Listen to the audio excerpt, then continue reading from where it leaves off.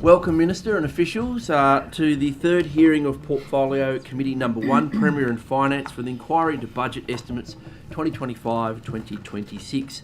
I acknowledge the Gadigal people of the Eora Nation, the traditional custodians of the lands on which we are meeting today.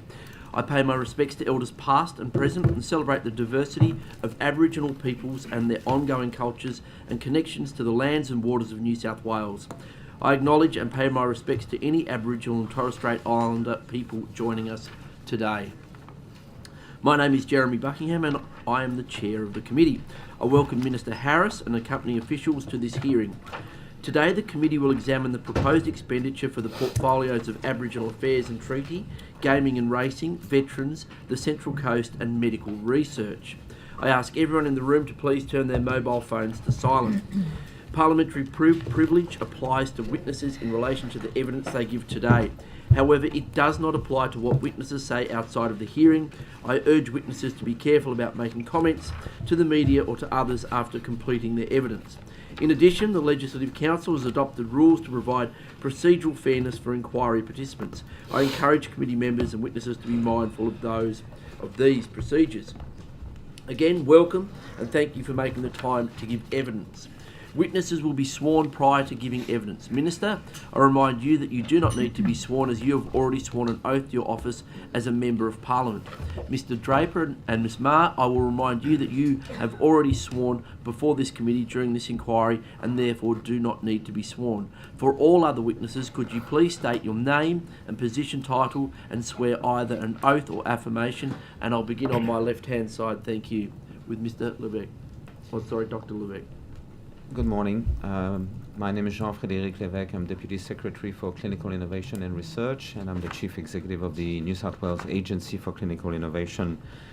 I solemnly, sincerely and truly declare and affirm that the evidence now about to be given by me shall be the truth, the whole truth and nothing but the truth. Thank you, Doctor. Mr Hamilton. Shane Hamilton, Deputy Secretary, Aboriginal Affairs. I solemnly, sincerely and truly declare and affirm that the evidence now about to be given by me shall be the truth, the whole truth and nothing but the truth. Thank you. Ms Mildwater. Elizabeth Mildwater, Secretary, Department of Creative Industries, Tourism, Hospitality and Sport. I solemnly, sincerely and truly declare and affirm that the evidence now about to be given by me shall be the truth, the whole truth and nothing but the truth. Thank you. Mr Barakat. Tarek Barakat, Deputy Secretary, Hospitality and Racing. I solemnly, sincerely and truly declare and affirm that the evidence now about to be given by me shall be the truth, the whole truth and nothing but the truth. Thank you. Mr Tuck. Good morning, members. Matthew Tutt, Acting CEO, Greyhound Welfare and Integrity Commission. I swear that the evidence now about to be given by me shall be the truth, the whole truth and nothing but the truth. So help me God. Thank you. Mr Honey. Good morning, members. Chris Honey, Deputy Chair of ILGA. I swear that the evidence now about to be given by me shall be the truth, the whole truth and nothing but the truth, so help me God. Thank you. I note there are witnesses in the overflow seating area. I would like to remind you that if you come forward to answer your questions or swear the oath, could you please bring your nameplate with you and place it in front of you at the table. This assists Hansard ensuring the correct witness is identified in the hearing transcript. So could we hear from Ms Drake, please?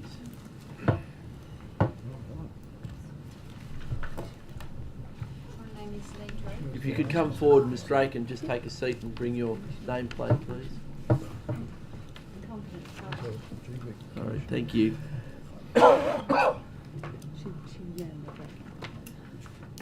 My name is Lee Drake, solicitor. I solemnly, sincerely and truly declare and affirm that the evidence now about to be given by me shall be the truth, the whole truth and nothing but the truth. Thank you, Ms Drake. Mr Crawford.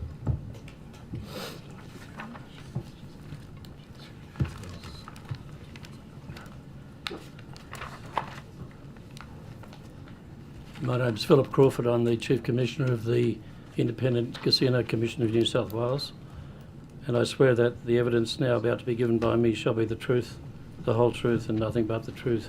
So help me God. Thank you, Mr Crawford. Ms McManus.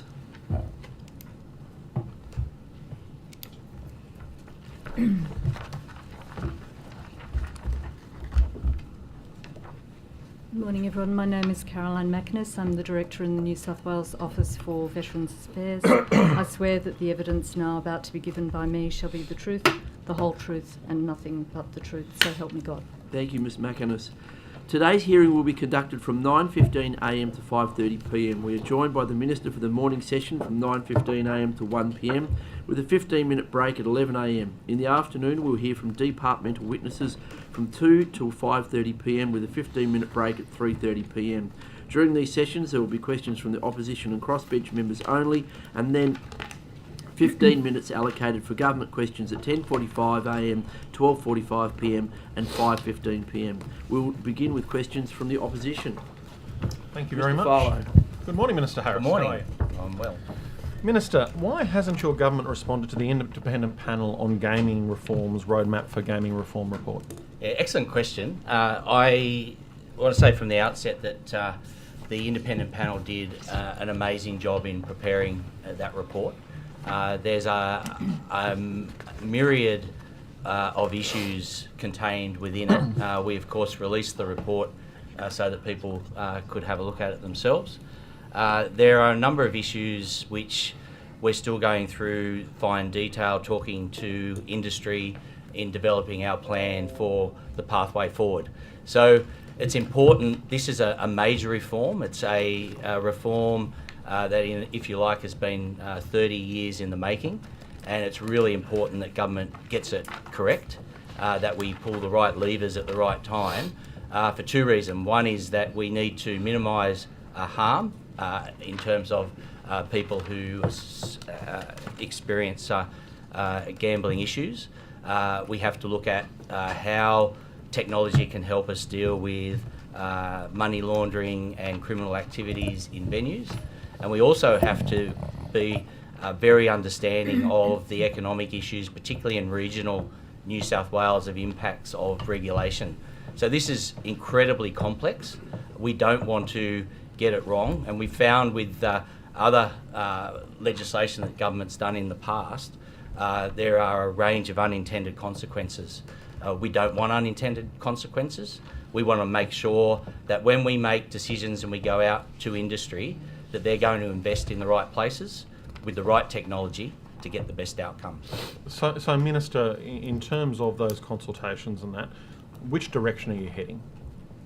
Well, that's a final decision for Cabinet to make, but what we're doing, myself as the Minister and as the department, is doing the groundwork, the economic modelling, looking at technology, talking to stakeholders, both in harm, min and industry, also talking to other states and the federal government to understand the direction that they're heading, because we could go down a pathway and then the federal government could make decisions which would impact on that. So this is not an easy reform. I'd say it's a fair reason why it wasn't attempted for 12 years, but we have at the same time already put in a range of reforms, particularly in the harm minimisation area, that are already out there working through the industry. We'll come to those in a minute, Minister. But Minister, if I can ask, when you're consulting, when you're talking to industry stakeholders, when you're talking to the federal government, what are you asking them? What are the propositions that you're putting to them? Yeah, so we had election commitments around harm minimisation, and so we're talking about how those commitments might be implemented. We're also looking at... so you're still wedded to your election commitments? At the moment, we're absolutely going to deliver on our election. So wasn't one of those commitments a reduction of 9,500 gaming machines? Yeah, and are you still committed to that? Yes, and so that's why we have the forfeiture scheme still in place. What the report showed us and told us, what it told. So today, the number of gaming entitlements is being reduced. So that's happening through the current system. So what are the number of gaming entitlements as of today? In the state? I'll have to take that on notice to be exactly right. You don't know that figure? I have to, because it changes on a daily basis. Okay. So Minister, since maybe you might know this one, since you've come to government, how many poker machines have been reduced in New South Wales? So it's not the number of machines, it's actually the gaming entitlements, the machine entitlements, because for every entitlement that a venue owns, they can have a machine. So what happened during COVID, a lot of machines were put into storage because of the distance requirements. Some of those machines are now being brought back because people have those entitlements. So one of the first things we did in coming to government was reduce those entitlements by 3,000. So there's less entitlements in New South Wales now than there was when we came to government. Those entitlements are continuing to reduce through the forfeiture scheme. What the report clearly told us, and we wanted to be honest and forthright, we went straight out, that buying back, which was the original commitment, 2,000 entitlements, would cost $60 million and virtually make no difference in terms of harm reduction. And so the report told us... But that was your policy, wasn't it, Minister? Well, the report told us, what we said, we'd have an independent panel to advise government. They gave us the advice that if you've got $60 million to spend, there's better ways to spend it to reduce harm than spending $60 million, which would have removed less than one machine from each venue. So one of those better ways to reduce harm would be cashless gaming, wouldn't it, Minister? Well, that's still out for debate. We know, looking at the other states, and we're watching Victoria is about to undertake a trial as well. And part of our consultation has been talking to them, particularly around cross-border issues, etc., and understanding where things are moving, how technology is changing. So we could say we're going to go and do a carded account system. That could be redundant in a year, given the changes in technology. And I have a responsibility to make sure... That's the answer to absolutely everything, isn't it, Minister? Given the changes of technology, something might be superseded. We could yeah, say but that... we're actually the difference is we're actually seeing that technology now.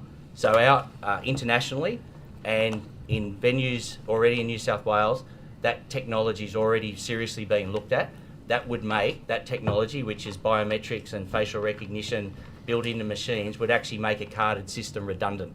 So do you want a government to spend time, taxpayers' money, going down a system, developing a system that we can already see would be redundant before that system was actually put in place? So how long, in terms of if you're going to do biometrics and facial recognition, how long will New South Wales be waiting for that technology to be implemented?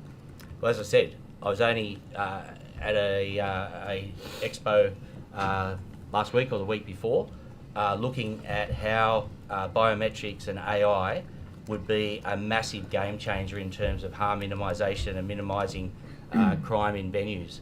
So that technology is being developed now. I won't give a definitive timeline on that because people love to tie governments to timelines, so you haven't met your timeline. As I said, this is about using evidence, getting it right.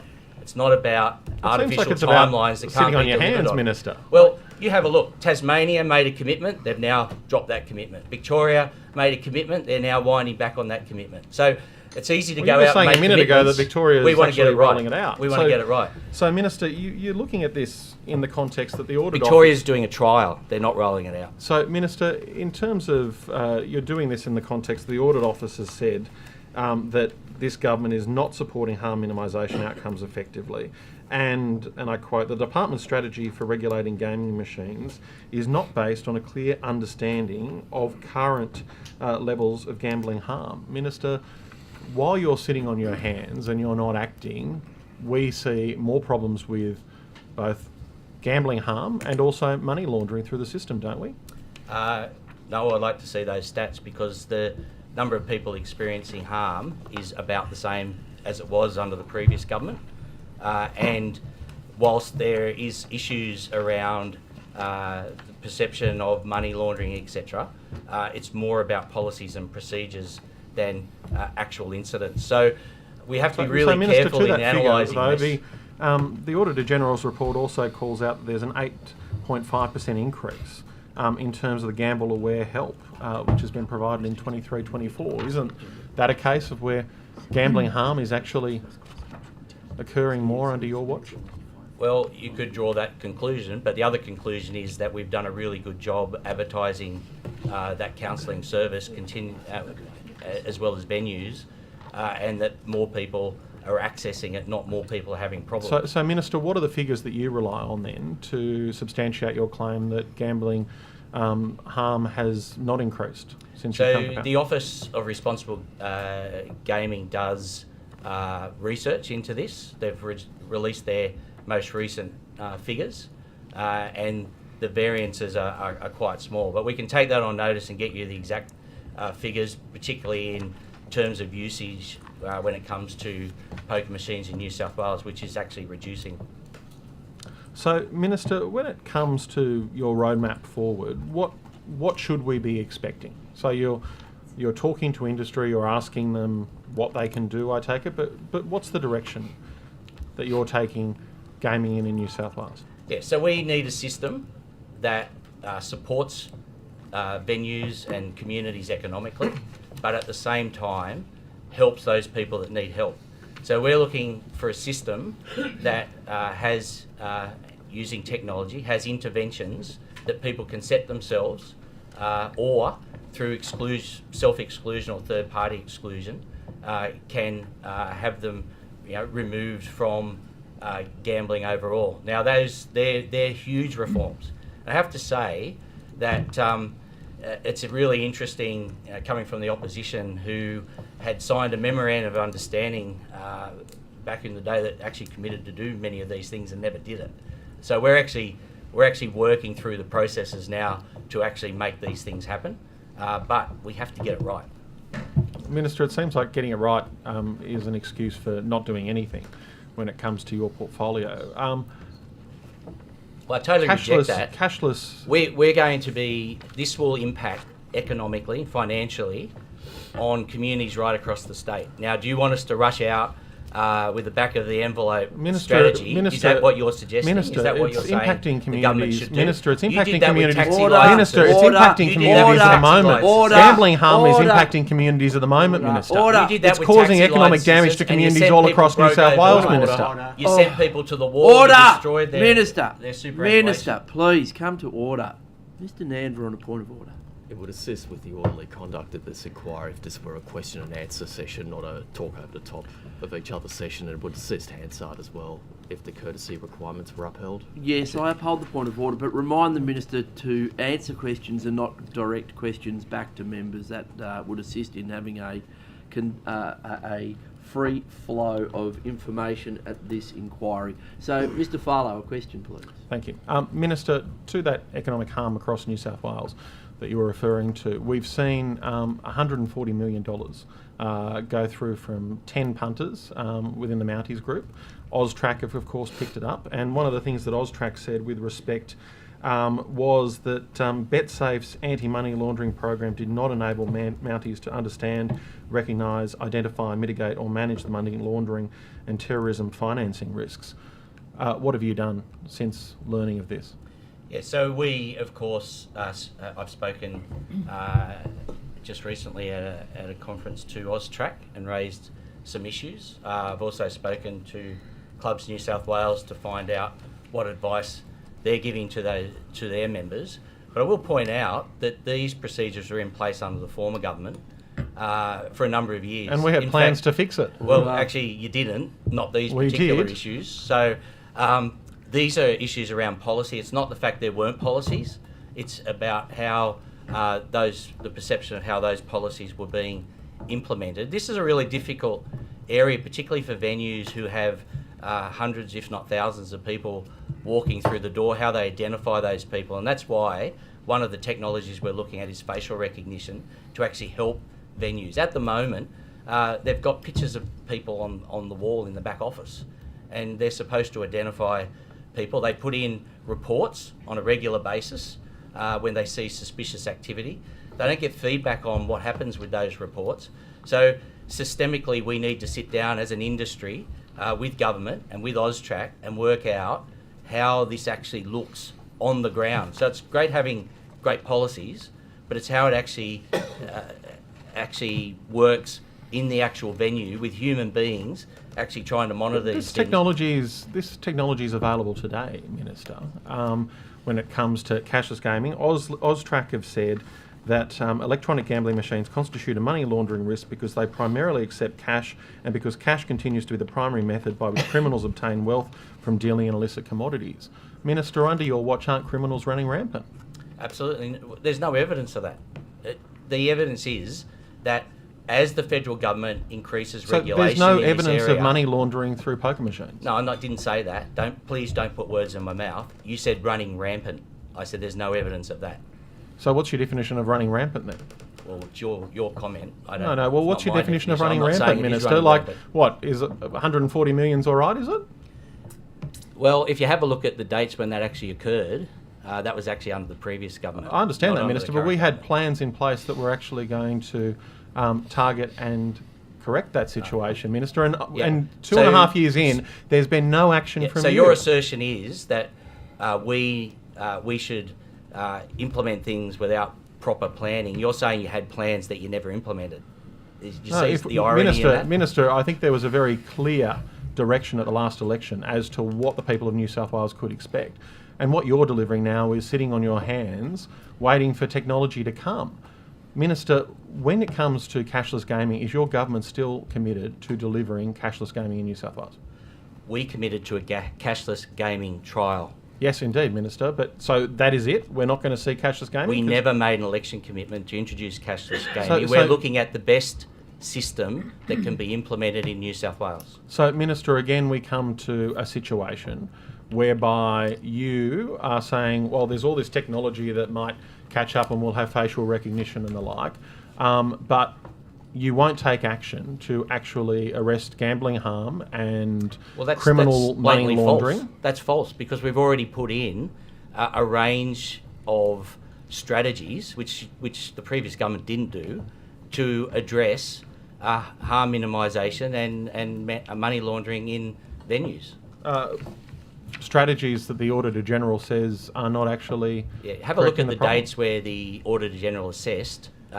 Majority was when the previous government was in office. And Minister, you are the Minister now. Correct, and we're taking steps now to address the issues that the previous government did not address. Minister, you've turned your back on harm minimisation, haven't you? Look, that is absolute rubbish. Absolute rubbish. So, Minister, outline the harm minimisation measures that you and your government have put in place. Yeah, well, we got the list. I go through them ad nauseum on every press release. So we have to make sure that the strategies that are being put in place are ones that can have time to be implemented properly. Minister, I think if you were putting them on every press release, you'd be able to just, So we reduced the start cash stating them input straight from away. 5,000 to 500 for all new gaming machines, and the latest figure I had was that 43% of machines in New South Wales now comply with that. So that's moving on really well. Continue to reduce the statewide cap on gaming machine entitlements, so that every year the number of machines reduced based on forfeiture rates. Ban political donations from clubs with electronic gaming machines. Banned external gaming-related signage and internal gaming-related signage that can be seen from outside the venue. Introduce responsible gambling officers in venues with more than 20 machine entitlements. Mandated that all machines with gaming machines must keep a gaming plan of management and gambling incident register. Banned gambling advertising on public transport and the ferries and terminals people catch it from. Consulted with the community on third-party exclusion scheme and use of mandatory facial recognition technology to support a statewide exclusion register for New South Wales hotels and clubs with gaming machines. And I have to say that part of what we've been doing since the report is we actually went out and consulted on both the exclusion register and facial recognition. So the assertion that we're doing nothing's just not true. We've now got the results back from that consultation and the department's working through that, and that will eventually go to Cabinet and we'll make decisions that will address those issues. So, Minister, the Premier has said in his estimates that he has other proposals to address problem gambling. What are they? Well, that's a matter for the Premier and Cabinet. Isn't it a matter for you? Aren't you the Minister for Gaming and Racing? I have discussions with the Premier, but they're discussions that will eventually go to Cabinet for consideration. So who's running the show here? Is it you or the Premier? Well, obviously the Premier is the boss. Okay, so at least we know the hierarchy here. Well, so I'm assuming that's the same in every government. Well, Minister, we heard that you were having consultations with Crown, where... Sorry, can you start that question again? We heard that you had consultations with Crown about the introduction of poker machines inside. I think it was reported in the papers, and that they were... Crown wrote to us, and we said that's not being considered. Okay, well, the reporting in the paper was that they had fairly positive discussions with you, but then the Premier came out and kiboshed it the next day. Is the Premier running this portfolio? My job is to implement government policy. Policy is developed through Cabinet on recommendations that I make to Cabinet. So you're making recommendations to Cabinet? It's not the other way around, that you're getting your writing instructions from the Premier's office? It is normal practice that I develop in consultation with my colleagues, because this goes across a range of different portfolios, submissions that go to Cabinet in order to have Cabinet make decisions on these issues. So, Minister, your government campaigned, of course, on this mandatory 12-month cashless gaming trial from the 1st of July. The Premier said that that was a failure. The Premier conceded in estimates that that was a failure, but the reality of it was that only 243 patrons signed up and just 14 were classed as genuine active users. This is a tiny, simple, inconclusive sample for drawing broad conclusions. Can you base anything off of this trial at all? Yeah, absolutely. So the trial was a trial of technology.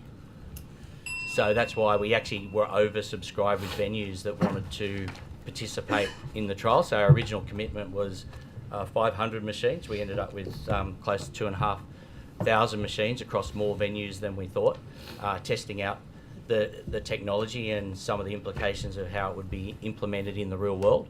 What the Premier refers to, and he's correct, is that the uptake from the public was low, and it was low for a whole range of reasons. It was low because fundamentally the punters don't trust governments in general. They don't trust people having possession of their personal details, and that's what makes this complex. So whatever system we put in place, we have to address those issues, and that was really valuable information from the trial. But the Premier is right that in terms of uptake, it showed that this is a difficult question. Thank you, Minister. Now questions from the crossbench. Mr. Borza. Thank you. Thanks, Chair. Welcome, Minister. Thank you. I just want to ask you a few questions about greyhounds. You'd expect me to ask questions about greyhounds. Yes. Earlier this year in a question without notice, I asked about the $30 million allocated in 2018 for upgrading greyhound tracks across the state to new minimum standards. At that point, I understood that $18.2 million remained unallocated, with $11.9 million before the new budget in July. I asked then if you could assure the industry that all of the upgrade funding would be allocated for the last financial year, and if not, if the unallocated money would be rolled over to this financial year. Will it be rolled over? So the good news is that the industry has moved forward with many of their business cases, and so a lot of that funding has now actually rolled out to start work on those important upgrades. I might hand over to Tarek to give you specific figures about the rollover.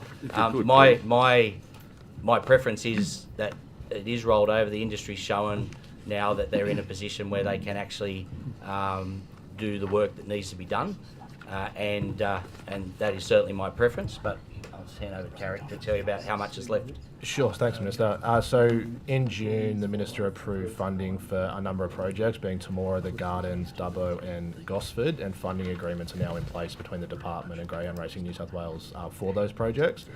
There's business cases under consideration in relation to Richmond, Grafton and Goulburn. As to whether funds are rolled over, that's a question for the Treasurer, but I can tell you that to date, $18,677,387. Sorry, could you just talk up a little? Yep, sorry.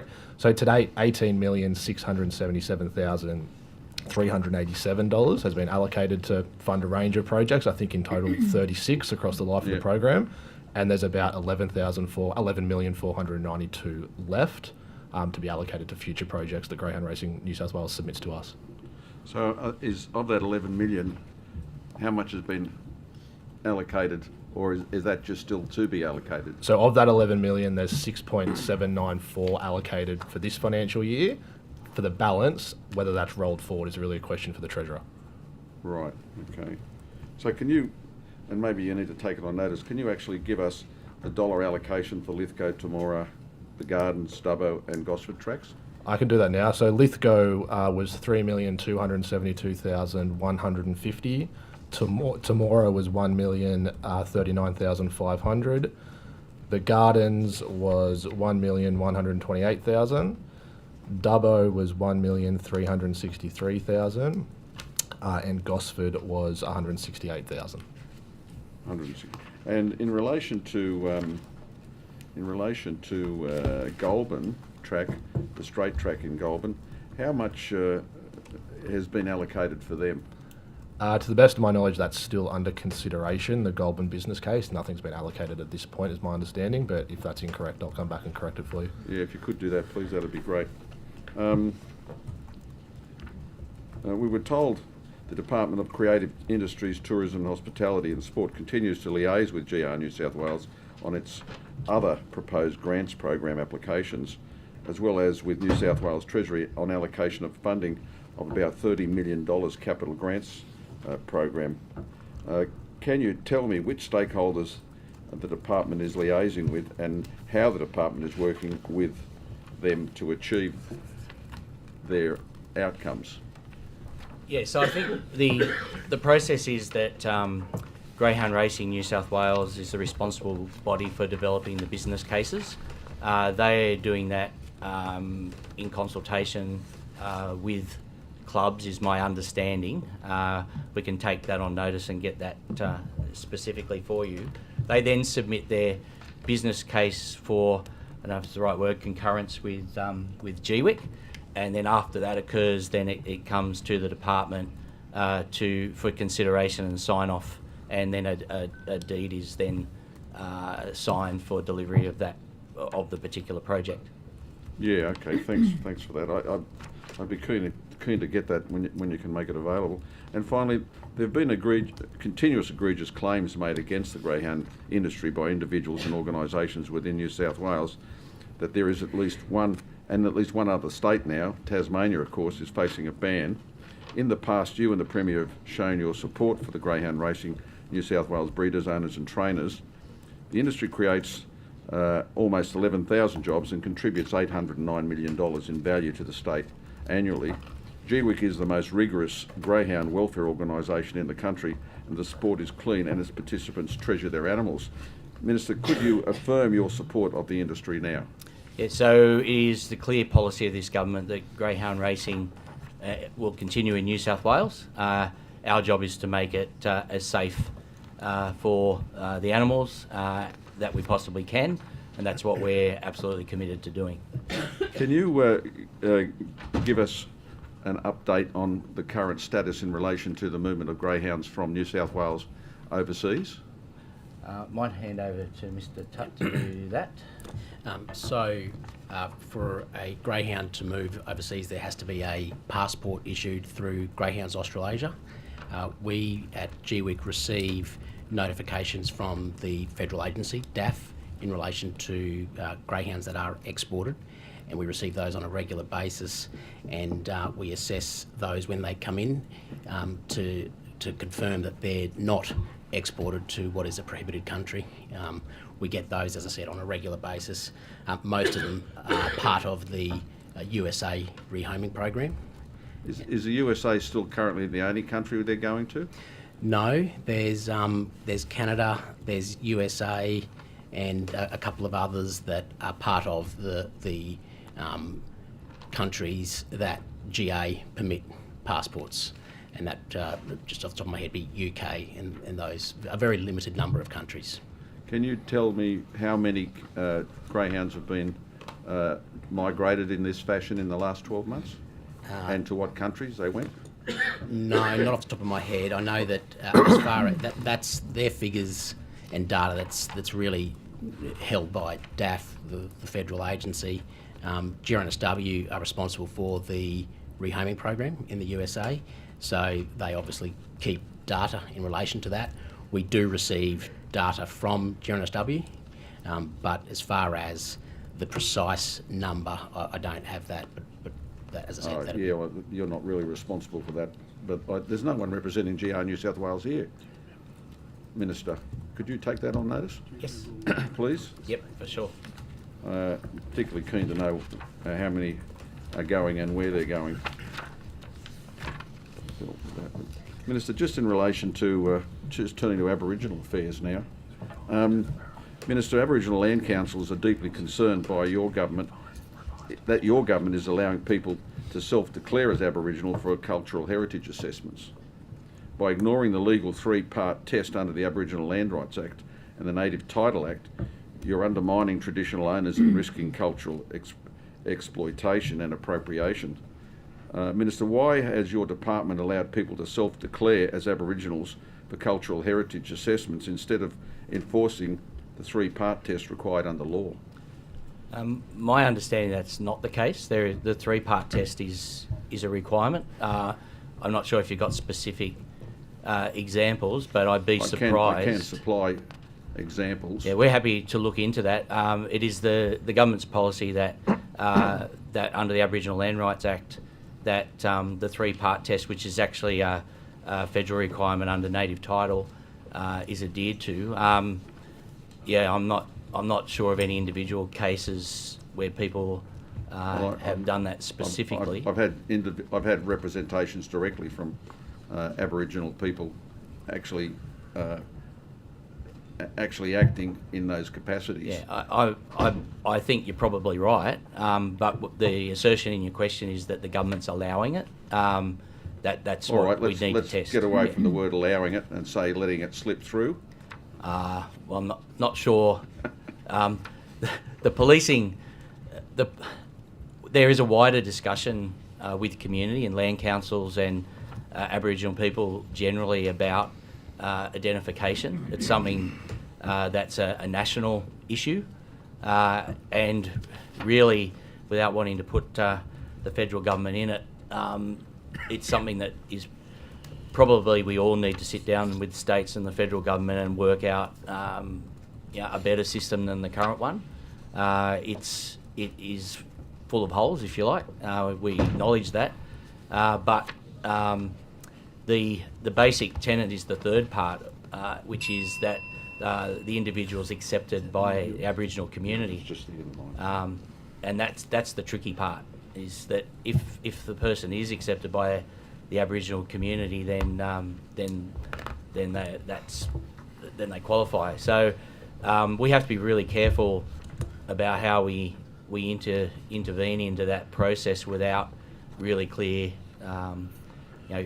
guidelines to do so, because one of the problems, and I could talk about this for 3 hours, is that ORIC, that where Aboriginal organisations can register, are making some of these determinations, and some of those registrations may be questionable. So this needs a federal approach. The state can't intervene at that level, but it's certainly an issue that's been experienced right across the country. Thank you, Minister. Thank you. Ms Hurst. Thank you, Chair. Good morning, Minister. I don't have much time, so I'm going to jump straight in. You've got 5 minutes. Thank you. Minister, when did you first become aware of sexual harassment allegations against Steve Griffin, the former CEO of GWIC and the current CEO of Greyhound Racing New South Wales? I would have to take on notice the exact date, but I was informed by my staff only very, very recently. Thank you. So while he was the CEO of GWIC, you hadn't heard about these allegations? No. Minister, the Upper House passed an SO 52 regarding physical and sexual abuse, assault and harassment within the greyhound racing industry, including within GWIC. Documents are missing from that return, as you're aware, including several documents about the allegations made against Mr Griffin. What has your office done in regards to GWIC's failure to comply with an order of the House, particularly given the documents that are missing are of a senior executive within Greyhound Racing New South Wales? Yes, so my understanding is that GWIC maintains they have complied with the order. We did check, and they have the same answer. You can see, though, Minister, that I've been through the documents that have come from this order. We've both of our officers have heard from whistleblowers that have told us that the documents and complaints that they had made against Mr Steve Griffin are missing. You can see that this is a situation where GWIC is any kind of regulator, if they have any kind of oversight within the greyhound racing industry, and it now seems that they're acting to protect the CEO of Greyhound Racing New South Wales by excluding those documents and failing to comply with an order of the Upper House.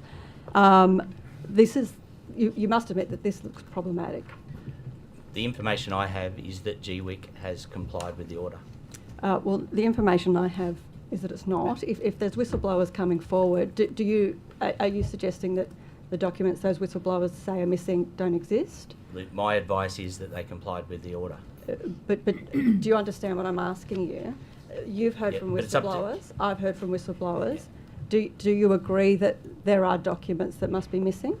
I can't say whether that is correct or not. GWIC has maintained that they have applied with the order.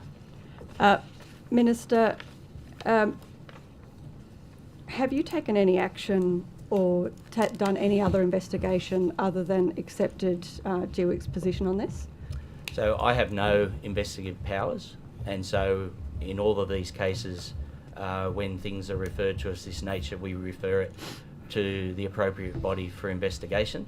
My understanding would be that that would have happened in this case as well, but the individual also has can do that too. Have you had any discussions with the CEO of Greyhound Racing New South Wales after hearing about the allegations of sexual harassment? No.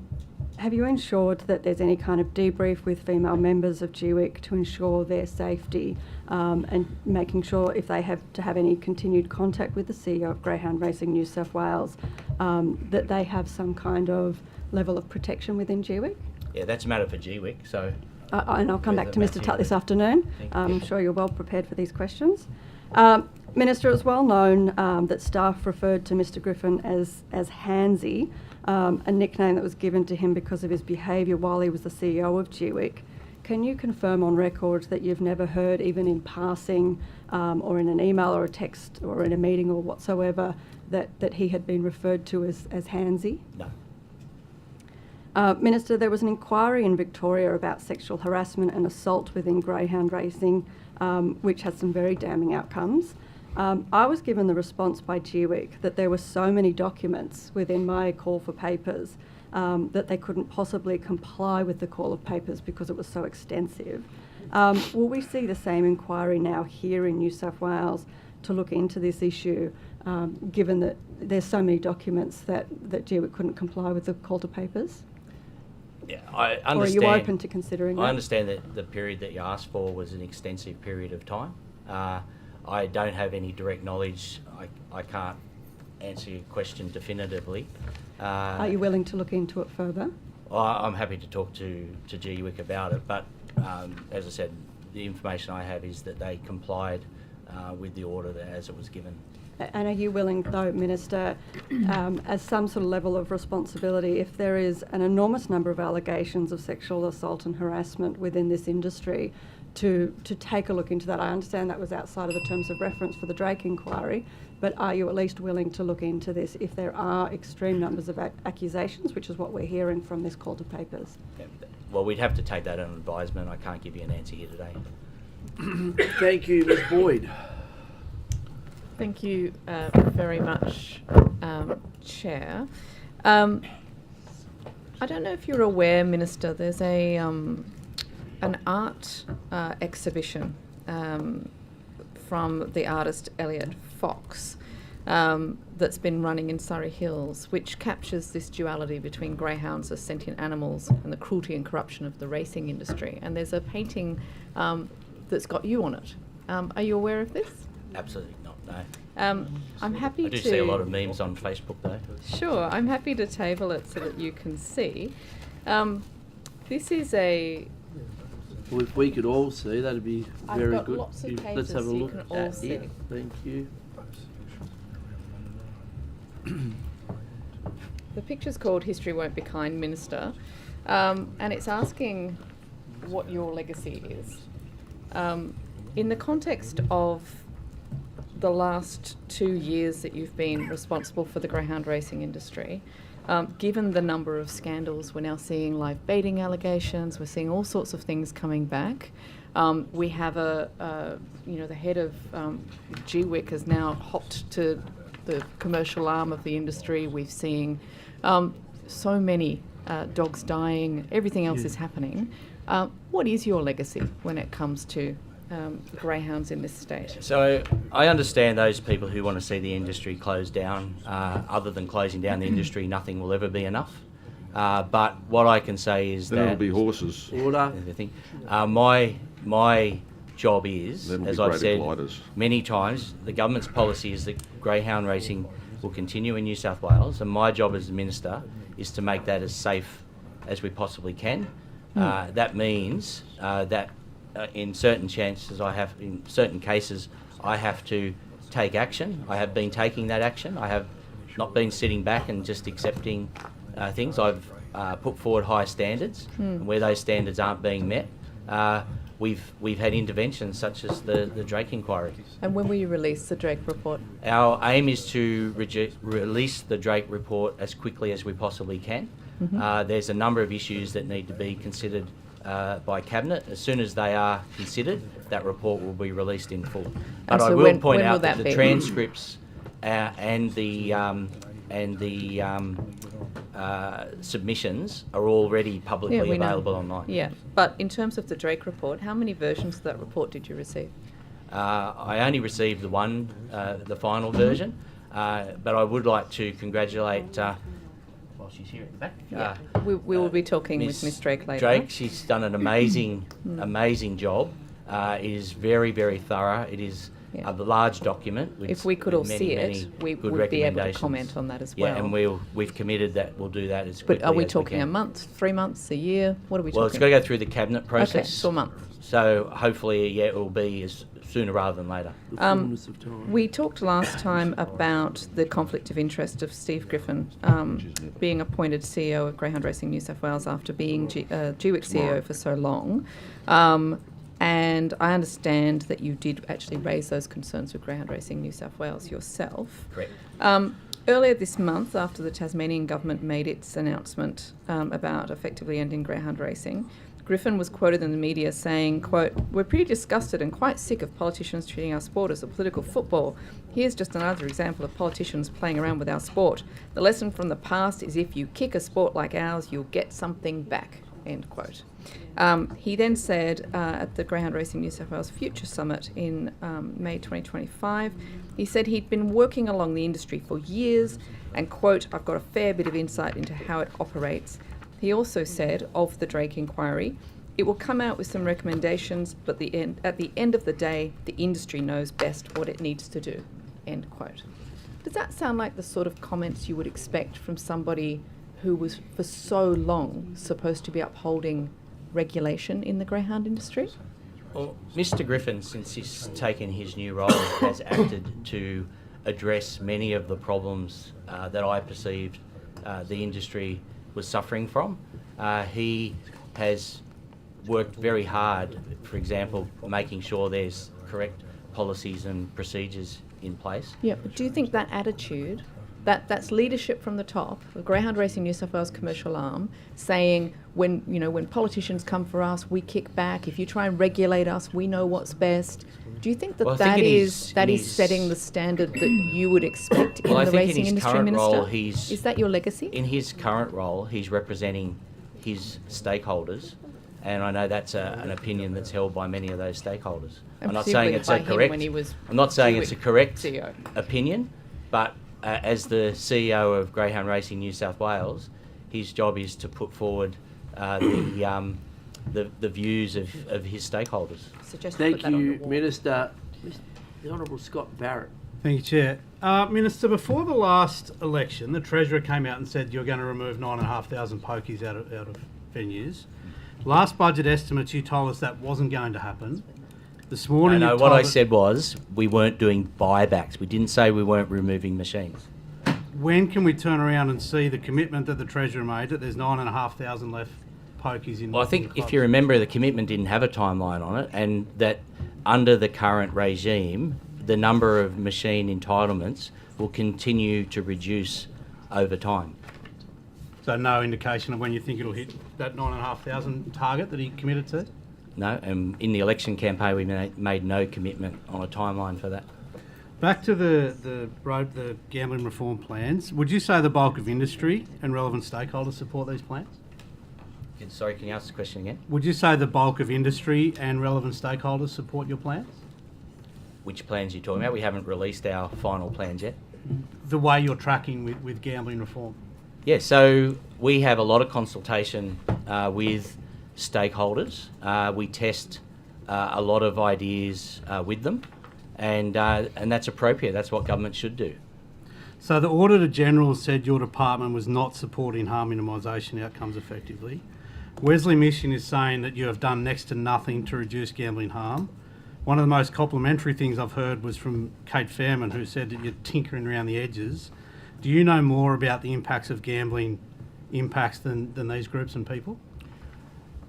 We have committed to a firm roadmap for gambling reform in New South Wales moving forward. Now, I've spoken in length about the process we're going through to develop that plan. When that plan comes out, then I'm happy for people to be critical or otherwise. But as we go through the process, we have to understand how this actually works in the real world. And I'll point back to the fact that the previous government made an intervention into taxi licences, for example. And in doing so, they sent people broke. Now, one of our commitments is that we will continue to have a vibrant industry in New South Wales. And I suggest there's 2 or 3 people in your own party that know a lot about this issue who talk to me about it in length and agree with the government's approach. So people who actually understand how these things work are actually supportive of our approach. Minister, when the chair of ILGA said that gaming venues had no social licence to rape and pillage communities, did she provide you with examples of where this was happening? No. And I have to say that when I was made aware of that comment, I did express concern that it was a generalisation that was probably not appropriate, and I have written to the chair in ILGA expressing those thoughts. And what was the response? I'm not sure if we got back that they'd taken it on board. I think I don't want to speak for the chair. She's reached out to a number of groups, is my understanding, but this is an area where emotive language doesn't solve the problems. What solves the problems is good policy decisions. That's what I want to see. And I also want to see that where there's either government policy or legislation, that legislation is followed. So is that policy and legislation being followed, particularly by ILGA? So I have written, I think it's quite public, a direction to ILGA to say that they need to take into account all the objectives of the Act. Harm minimisation, of course, very important part of that. ILGA does incredibly difficult work. But one of the objectives is the vibrancy of the industry to make sure that it survives economically. And that has to be taken into account as well. Now, as Minister, all I expect is that all of the objectives are taken into account when decisions are being made. You're referring there to your statement of expectations? Correct. Why was that needed? We have been having discussions since I became Minister about how industry concerns and other concerns around some of the decision making. I thought that it was necessary to make sure and reaffirm that the Act has a number of objectives. Those objectives aren't hierarchical, they're all equal, and that they should all be applied equally. And are you confident, since that statement of expectations that was sent out in February 24, that has happened, that it's been followed? No, well, that's why I had to put out the second statement of expectations.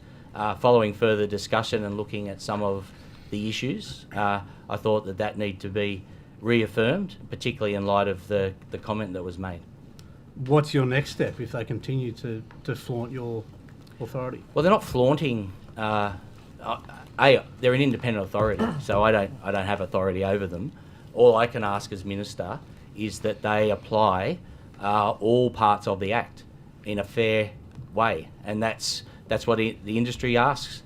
That's what I think all people in the community would expect, that it's applied equally. So I know that my comments are taken on board, and that processes are looked at, and we just need a balanced approach to this in New South Wales, because if the situation is that when people put in an application, they're having their hours reduced, for example, and then the venues around them don't suffer the same outcome, then you're actually creating a competitive disadvantage. And when people put in an application to improve their premises or move their premises or those sorts of things, we have a situation where they're preparing to spend money and making a commitment, and then if that impacts their hours that they're able to operate, that has an economic impact on them. Now, all I'm saying is that when you make decisions, they need to be, and I've been very clear with the Chair and Ilga about this, if people are doing the wrong thing, throw the book at them. If people are breaking the law or they're not fulfilling their responsibilities, throw the book at them. But if there's no evidence of that, the question is then, why are they being penalised when they're putting in an application? And then the people who don't put in an application have no impact on them. That dissuades people from making investment. And that's why I've said you've got to look at all the parts of the Act, not just selectively. What are you going to do to make sure that doesn't happen? You sent 2 letters off. What are you going to do to one, make sure that doesn't happen, but more importantly, restore confidence in the industry, or restore the relationship in the industry between the government, ILGA and industry? Yeah, well, all we can do as Minister, because as I said, they're an independent authority, have no authority over their decision making, is encouraging them to follow the legislation as the legislation is. If there's a perception or there's a factual base that that's not continuing, we would have to look at that at the time in the context of a range of strategies. What does that mean to look at it? Like, as you've implied, this is damaging industry, it's stopping people from expanding. What are you actually going to do about it other than look at it and maybe write another letter? Yeah, well, they're independent authority. It's the Minister's reach is limited. We would have to look at any other options other than that. But the best way is that we continue to talk with ILGA, me to understand where their decision making is coming from. But one of my roles is to also put the views of stakeholders if they think that some of these things aren't being applied fairly. Now, in some cases, maybe in many cases, there's really good decision making. But there's the odd outliers where questions have been asked. I believe one's in NCAT at the moment. And as Minister, I can't ignore that. Would you say the views of stakeholders are complimentary about the processes that are happening? I think there's frustration from stakeholders, certainly that's been expressed to me, in exactly the terms I've just said. So if you put in an application to actually invest and do something, there's a consequence. If you sit back and do nothing and make no investment, then you're pretty much left alone. Are you going to fix this, Minister? Well, we're working through the processes as they've been outlined to me, and we will continue to do that. Who holds the cards, you or ILGA? Well, ILGA's an independent authority, and so every person who puts in an application who doesn't like the outcome have the right to go to NCAT and ask for that to be reviewed. So that process is underway, particularly in one case that I'm aware of, and those decisions will obviously impact on how ILGA does their work. Minister, another commitment you made before the election was for facial recognition. Where are we at with that? Yeah, so we've gone out to public consultation on that. The department has received all the responses to that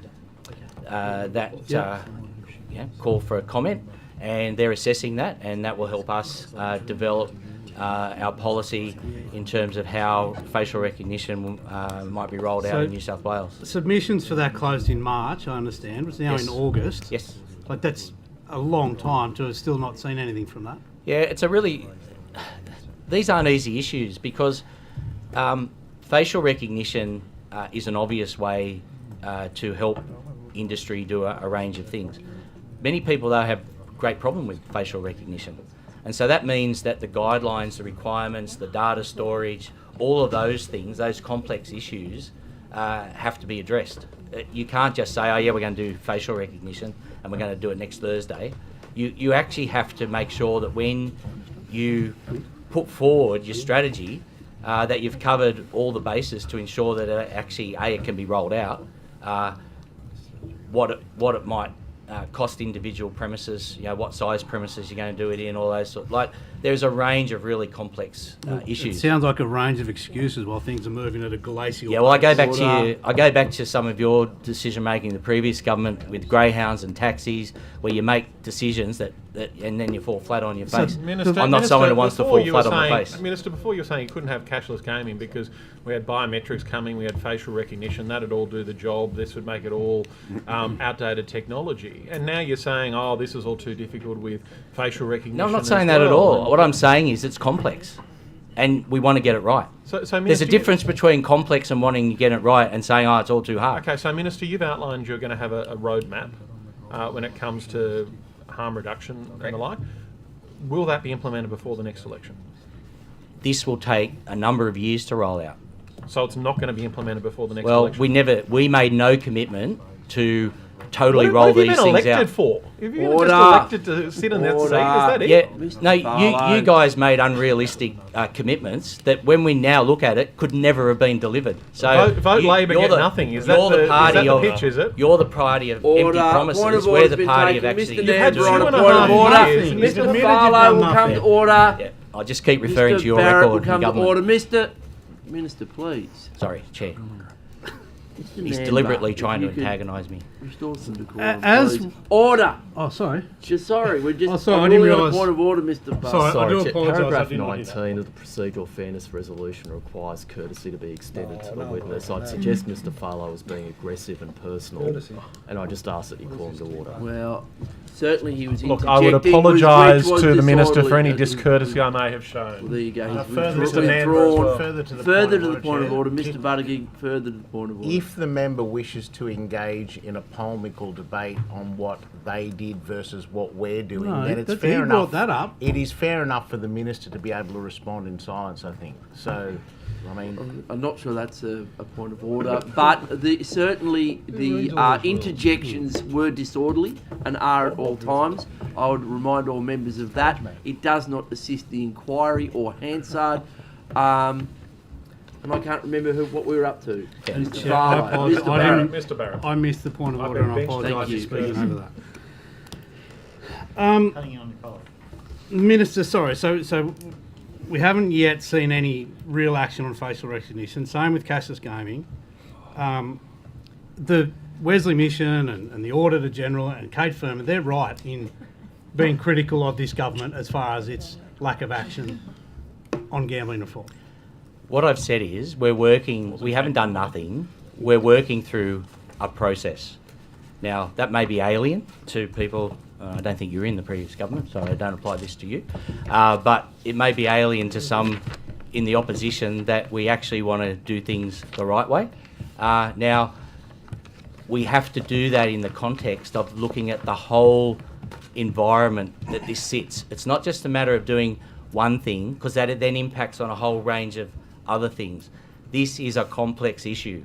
The way our approach is to test a whole range of things to see how it would work, how it won't work, how it would be paid for, who would be most impacted. And, for example, what we've just seen from Victoria is evidence that carded play has problems because people swap cards. So that was the model that the previous government was holding up, and it had flaws. So excuse me for saying that we actually want to make sure that we're going to make the biggest reform in the gambling industry in 30 years, and we want to get it right. In 30 years' time, perhaps. So your message to communities that have been hurt by this, to families that have been hurt by this is, we'll probably do something someday. No, my message is we've put in a range of harm minimisation strategies already that will take time to embed, that have already cost the industry hundreds of thousands of dollars to implement in individual venues.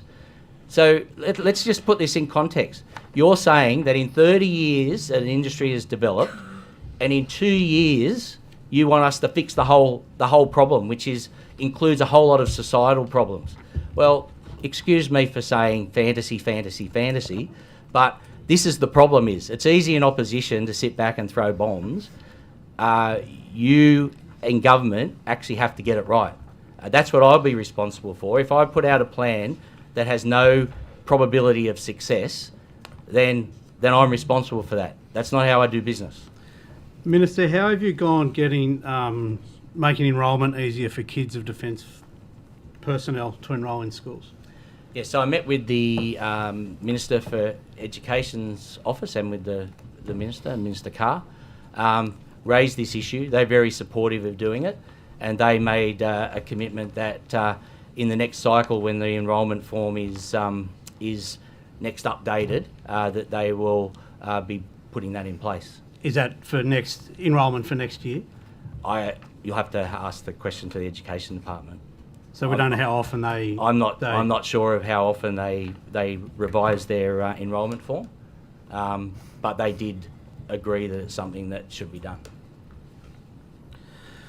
Minister, last year we learnt 29 out of 128 councils had signed up to be part of the Veterans Employment Program. It seems, I had a quick look on the website, it's more than that now? Yes, I believe so. Okay. I was going through this web page. It actually shut down on me.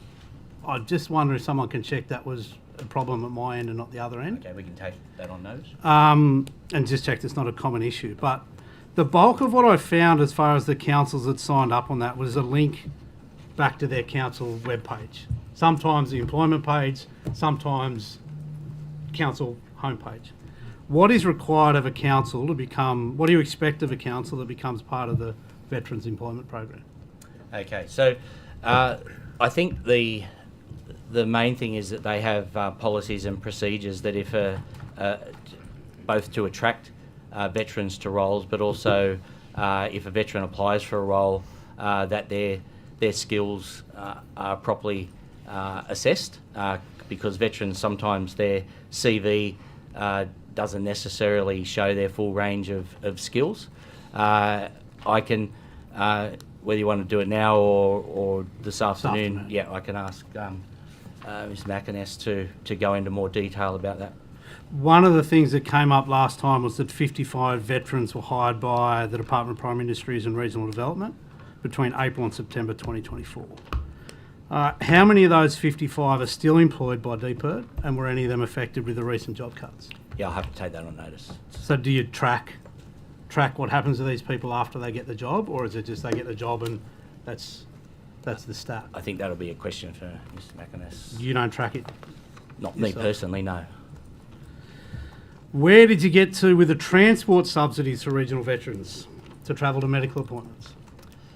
So this has been looked at broadly by government. So when we got the report into the Royal Commission report into suicide veterans, we convened a whole of government group to look at all of these issues.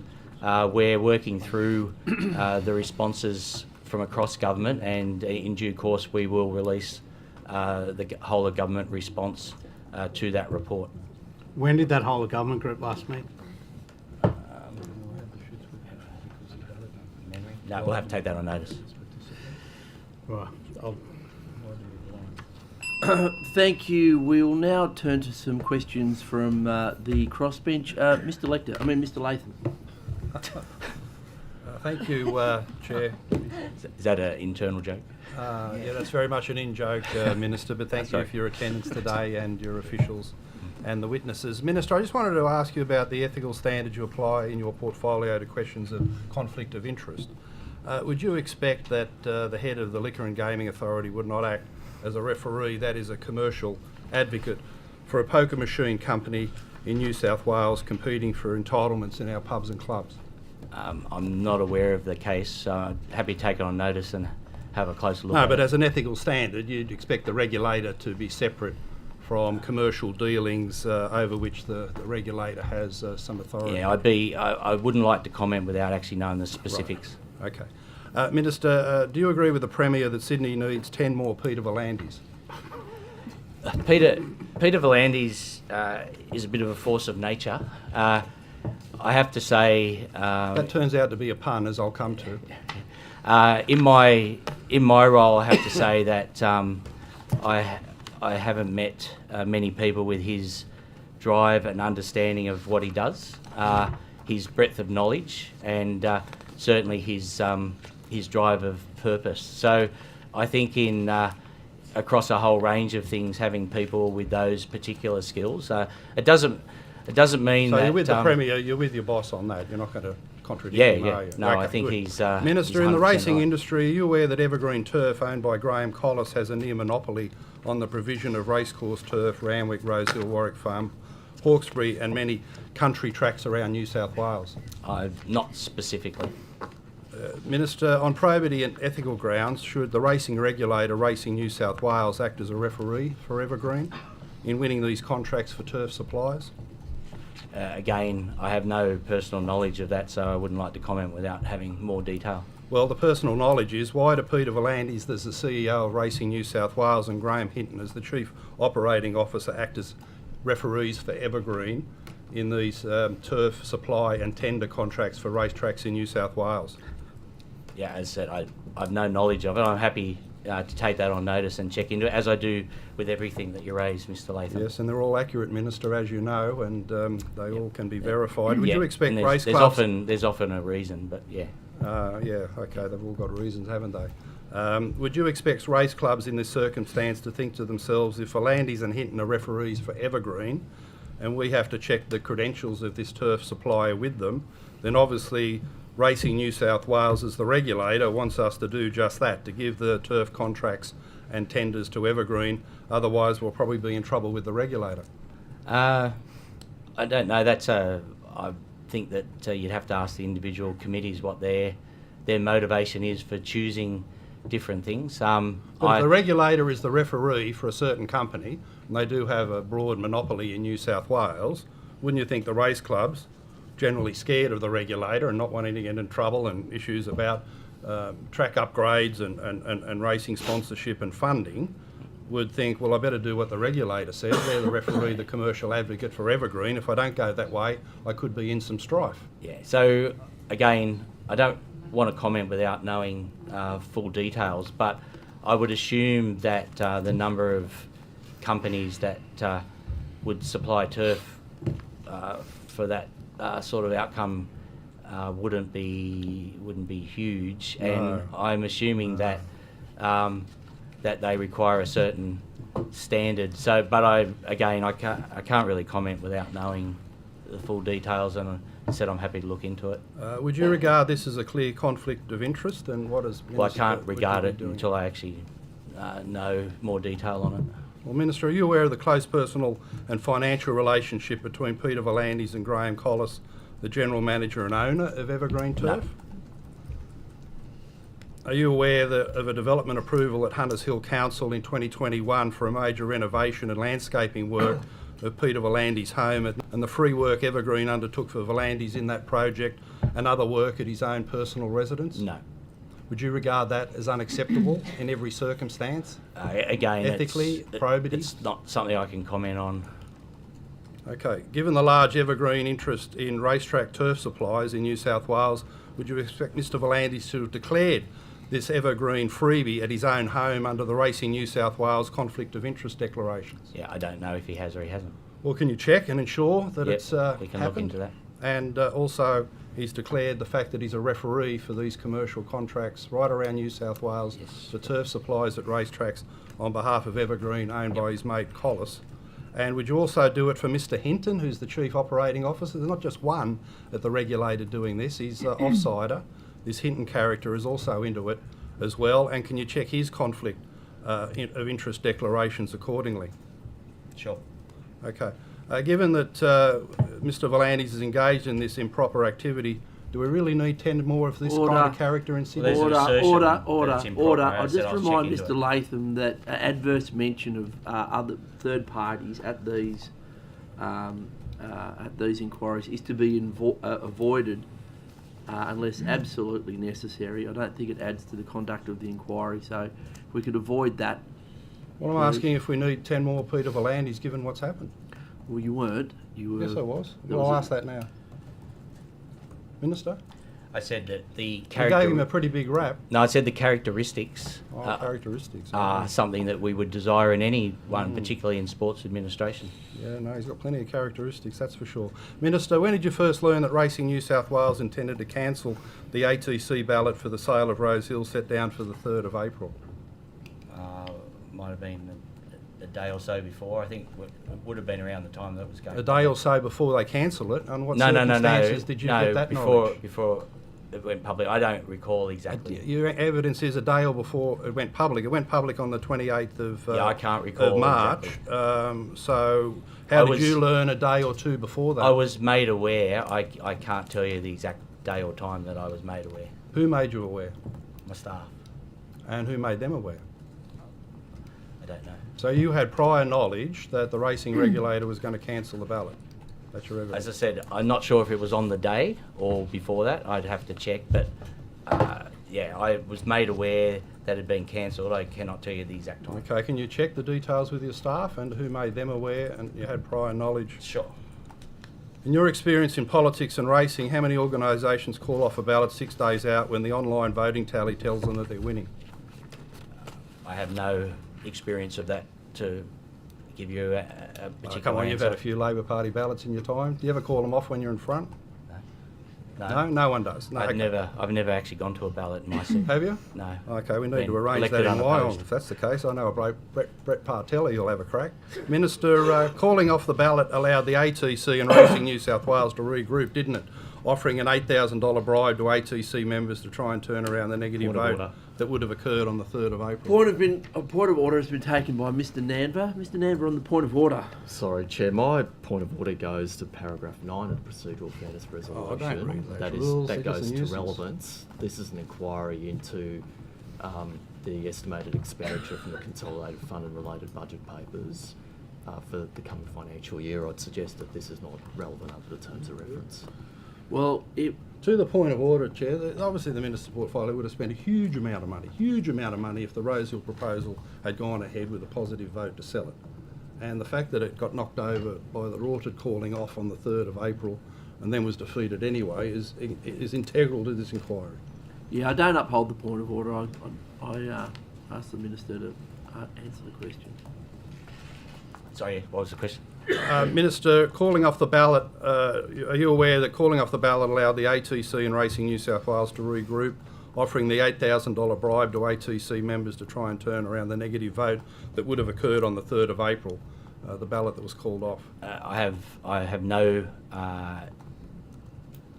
intervention. I was not involved in any decision making in terms of that happen. All I got was that it had been called off. Yeah. Are you aware that on the 19th of March, so 2 weeks out from the ballot, Graham Hinton at Racing New South Wales rang industry leaders to tell them the no vote on Rose Hill was winning 80% to 20%, and he urged them to join a campaign to try and promote the yes vote? No, I'm not aware of that. Are you aware that briefings on the supposed benefits of the Rose Hill sale were offered from Steve McMahon, Gary Charney and Baron Joey, and when these briefings couldn't generate any kind of yes campaign from industry leaders, Graham Hinton told his allies that Racing New South Wales had no choice now but to cancel the ballot?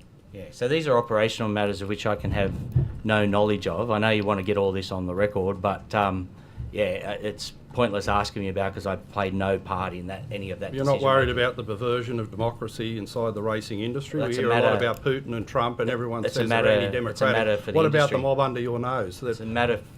They're operational matters that I have no jurisdiction over.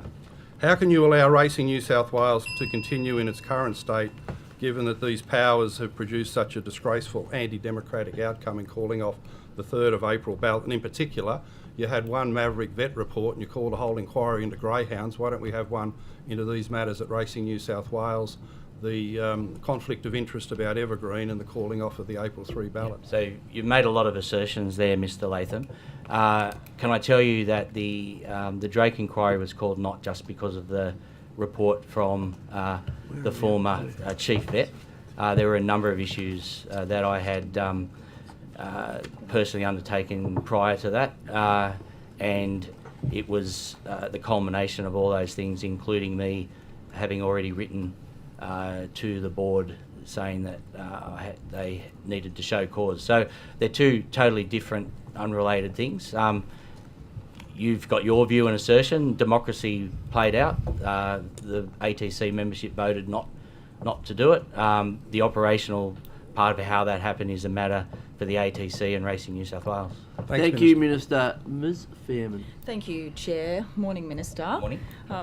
Minister, you are very well aware of the Audit Office report that released its report into the regulation of gaming machines on the 12th of June this year, which found that the department was not acting in accordance with harm minimisation. You're aware of what was contained in the report, and you issued a ministerial media release on the 12th of June, which said that the government notes that while many of our reforms have only been in place for under 12 months, we acknowledge and welcome that both the department and ILGA have accepted the recommendations made in the report. So what happened between the time that you issued that media release and the time that you issued the ministerial direction on the 1st of July? Yeah, so the first media release was acknowledgement that ILGA and the department had accepted the recommendations of the Auditor General. The ministerial direction that was later put out was unrelated to that. It was about a series of other issues. Right. So the welcoming of the report, though, suggests that so you're 100% supportive of the Auditor General's report and what the recommendations contained in it? So I think the department accepts that that they need to look at different ways of implementing regulation. I will point out, though, that one of the things was, and this goes back to the Act again, that the Auditor General didn't look at was the vibrancy of the industry as one of the factors in the objectives.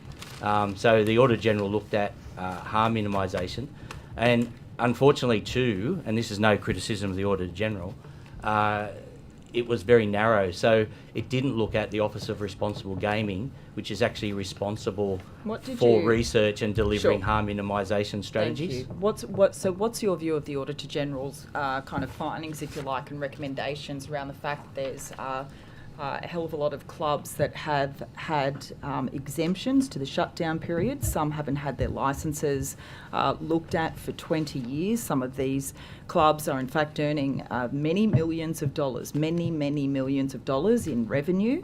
What's your view on the recommendations around reviewing those licences and the shutdown conditions? The shutdown exemptions. So prior to the Auditor General's report, the department was already undertaking review of those issues. Yes, and I'll get to that. That was released in January this year. The department had it since August. So what's your view? Do you agree with the Auditor General's recommendations around that? And are you concerned at just how many venues haven't had their shutdown exemptions reviewed in such a long time? Yeah, so both the department and I were concerned about that they hadn't been reviewed for so long, and that's why I asked the department to undertake that review. But in terms of the results of that review, it's being considered in the total context of the roadmap moving forward, which is looking at all the, that's why I said it's complex. We're not just looking at cashless gaming, we're looking at the regulation of the industry overall, and all of that information is being fed into those considerations. How is, this review, I think stakeholders are getting a little bit concerned that, it's been 2.5 years. This was kicked off to a review. The independent panel has reported back. There's still no indication at all. All we're hearing about is it's very complex, very complex, very complex.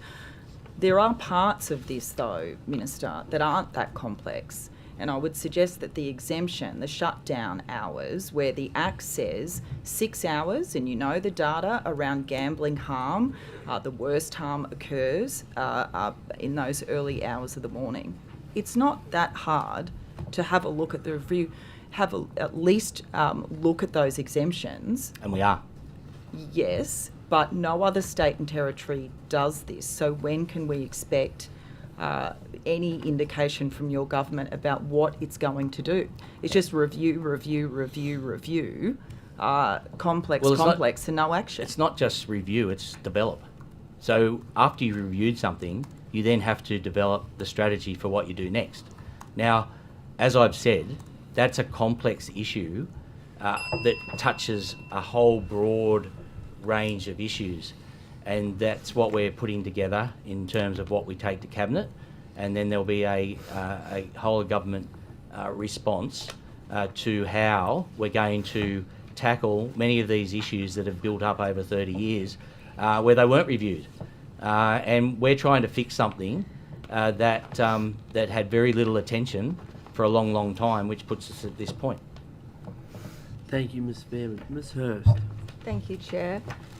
Minister, just going back to those allegations, if I can just sort of try and get a bit of an understanding around what actions were taken. So when your office received those allegations, what actions did you or your office take in that sort of immediate instance? Look, specifically, I'll take that on notice exactly what we did, but with all of these issues, we go to the relevant body to ask for an explanation or a report about what they did or didn't do, how they've handled it, and then make a judgment based on that. Okay, so you're still in the process of with that? departmental advice. Yeah. And you're still in the process of waiting to get that response? Or? Yeah, my understanding on that particular case was that it was that GWIC had dealt with it and through their processes. My understanding is that there's more than one case. I assume you're aware of that there are multiple I'm women not that have aware made of it allegations? specifically. I'm aware that there has been complaints, and I understand that those complaints were dealt with under the appropriate processes, and there were outcomes on them. So if that's the case, I'm not sure that we can go back and review every single. I'm just curious as to what actions that your office has taken. So we made to inquiries. GWIC provided us with a response, and at this stage, there was nothing more for us to do. Are you concerned? I mean, would it normally be the case where you would expect if a CEO of GWIC or another major department that you work with, if that somebody in an executive role like CEO had sexual harassment allegations made against them, that would be brought to your attention as the minister? Are you surprised that at the time that these occurred, or at any point while you've been the minister, that it wasn't raised with you? I can't say that they did occur while I've been the minister. I don't know. But this individual was the CEO, clearly, of GWIC while you were the minister. Are you concerned that these issues were never brought to your attention? Well, I would assume that if they followed through the correct workplace procedures, then it wouldn't necessarily would come to me. Okay, so you're not surprised that that this was never brought to your attention? If it occurred tomorrow, then I would have an expectation that I'd be informed. Minister, can you confirm for the record if you or your staff or anyone within your department ever received a copy or a draft copy or parts of the Drake report prior to the 31st of July 2025? I'd have to take that on notice.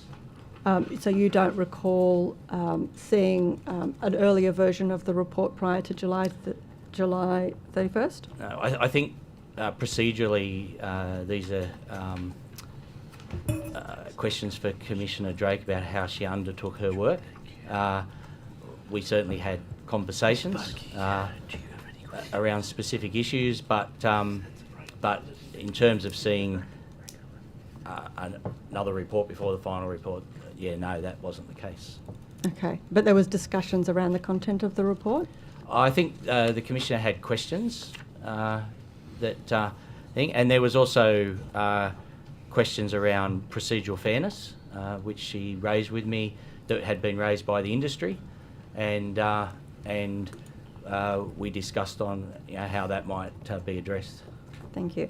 And can you take on notice that other question in regards to whether you or anyone within your department saw a copy or a draft copy or parts of a draft copy of the Drake report prior to the 31st? Sure.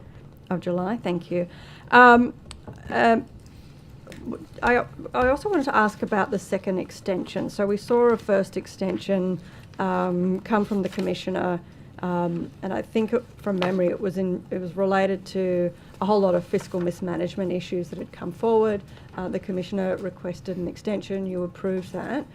At the last budget estimates, I asked the Commissioner if she expected that she would need another extension. She indicated that she was ready to go, that another extension wouldn't probably be needed.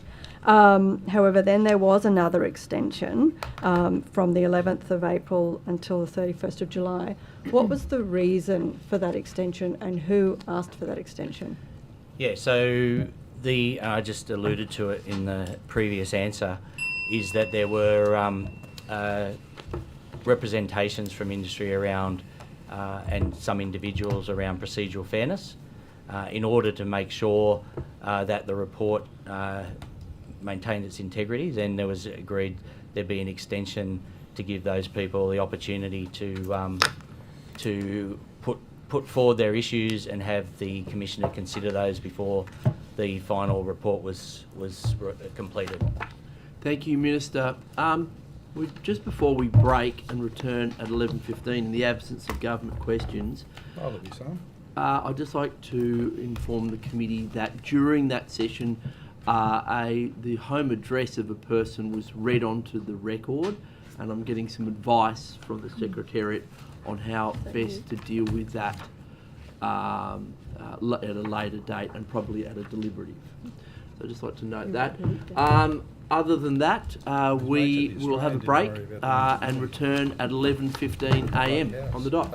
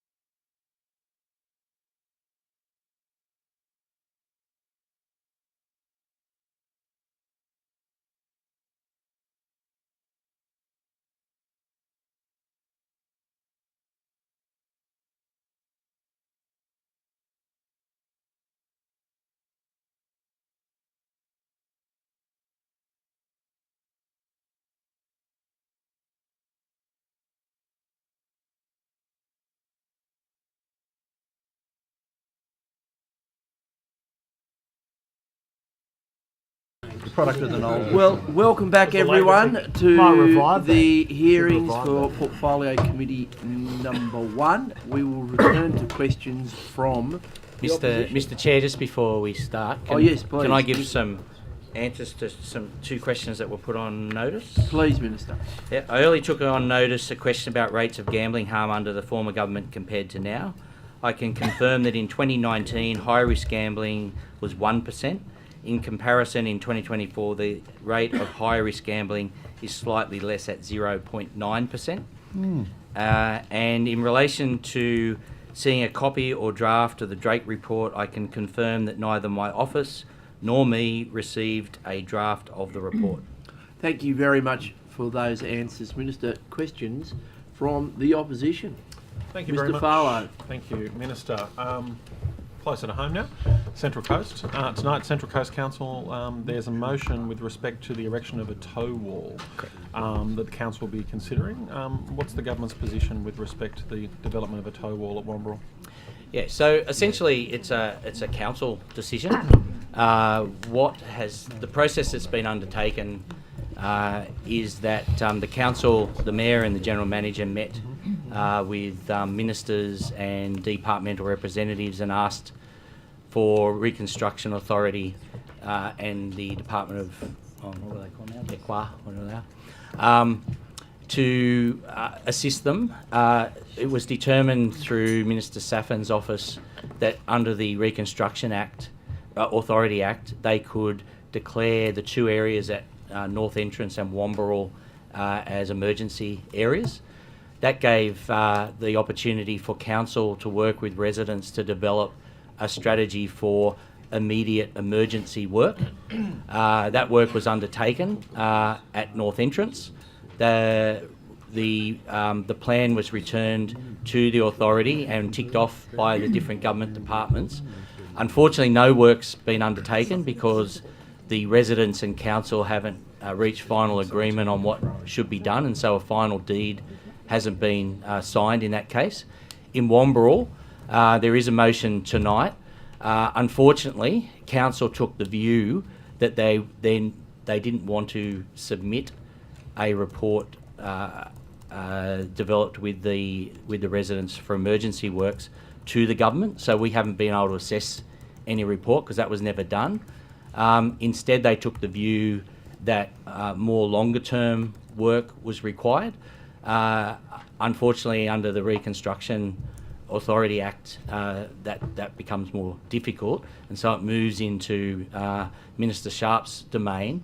Council has out on public display their coastal management plan for public consultation. Any longer term works has to be done in consultation with that plan. That has not yet been ratified or hasn't been submitted or ratified by government, and so therefore it's very, very tricky. Now, I was sent the motion by councillors and the general manager's response to that. I think the motion as it stands is problematic, which was pointed out by the general manager, and I'm assuming tonight that in council in a democratic way there will be a large amount of discussion, and whether it's amended or not, we'll have to wait and see. But there is a process, it's a clear process, council's aware of the process, and the government's done everything they can to support them through that process. So, Minister, the Premier on the 1st of April at Community Cabinet, which I'm sure you were present for, said there'd be no seawall at Womberel. On public land. So there's a disclaimer, is it, that it's on public land? No, so no. You're not impeding on the private under development planning, applications? so let's be clear, under planning laws, any resident can put in a DA for work on their own property. That is a decision for the independent planning authorities. Government has to abide by that, and if the residents aren't happy with the decision of the planning authority, they have the right to go to the Land Environment Court and seek a decision there. So what the Premier was talking about is that public land wouldn't be included, and that the preferred strategy on public land was sand renourishment. Okay, so with respect to that, but this motion before council tonight, if it was implemented, that would include public land, would it not? No. No, not at all? It'd all be on private land? The government said that the land it owns cannot be included. What about any council-held land in that area? That's a matter for council. Okay, so in terms of your distinctions, it's only state government land, not council land? Correct. Yeah, it's a Okay. matter for council, and I believe that council, under the current DA that's been submitted, has included their land in that DA process. So, Minister, you've outlined that the Premier had a preference and a stated preference for a sand nourishment program at Wombrel Beach. What work has been done with respect to sand nourishment at Wombrel Beach since that statement from the Premier? Yeah, so as has been publicly described, there is a trial of sand nourishment currently going on at Stockton Beach in the electorate of Newcastle, I think in Newcastle Council area. The results of that trial will feed into not just a strategy for sand nourishment for the Central Coast, but a wider view of the whole coastline, because obviously these two places aren't the only areas in the coast that are under a risk of erosion. I know Lismore and Ballina and a few other places have similar issues. And then that will feed into the review and development of the state's coastal management strategy, which will then outline the opportunities for councils to apply for funding to do certain works, is my understanding. Okay, so when can the people of Wombrel expect to see a sand nourishment program occur at Wombrel Beach? Well, there's no timeline on that, but what they have got an opportunity now is to work with council, which they have been doing, to develop a plan for emergency works. They will have to talk to council about progressing that, because we can't approve anything until council actually submits something to the government for consideration, which hasn't happened. So, of course, in recent months we've seen more and more challenges at Wombrel. We saw, of course, April 2nd to 3rd, just a day after the Premier's announcement, the coastal erosion notice from Central Coast Council. We saw the storms of late May and the reconstruction order that was made for Wombrel. And, of course, we saw on the 1st of July an evacuation order by the SES. Minister, of course, Wombrel residents and landholders have a lot of concerns about their properties and their future. What's the government doing today to assist those landowners? So I've just walked you through the whole process, Well, it seems what the like- government's actually doing. It seems like from what you were saying, you're waiting. No, the Minister has declared it an emergency area, and there's a process that's undertaken when that occurs. The Council's aware of that process. The Council itself has chosen not to progress that at this time, so there is nothing for the government to assess until they actually put forward a proposition. So the government's not planning on stepping in and doing anything to support Wombrel at this stage? You're just waiting on the council The to come government forward has with a been proposal? fully supportive in putting in place the current process.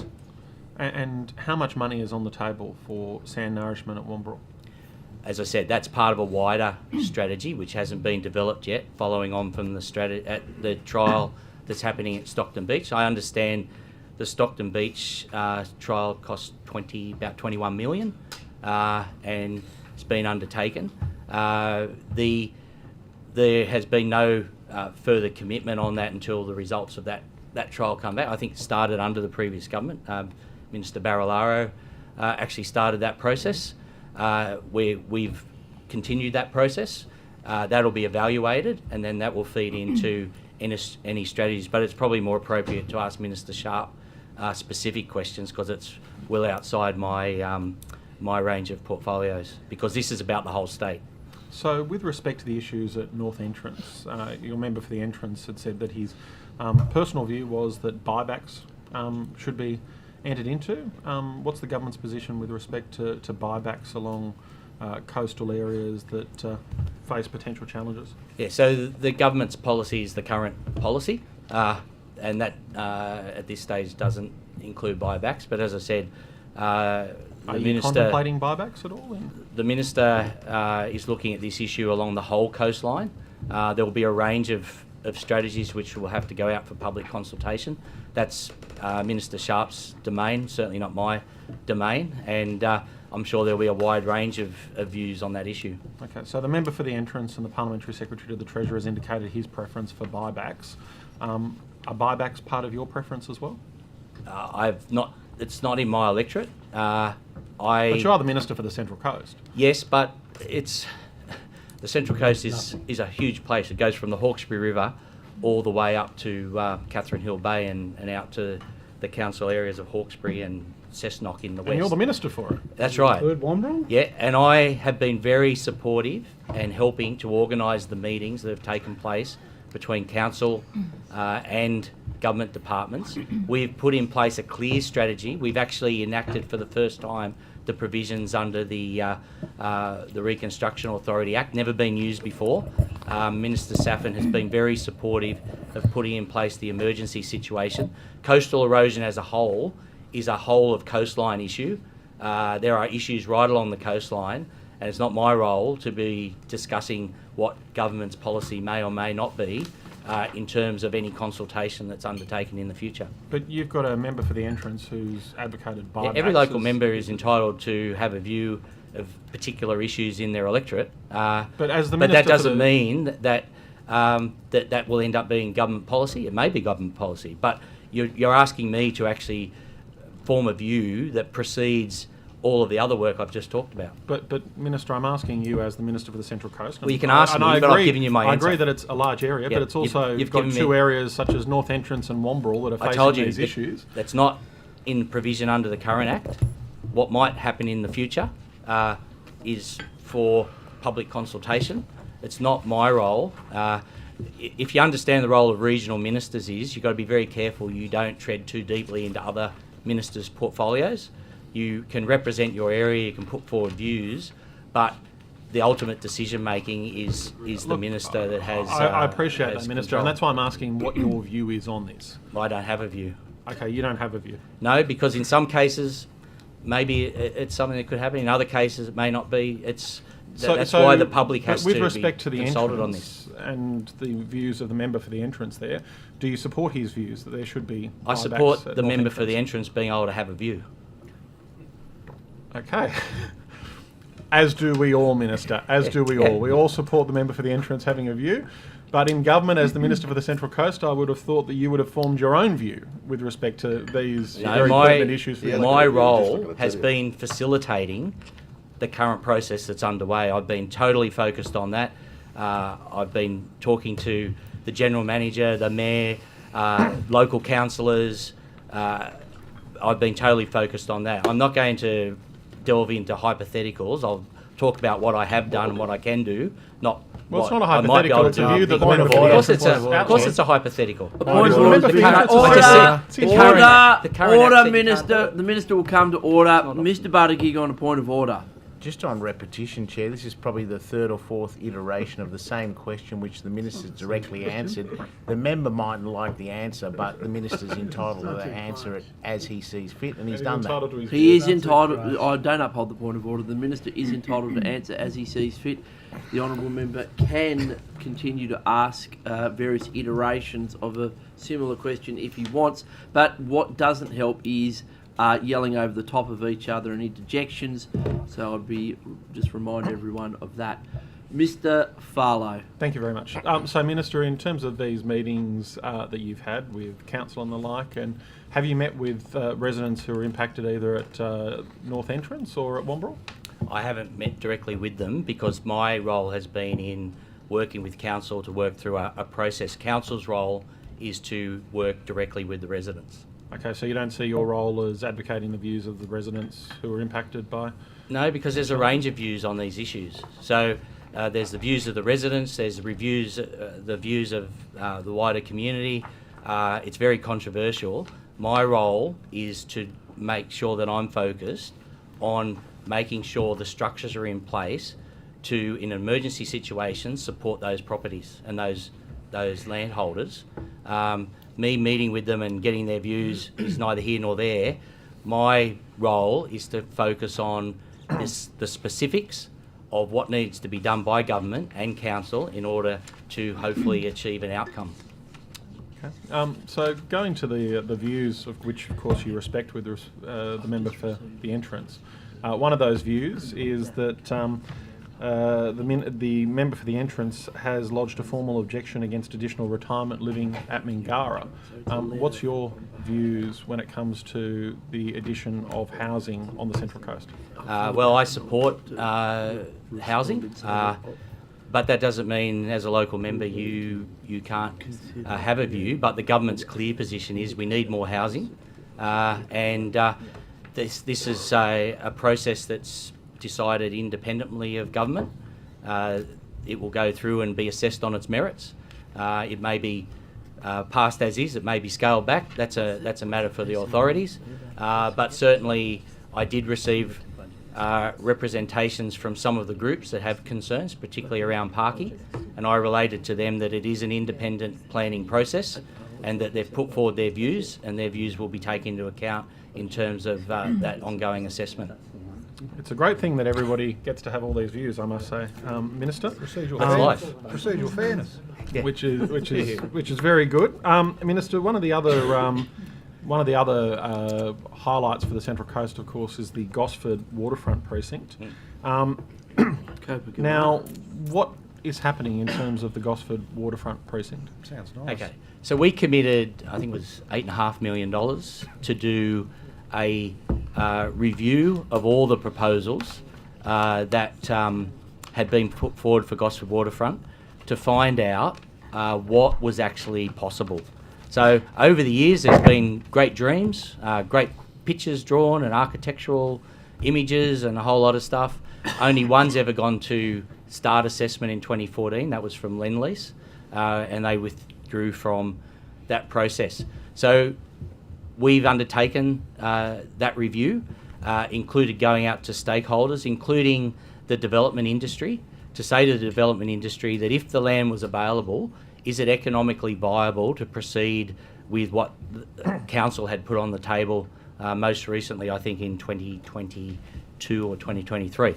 The feedback from the industry was that given the amount of building that's going on in Gosford at the moment, that's construction of units, there's $2.3 billion of units under construction, that over water construction of units is not economically viable in the short term, and that it would be the medium to longer term where that would actually become into a price range where they could actually build and sell. Because as you know, in the industry, they have to have, I think it's about 85% sold off the plan to actually finance their projects. And so the feedback was, we went out to 20 different firms, and the clear feedback was that that's not viable. So what we've done is we've said, okay, we can't, that's not going to happen. We've been honest with people. In the short term, industry is not going to go and build on the waterfront. So what can we do in the meantime to make the amenity better? And that's what we're focused on now. So we're looking at things like open public spaces, safety, provision of small retail, commercial, etc. We've got that survey out. People had their chance to put feedback into that. From that, we will actually develop a short-term approach, and we're about to trial a couple of things in the next few months to make sure that the waterfront is accessible, that it is more attractive for people as a place to visit, and that in the longer term, the opportunity still exists for those larger scale developments when they're economically more viable. This is a bit of a walk back, isn't it, from your No, pre-election that was our for the commitment. Gosford waterfront? Our commitment was to find out what actually could be done. And that's exactly what we've done. See, sometimes those on the other side interpret the commitment. If you actually go and look at the commitment, like $8.5 million was not going to build what is alleged that was going to happen. It was a study into, and I asked for this personally, we've had a lot of talk about this. It goes nowhere, it goes round and round in circles. People get excited, then they get dashed, they get excited, they get dashed. Let's actually be honest and say we can do this, we can't do that, and let's get on with doing something. And that's what we're doing. So we're currently out looking at, we're costing the shared pathway from Point Clare to Gosford, which will finish the link from the peninsula into the Gosford CBD. And we'll look at a range of other things that will allow families to come to the waterfront to be able to look at that magnificent view, be engaged in some of the new construction, so the new A-Land building's about to finish, so Voco, the new 5-star hotel, is about to open. People who stay there will want to be able to go and have a beautiful place to visit. That's our current focus. When the units are all built out, and it becomes economically viable to do these other projects, well then in the future we will look at that. So, Minister, will your works be completed before the next election? Some of them will be, as I said, some of them will be small, some of them will be undertaken as commitments, because they all have to be funded. And as I said, in $8.5 million, if anyone was under any illusion that our commitment was other than I just described, then they were living in as much fantasy as some of the proposals so, that have been put forward in the for past. what you're going to deliver, how much is it going to cost? Well, that's currently being costed. Okay. And will that be within the next budget or the funding envelope? It's being costed, and then obviously we will release what we're going to do and in the stages we're going to do it. And how many development companies did the Hunter Central Coast Development Corporation engage with respect to this project? So my memory says 20, but I'll take that on notice and get the exact number. Thank you. Thank you. Mr. Borzak. Thank you, Chair. Minister, just in relation to funding for programs to manage land and heritage for Aboriginals. Minister, the recent Conservation Hunting Inquiry Metro Local Aboriginal Land Council CEO Nathan Moran spoke about their constant struggle to manage native title land, both in terms of removing feral species, predating on native animals to the point of local extinction, and also the destruction of important cultural sites by animals, for example, like pigs. Minister, why has there been no serious state programs to address this ongoing issue? Okay, so currently that falls under Minister Sharp. So I wouldn't like to, and Minister Moriarty, it actually falls outside of Aboriginal affairs directly. Well, I realise it's a shared thing. So are you saying that the local lands council should make representations to them alone when you're carrying the portfolio of Aboriginal affairs? So certainly we advocate on a number of these issues, but the decision... Can you advocate on this one, please? Yes, yeah, no, we're well aware that it's an issue. So one of the thing the general community doesn't understand when they see Aboriginal land councils get custodianship over parcels of land is that land comes with an inherent cost. So it's not just pests, it's weeds, bushfire control, a whole lot of things. And unless they can actually develop some of that land, they're actually left with liability. Now, we're You're trying to into a very interesting area. Yes, and we're trying to balance that. So we've got some legislation that will come to the Parliament soon that will look at some pathways of dealing better with those issues. Not saying that it will solve all the issues, because the intersect between native title and the Aboriginal Land Rights Act is quite complex and gives people different rights of entitlements. We're trying to tackle those issues because people like Nathan rightly have raised them with us. Thank you. What programs are currently funded by the state to provide for native rangers and other suited persons to help manage that situation on native land? It's again directly. So most of the rangers in New South Wales are actually funded through the federal government. So the Rangers program is actually a federal program. But I might just hand over to Mr. Hamilton.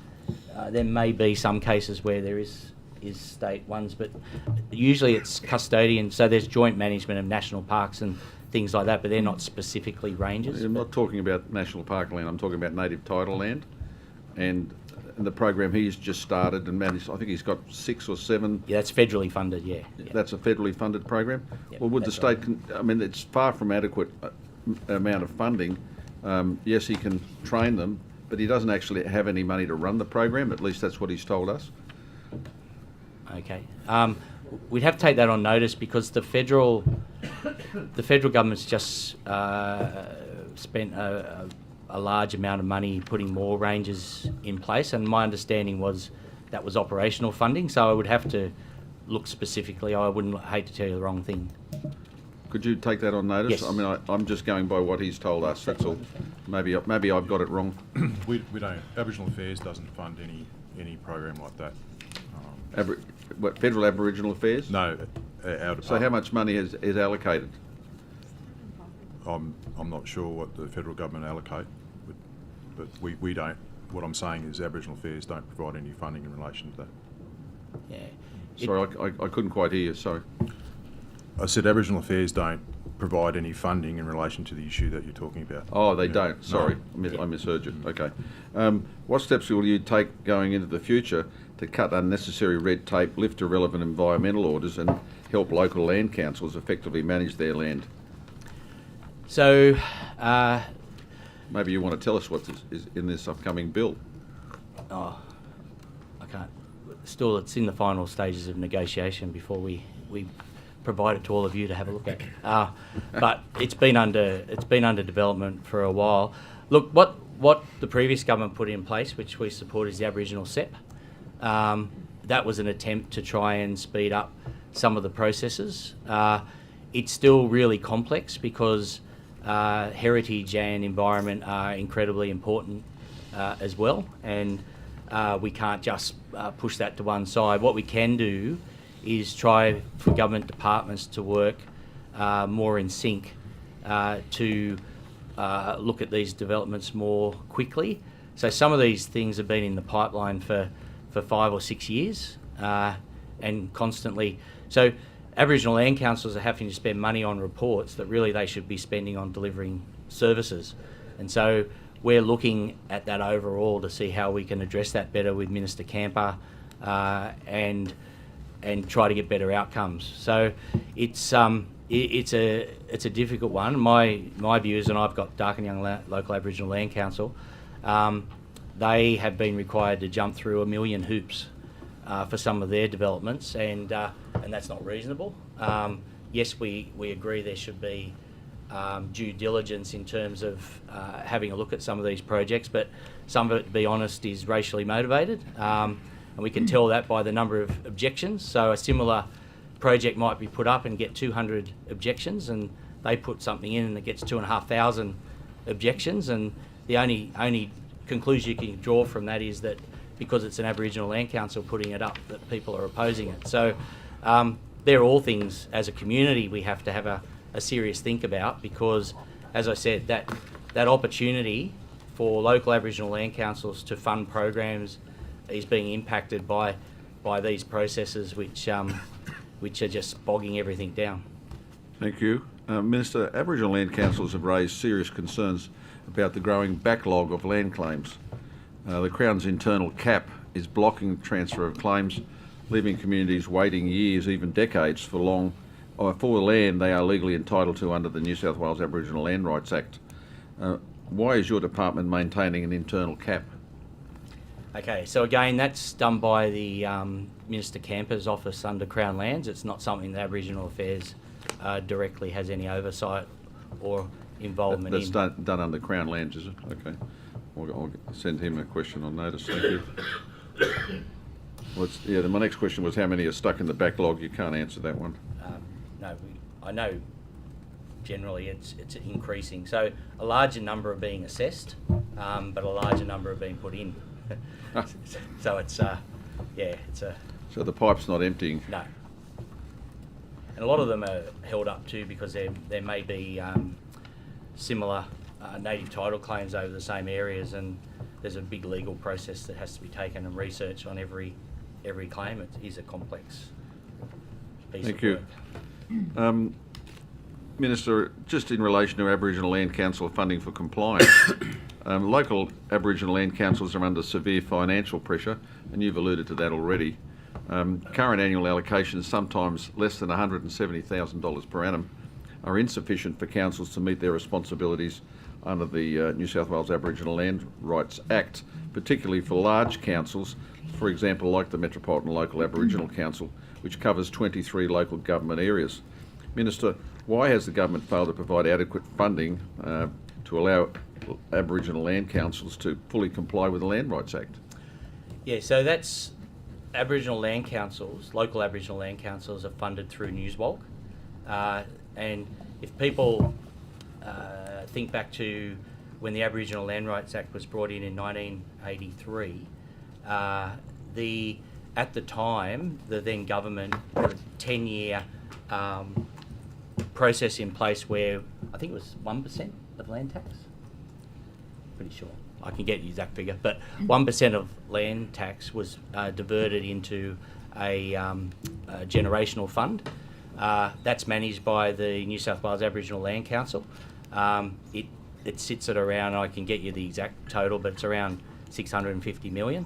Newswalk itself makes decisions about how land councils are funded. The state government does not directly have any role in that. Shouldn't you be reviewing that process?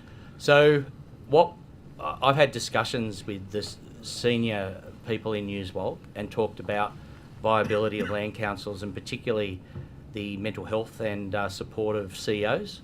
Newswalk's starting to put in place processes to address those issues. It's a very difficult one. There's 121 land councils in New South Wales, from quite large to some very, very small ones. And it's, historically had issues for a range of reasons. So we're really focused on making sure the network can be strong. We're having those discussions with Newswalk, and they are open to looking at those issues. When do you think we can get an outcome?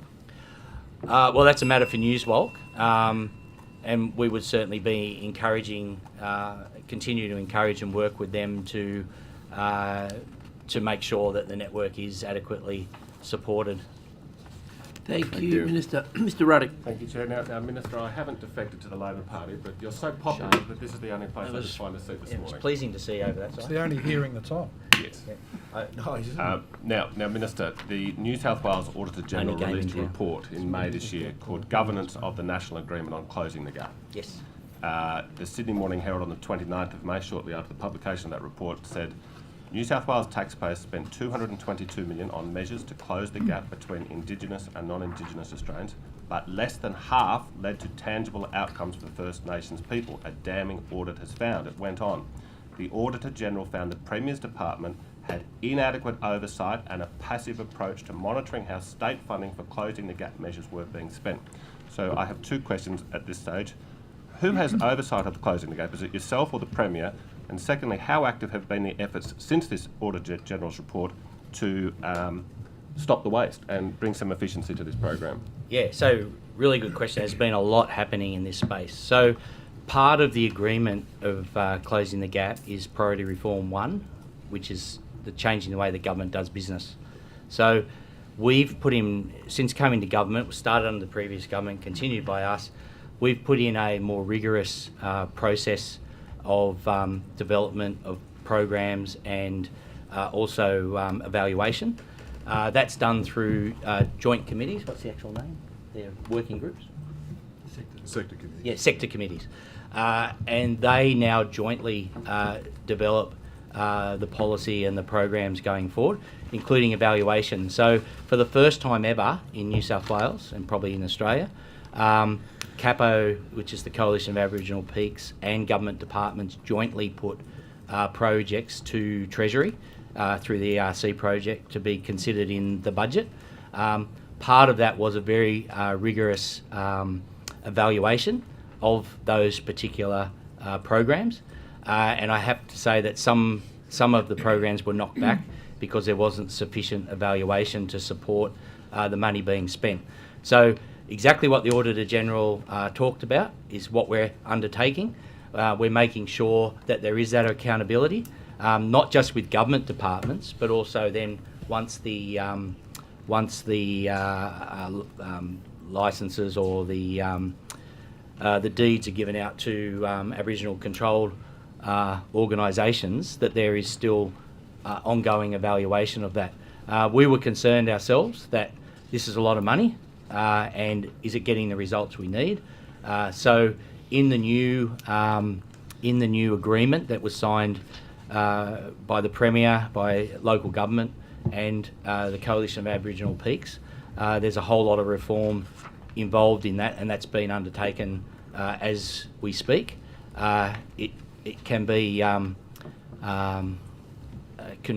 there's some confronting conversations that are had in terms of this, but we're making it clear that there's a clear expectation from the wider community, but also from the Aboriginal community, that money that's spent is actually making a difference, and if it isn't, should we continue to do it? Well, that is an encouraging response, Minister. I'm pleased to hear that the Auditor General's report has not been ignored. So I'd like to also move on to the issue of a state-based voice and a state-based treaty. The Victorian Government, the Victorian Labor Government, has announced plans to adopt both a state-based voice and treaty via legislation.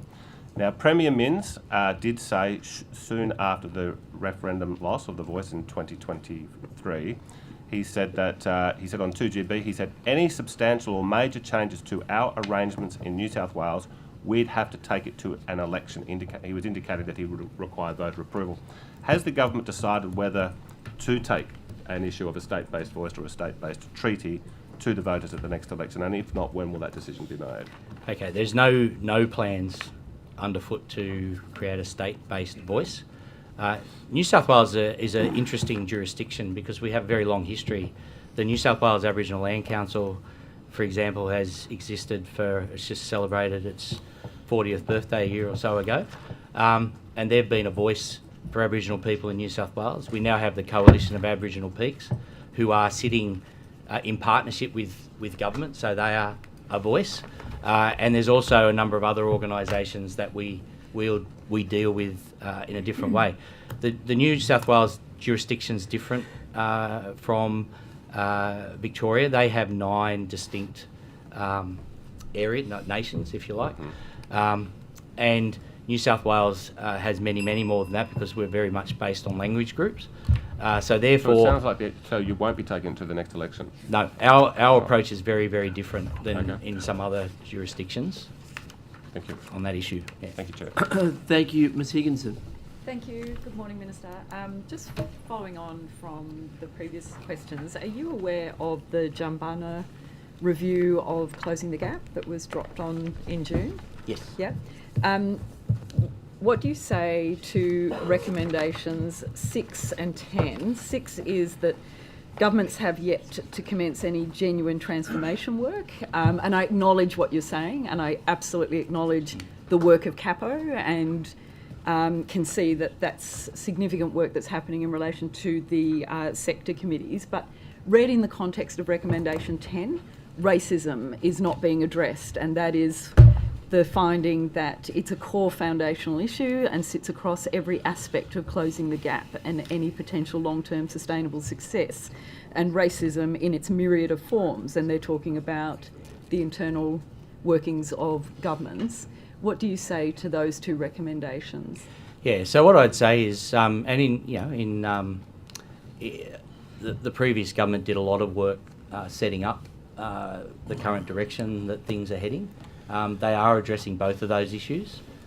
We have continued and strengthened it, so we've moved to the next step of actually working in closer partnership, and that means that government departments are having to give up a lot of power in true partnership to make decisions. And the budget process is an amazing example of that, where government departments put up, including Mr Hamilton, put up programs that were not supported and so didn't go forward. So right across the board, government is transforming. Sorry, you're saying the Capo projects didn't get supported? Or? No, the joint. So these things are... So government departments have programs, and so through the process they all put it into the mix. And so some of those government programs didn't get supported? Correct, yes. Right. Yeah. So look, I acknowledge what you say about racism, but I think a lot of work's being done here to make sure that Aboriginal people on their issues have an equal voice. They're not just a advisory committee that's set up to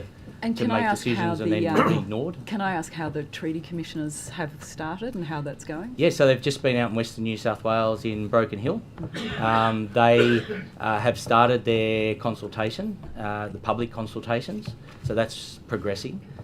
They have spent a large amount of time so far since their appointment in understanding the lay of the land, what people's general views are, the views of both government departments and Aboriginal community-controlled organisations and peaks.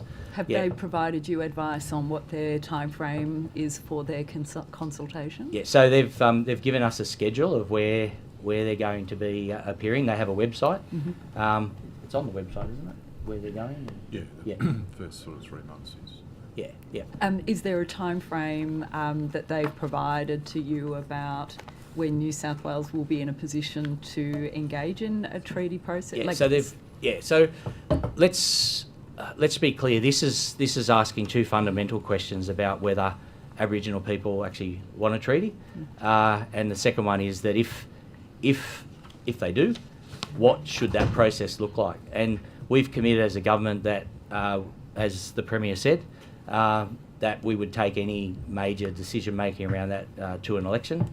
We wouldn't be making a decision prior to the election. They have 12 months to provide a report. So is that different to the commitment you took to the election this No, election? it's the same commitment, yeah. We made a commitment to consult, and we said specifically we didn't want to rush the process because Aboriginal people have consultation fatigue. But so is the intention of the Treaties Commissioners to advise you about whether there is a desire to have a treaty? Yes, yeah. And in saying that, we've got to understand the context. Again, in New South Wales, I think we counted over 100 different negotiations that currently are undertaken. All of those are different. And it may be that there's a desire to rationalise those processes so that Aboriginal people can come to the table as equals. So is there nothing at this point on the table in relation to truth-telling and a truth-telling process? So not specifically, but we understood that when the public consultations are undertaken, people may either put in a submission or may publicly do their own truth-telling. And if the commissioners advise you that there should be a truth-telling process that takes place in New South Wales, perhaps similar to Victoria, is that something that you will be... We'd have to consider any recommendations they put to us, and government would have to make a decision. But there's nothing on the table to do that at the moment. Thank you. Thank you. Mr Barrett. Thank you, Chair. Minister, last budget estimates on behalf of veterans west of the Blue Mountains, I asked whether we could have a veterans forum in that area. I just wondered where that was up. I wrote you a letter and suggested maybe Marlong, which I understand might be too small, and said perhaps in Orange we could do it. Yes, so we're going to Orange. Okay. Yeah. Can we all go? A great suggestion. Well done. Yep. The date. Wow. Biggest achievement in opposition. 13th of October. Okay. 30th. 30th of October. Well played. So yes, so we followed up on your suggestion, thought it was a great idea, and we're doing it. Thank you very much.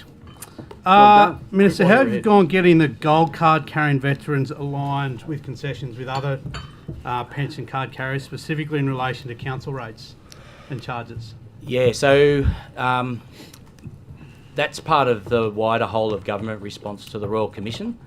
So there will be discussion about it. I can't say definitively there's any proposal being put forward at the moment. That's a matter for the Minister for local government, and I do think that councils also have a role in deciding what they give concessions for, etc. So we're also, of course, will be in discussions with the Commonwealth about how the state can assist them in delivering some services, and of course we would have an expectation that they would be wanting to contribute financially to help support some of those things. There's a number of things you've mentioned this morning that you said that the whole of government committee is looking at that mirrors the responses we got last time. I did ask before, how often is that group meeting? No, so they're different. They're not the same body. The department talks, with their colleagues on a regular basis. So when we say whole of government, secretaries and EDs and whatnot, broach these issues. Where we did say specifically there was a special committee. We thought that the report into veteran suicide was so important there should be a whole of government response.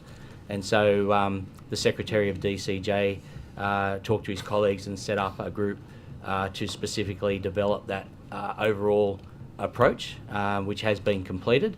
And I think that's going to Cabinet very shortly. And that will then feed into, well, it did feed into, we released our next iteration of the veteran strategy. It already recognised some of the recommendations that have been made, but we thought that was important for veterans to see that the whole government considered these issues serious and that we should do a whole of government response. Minister, are veterans recognised as a distinct priority group in social housing in New South Wales? I'd have to take that on notice. I'm not sure. You're not aware of that as a Minister for Veterans? No, not specifically. No. Do First Nations people recognised as a distinct group when it comes to social housing? Not aware. There's social housing, and you'd have to get the specifics off. Minister Jackson has priority lists. The priority lists take a whole range of things into consideration, and those factors may be factors that they employ. So, homeless veterans, what's their avenue to housing? Okay, so there sorry, are... can I just add to that just to narrow it down? Yep. What's their avenue to housing specific to veterans? Yeah, so that's one of the reasons we're setting up, or the federal government's setting up, the veteran hubs, so that the ESOs can work together to look at these sorts of issues. ESOs being?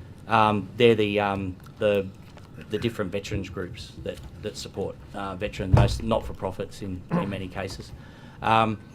RSL Life Care has a role in that, particularly with in the homelessness space through its veteran services, and so they all combine to work through these issues. I have to say, and she'll hate me saying it, but Ms McInnes herself received a phone call out in Western Sydney and personally went and helped a veteran that was experiencing homelessness. So we're very committed where we can to intervene.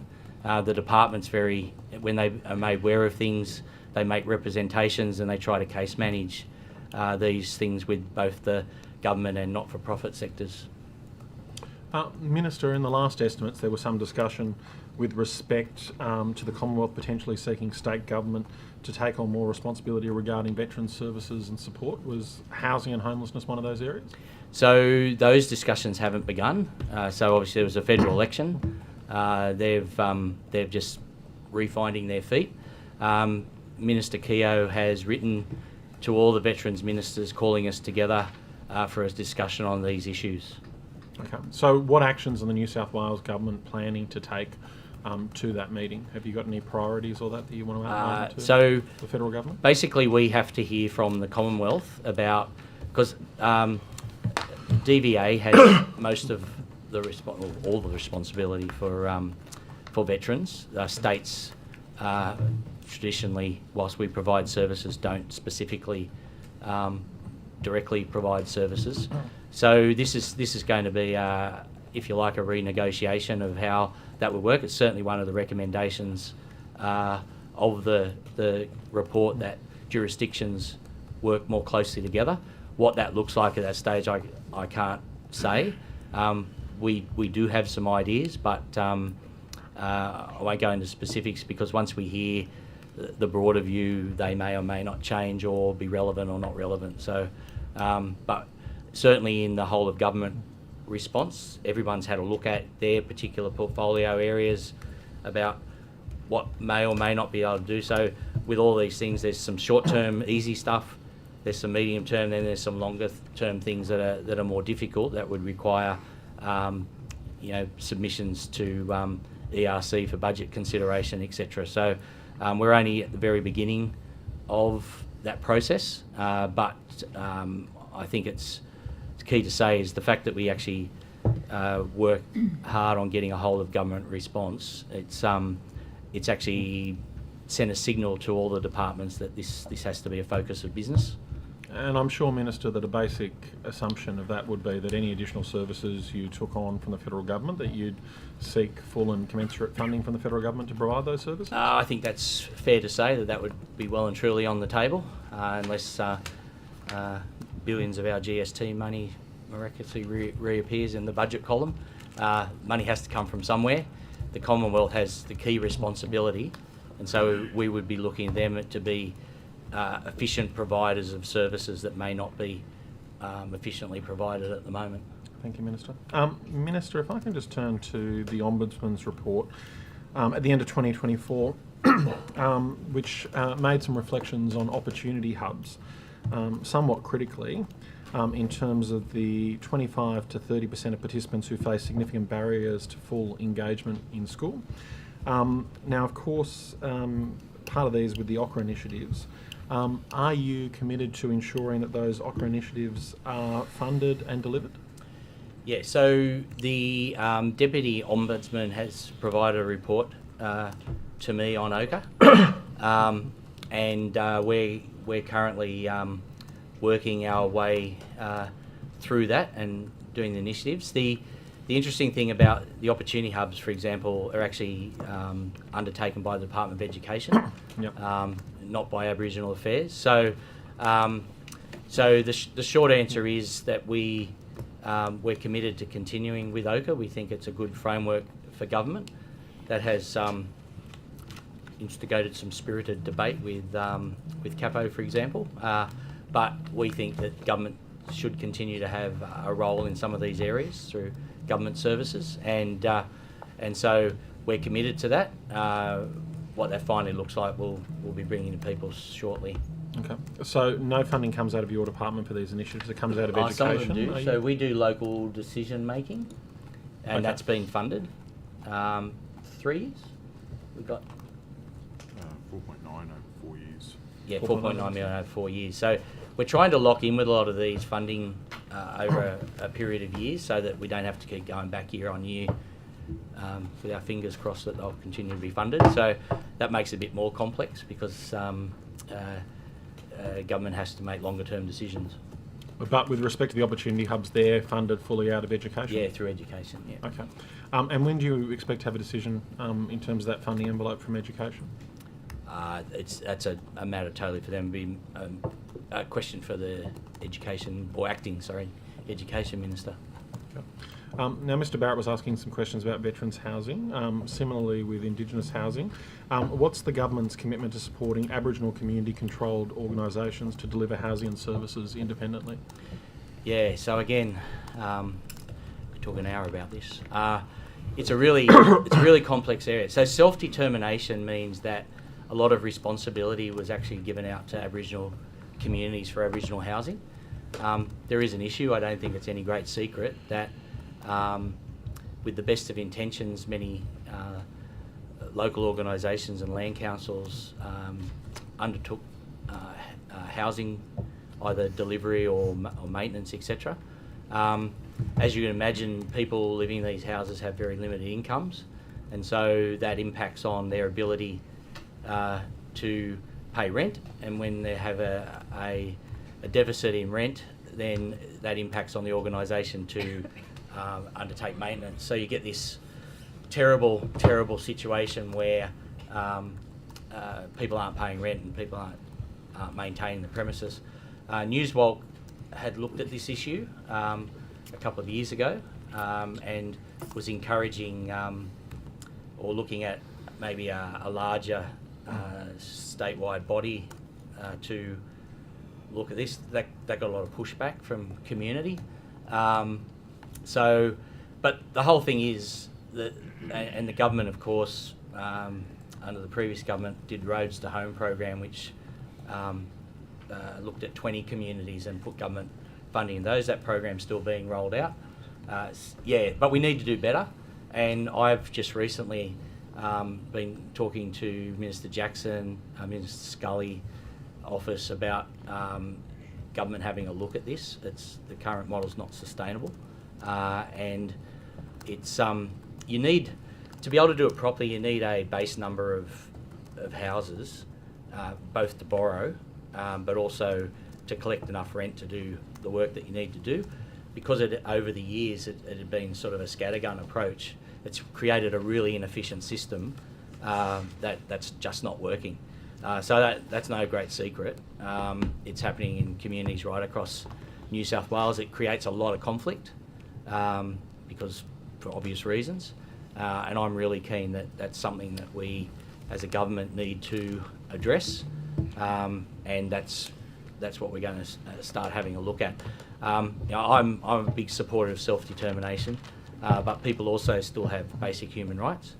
And one of those rights is to quality housing. And some of the conditions people are living in is just not acceptable, and we can't say it's not our problem.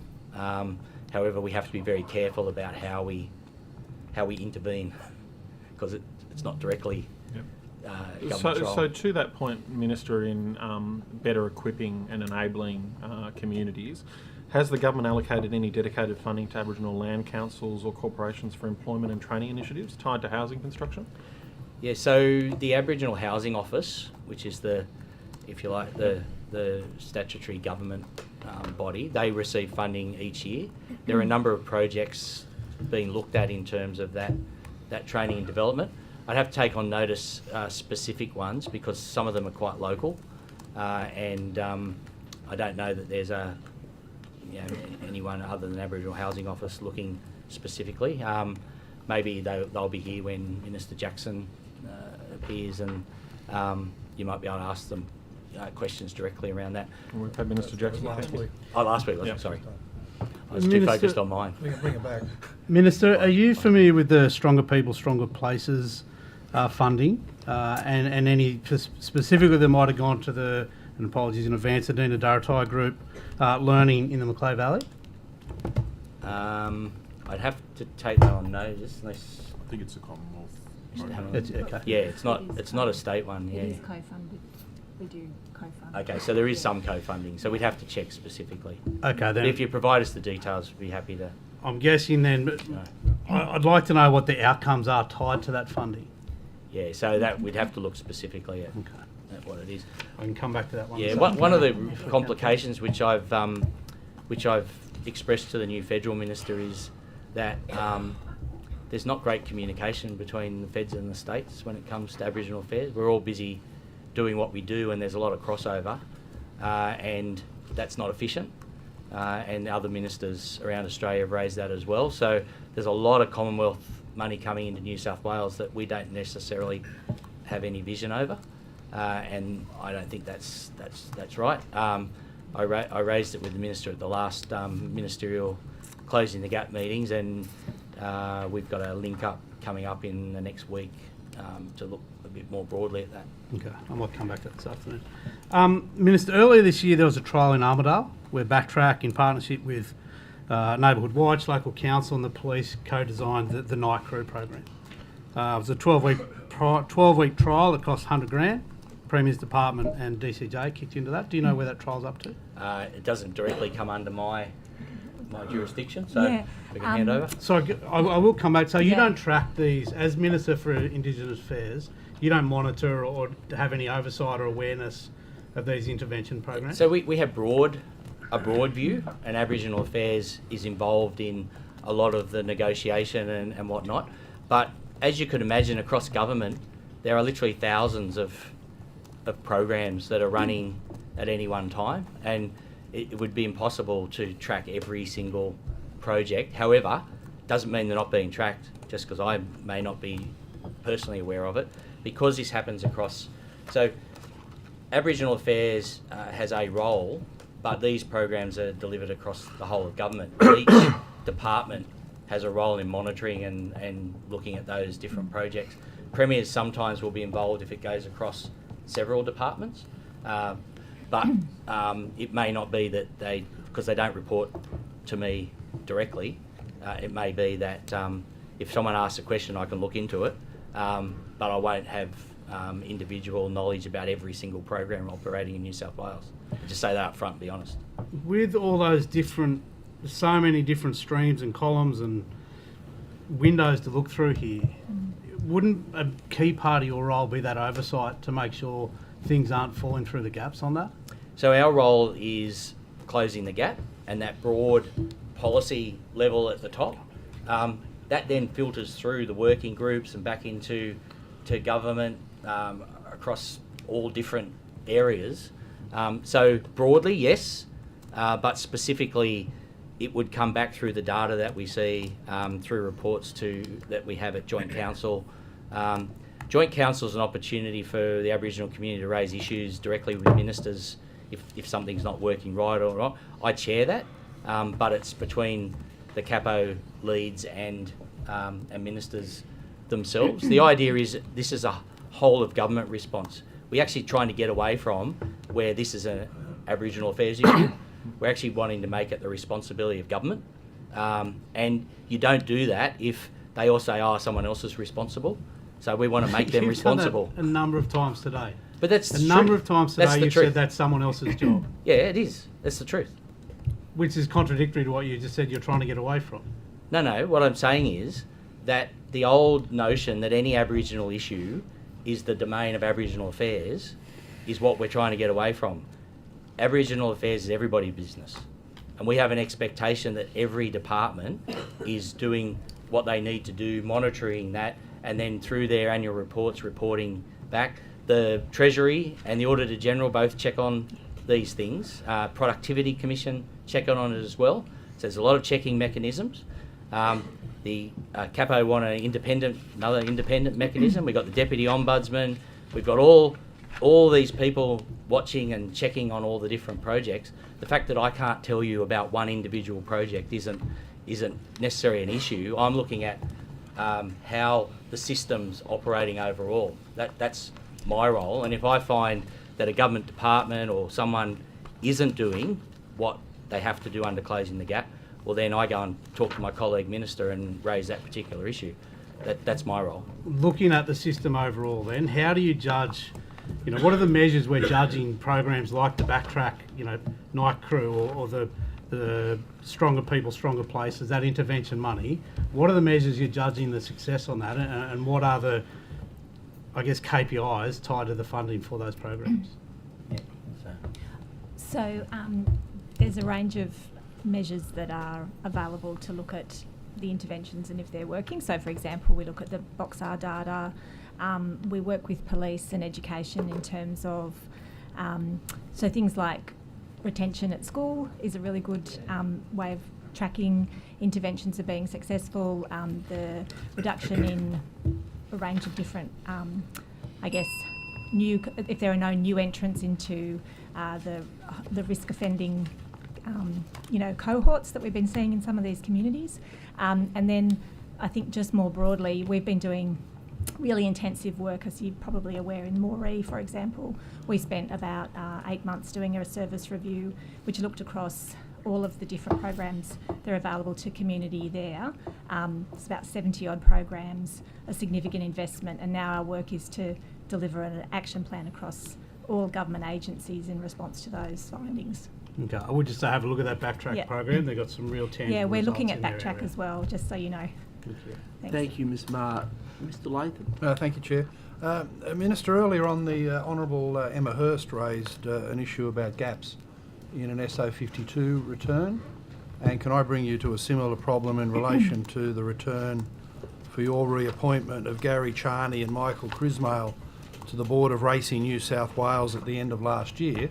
The return tells us who was on the appointments recommendation panel, and then takes us straight to your announcement of this sort of temporary reappointment of Charney and Crismail with nothing in between. Where are the rest of the documents? So my understanding is the department returned all documents they were required to return. As they always do, they work through that process diligently with legal advice, and they provide the documents that are authorised to be returned. Well, that doesn't answer the question. Where are the... they obviously weren't authorised to be returned. Where are the documents? We put appointments through the cabinet process, and those documents can't be released. Right. Okay. Yeah. But this is a statutory appointment. It's never been done before through cabinet. So you're taking these to cabinet now to hide your decision making from the SO52 process. The decision of government is that appointments go to cabinet. Even a statutory appointment like this for Racing New South Wales, where it was never done this way by Minister Anderson or any of your predecessors. That's the government's policy overall. That's the government's policy. To deliberately take it to cabinet solely for the way of hiding it from SO52. It's because we're looking. So cabinet looks at a range of issues, including gender, ethnic background, a whole lot of things. Gender, the appointments panel recommended 2 women, didn't it? I think it's cabinet in confidence. You're kidding me. Well, it is. You just mentioned gender. It recommended 2 women, didn't it? It's Cabinet in confidence. Then your office got a call from the de facto racing minister, Steve McMahon, that vetoed the two women. That's correct, isn't it? Not that I'm aware of. Who were the recommendations of the panel? That's Cabinet in confidence. I can't. Why did you, as I seriously minister, can't why answer did you, as minister, overturn the decision of the two women recommended from the appointments panel to give Charney and Grismail probation 1 and 2 year terms only? I've got to be really careful about talking about this because it is Cabinet in confidence. No, it's not. Well, it is. It's not. It's only because you've chosen that as a secrecy provision. Point of Isn't order. it great Chris Minns told us about integrity in government? Order. For you guys The to be point of most order's been secretive government taken. since Robert Mr. Askin. Bob, the Honourable Bob Nanva, on the point of order. Chair, the witness can only be asked to answer a lawful question. He has already advised the committee that that is a matter that's Cabinet in confidence, which would mean it's not a lawful question to be asked of the witness. I ask that you rule the question out of order. Well, yes, I uphold the point of order. The Minister has answered, and now the Honourable Member is making a debating point, so Well, I'd Minister, assist the why- inquiry if you asked a Yeah, question, thanks. Mr. Thanks, Leighton. Chair. But Minister, why did you take it to Cabinet where it's never been done that way, and it doesn't have to be done that way for a statutory appointment, which is within your power? Well, my understanding is that across all portfolios, appointments are being taken to Cabinet. All portfolios of government. Well- No, ministers no longer make a statutory appointment within their own powers. Everything's got to go to No, Cabinet. they do on the approval of Cabinet. You mentioned gender earlier on. Well, why did you veto the two women? I just put a recommendation, and the recommendation went through Cabinet. Why is the government so secretive in the racing portfolio? Not secretive. If we were only doing it in that portfolio, maybe you got an argument. But when we're doing it in broadly, that appointments go to Cabinet for all sorts of. I've seen all sorts of committees and things that go to Cabinet for approval. That's the process that we've got in place. Right. Why did you only give Charney and Grismail 1 and 2 years respectively, when it can be up to 4 or 5 years as the standard appointment to the Board of Racing New South Wales? Why were they on what looked like probation? No, that's subject again to Cabinet. Isn't the true reason that McMahon rang up and vetoed the two women, so you did this probation as a holding pattern? We didn't Until call me. Steve McMahon can tell you what to do in the future? He didn't call me. No? He spoke to your office though, didn't he? I don't know. What briefings did you get from your Chief of Staff about the McMahon conversation? I don't recall getting briefed on a McMahon conversation. We look at this in consultation with the department. We look at a range of factors. We take a recommendation to Cabinet. Cabinet agrees with it or doesn't agree with it, and then it is ratified through that process. Why has Racing New South Wales got such a hold on you? They don't have a hold on me. Right, turning to the Hazard review, why have you appointed Brad Hazard, old mate, to do this review of the Thoroughbred Racing Act? Yeah, so Minister Hazard has a very good history in government. He understands legislation. He understands the interaction between legislation and government processes. I discussed it with him broadly, and I was confident that he will do a good job, and I think he will do a good job. When you were last here, you said the review would be broad. Why have you carved out the question of ministerial oversight, which is accountability for this illicit outfit, Racing New South Wales, and you've also carved out the funding model? Yeah, so the terms of reference apply specifically to a review of the legislation. People are entitled to put in other views and other submissions, and they will be considered by Mr. Hazard, and that's the normal process in doing reviews of legislation. I specifically gave the writing orders to the department that this needs to be done the same as we would do any other statutory review of legislation. You say it's a review of legislation, but why is that part of the legislation carving out ministerial oversight? So SO 52, budget estimates, ICAC, Auditor General, accountability for Racing New South Wales. It doesn't stop. Not on the table, particularly after the... Well, I'm pretty sure many dozens of the last items option of gives- concern about the ethics and conduct of Racing New South Wales, which clearly, in the absence of 25 years of accountability, is a rogue organisation. Well, where in many your- people in your in the opinion- racing industry. Well, I go to the races, unlike Brad Hazard. Yeah, yeah. And it Well, might be temporary maybe it's until they good that kick me someone out. that doesn't go to the races is reviewing the act. Sorry? Because there's a lot of people with a lot of opinions in racing, and it may be better that someone that's not going to be influenced and actually wants to do Well, a I have good seen job him at to the make races once, and legislation better. I'll raise it in a different forum as to the thing that he said to me, which in terms of gender you won't be real happy with, but in terms of... Order. Well, I'm allowed to make commentary. Yeah, I don't think it helps the I don't process think it by helps to slanging make off at adverse people who haven't mention got the and right to reflect defend on themselves. persons Oh, he's been here in the underprivileged. past. Order, He's- Mr. Latham. he's Order. a slagger. Order. He had a folder on me Order, like this. Things I've Mr. forgotten. Latham. I remind you that it's disorderly and against the procedural fairness resolution to make adverse mention of third parties who are not here to defend themselves under privilege. I haven't said anything adverse about Brad Hazard. I just said in relation to gender, I'll be raising matters elsewhere. But can I just say, Minister Harris, we had a meeting in relation to the postponement of my private members bill, which goes to all these questions of accountability. And my recollection is you gave me an assurance that that couldn't be considered until the review of the Act was conducted. Yes. Now that the review of the Act carves out exactly the items that are in my private members bill, you'd agree that it's quite legitimate for me to bring it forward Well, I'm to not sure the it upper carves house. it out because the terms of reference gives anyone the option to raise any issue.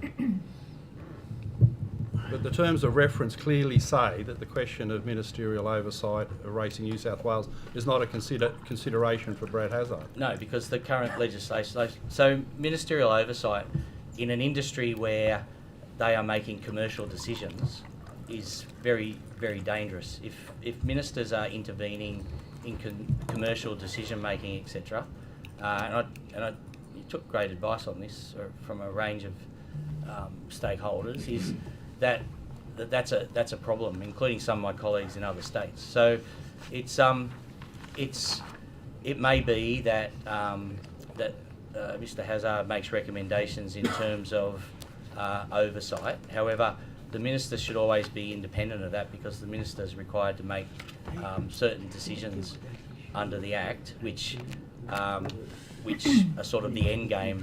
If they start getting involved before the end game, then it actually isn't very productive. And in terms of the advice you took about the terms of reference, what advice did you get from Mr. Volandis? I didn't speak specifically to Mr. Volandis about the terms of reference. Specifically, but what does that mean? You didn't speak specifically to him? What conversation did you Well, have? the department developed the terms of reference. I spoke to Mr. Hazard about it. Your evidence is the department carved out the question of ministerial No, you keep trying to put words into my mouth. What I said was, it wasn't a matter of carving it out. The terms of reference were developed, and I agreed with them. Thank you, Ms. Fairman. Thanks, Chair. Minister, how did the Daily Telegraph know 3 days before your ministerial direction was issued that you were going to issue that ministerial direction? Or in their words, that they could reveal that Mr. Harris will publicly rebuke Ms. Lamb for her comments about pokies, that the industry had no social licence to rape and pillage the community? Yeah, I don't think it was any great secret that they revealed it, so no one else knew, or? I don't know. So the Daily Telegraph I didn't said speak to they any can recordings. reveal. A spokesman told the Telegraph the minister will be issuing a ministerial direction making clear the government's expectations of the statutory decision maker. ILGA is required to undertake its statutory functions in a manner that promotes public confidence in its decision making and the conduct of its members. So you would have authorised that spokesperson to speak to the Telegraph, I assume? Not that I recall directly, but Did that come from your office or the department? it didn't come from the department. So your office? Not necessarily. Did it come from your office, Minister? This is a question in I'd have to budget take that estimates. notice. I don't know. So when you saw this was a significant story in the Daily Telegraph and it said a spokesman about a ministerial direction that you are going to issue, you don't know whether that came from your I think something's wrong, Minister, if you don't know whether that came from your office or not. Or yeah, maybe that's cabinet. Went through cabinet. Maybe it was David Meehan. You don't know? I don't recall. I really don't. Well, can you take it on notice to have a look? I can take it on notice, yeah. But yeah, I don't recall. You don't recall? No. Well, if you could take it on notice and I look just at said that, I'd because take it on again, notice. yep. Yeah. Thank you. So, Minister, why, in your ministerial direction to ILGA then, why did you not include all of the objects of the Gaming Machines Act when you mentioned the objects? So the issue was that ILGA was correctly applying the harm minimisation objectives. My view was that they weren't applying equally the objective about the viability of the industry. And so that was what I was pointing out, is that all of the objectives apply. So there is no hierarchical level, they're all equal. Minister, and that some were being applied and some not, the objects, not so much. So your ministerial direction does not include all the objects? I just told you why. No, you've said the ministerial direction says the objects of the Gaming Machine Act as provided for in Section 3R. Right? Then you don't list all of them, and there is no explanation saying why you haven't listed all of them. For example, you don't list 2 and 3, which clearly say that the authority, the Minister, the Secretary, the Commissioner of Police and all other persons having functions under this Act are required to have due regard to the need for gambling harm minimisation and the fostering of responsible conduct in relation to gambling when exercising functions under this Act. That's not in your ministerial direction. You've left that out. 3, the third object, like underneath those, Yeah, I know the you've also objectives. left that out as well. Why? Because the issue was that they were being applied, as I said, that other objective, the feeling is that then it's not being applied equally. So it's So very we were pointing that clearly out. this is misleading, frankly, Well, in terms of what the unless you objects understand of the the context, acts are. I'm sure ILGA understood. So the context, you're saying there is no provision in either act that indicates a hierarchy of the Correct. objects. Correct. But you don't include all the objects. Why because- did you deliberately leave because out the belief 2 of is- the objects in that state? Because That everything I is took listed it as here. read the harm in ones were being applied, but we were saying that they had equal value to the other objective. That my feeling is, and I explained earlier in my answers, that I didn't think was being applied equally to decision making. But so you've conveniently left out I didn't the conveniently leave it out, I'm objects of telling you 2 and why. 3, because objects in 2 and 3, Because they're doing as it. even the Supreme Court has also Because they're doing it. found- ILGA's doing it. No, that doesn't explain why you've left out 2 and 3. Okay, you don't have to Minister. accept my answer, but I'm telling you that's why we did it. Thank you, Minister. Ms Hurst. Thank you. Yeah. Thank you, Chair. The Honourable Minister, Emma before you said that you confirmed that you and your office haven't received any drafts prior to that 31st of July. Could I also get you to confirm, and I'm happy for you to take it on notice, whether you or anyone in your office received any interim reports, any parts of reports, any notes or any sections of the report as well? And I'm happy for Yeah, you we to can take take that that on on notice. Thank you.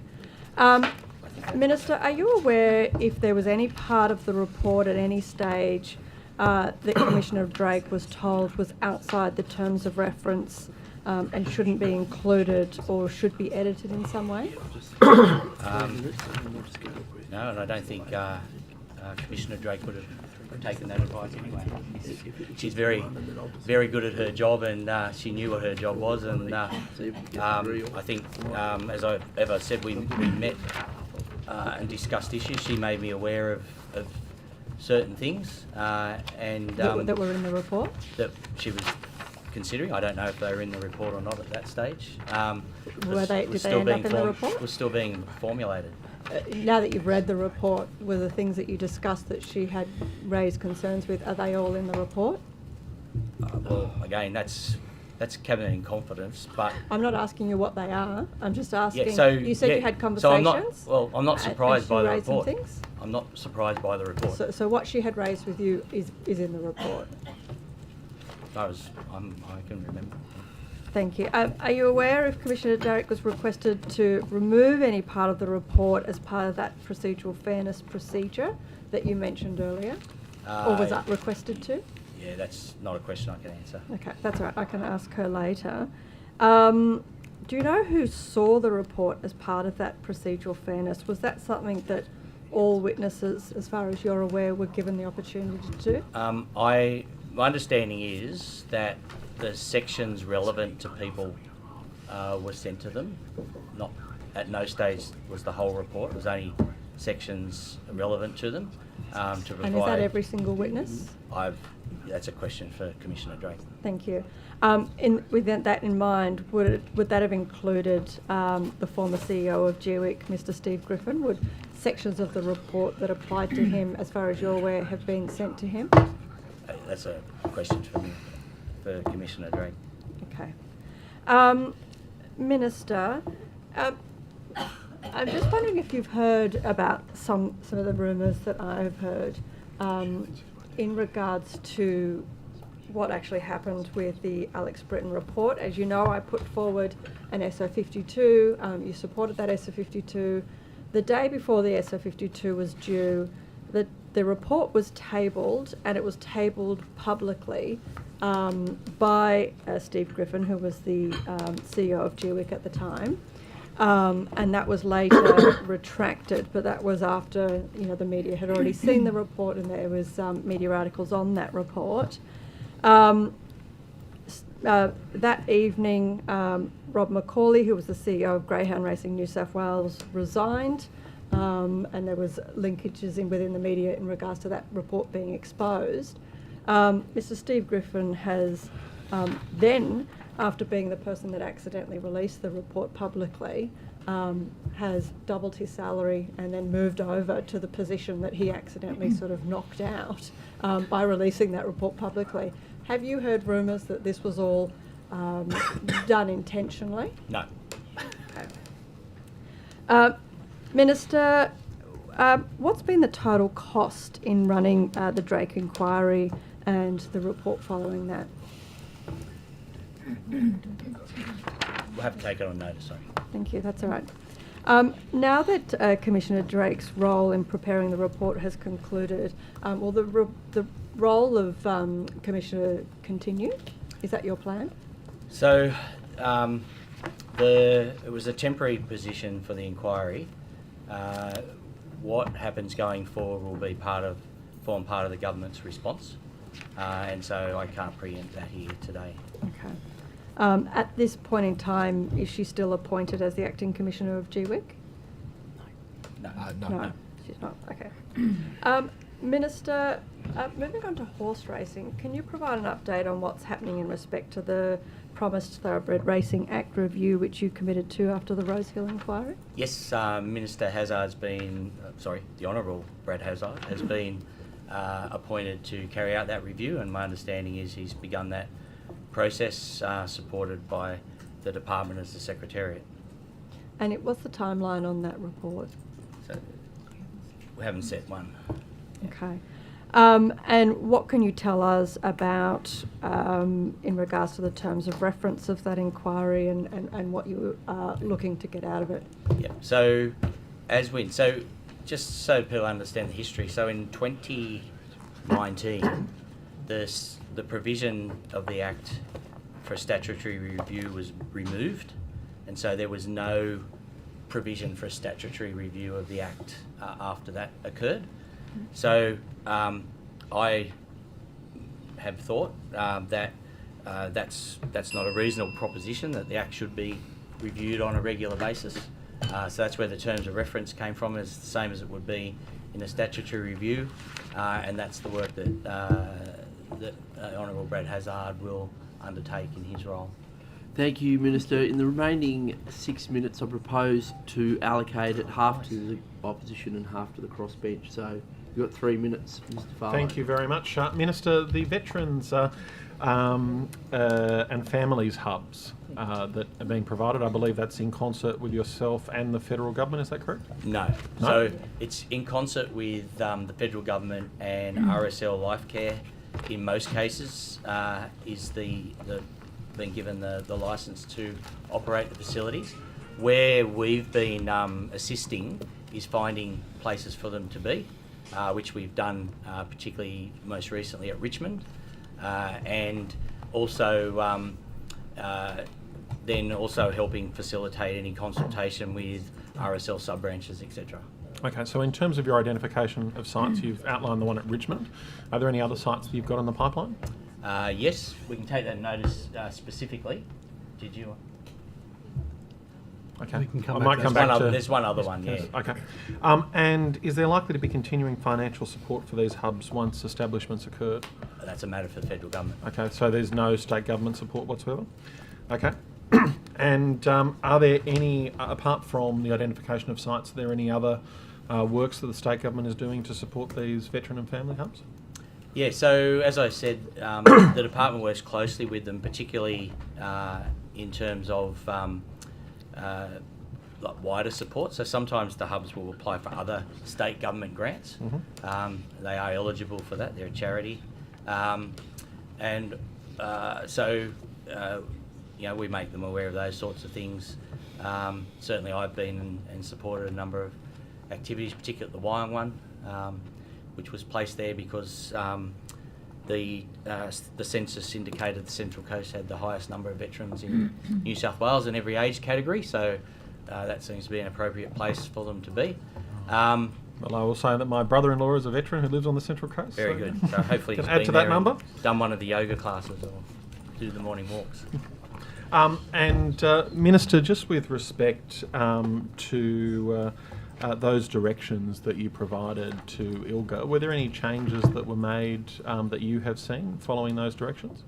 It basically has to be a case-by-case basis. ILGA, as I said, ILGA, this wasn't a direct criticism of ILGA. They have a very important role. And again, you have to take it into context. So in New South Wales, we have zones where there's different levels of perceived harm.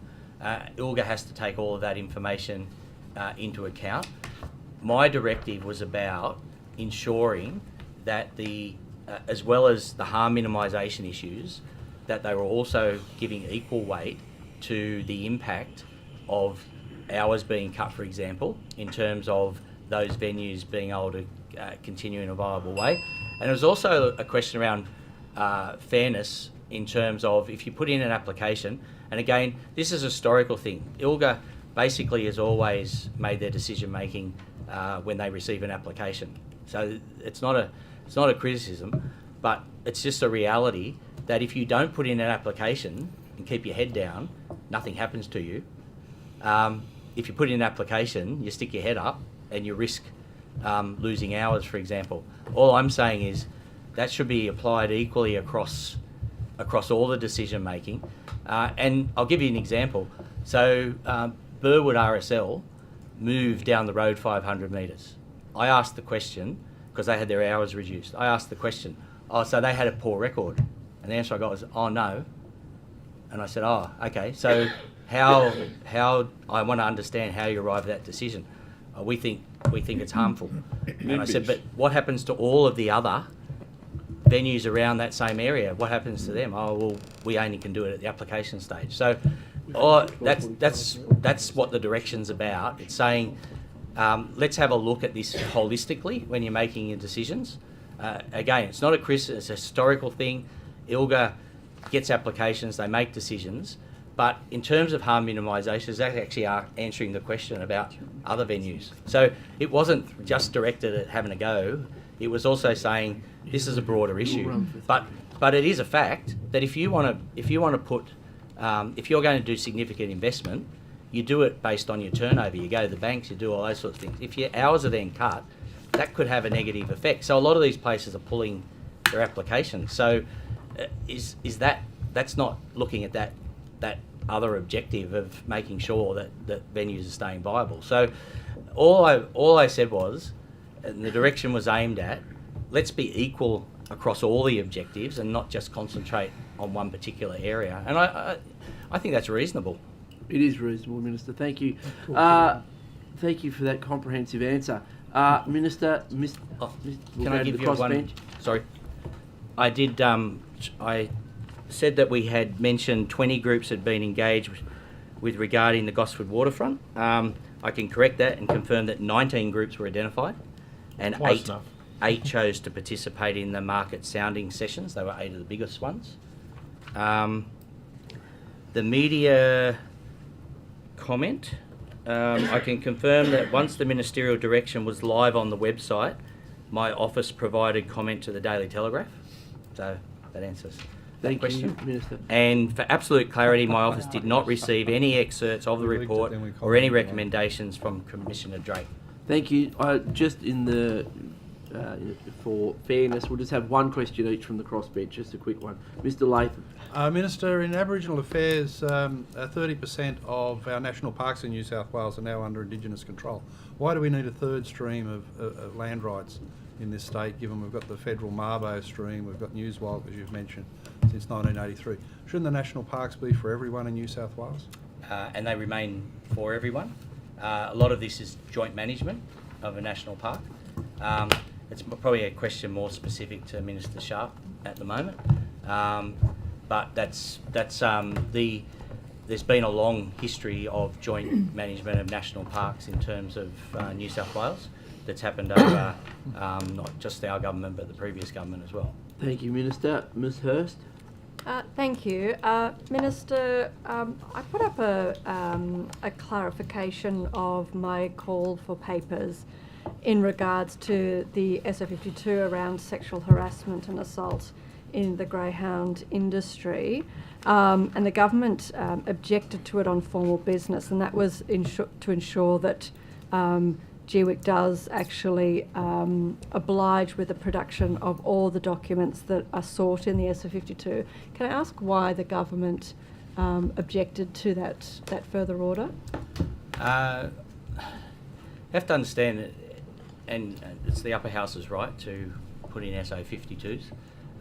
It has considerable work and there's timelines, and so on occasion the government generally will not necessarily agree with every SO52 thing. I don't think there's anything sinister.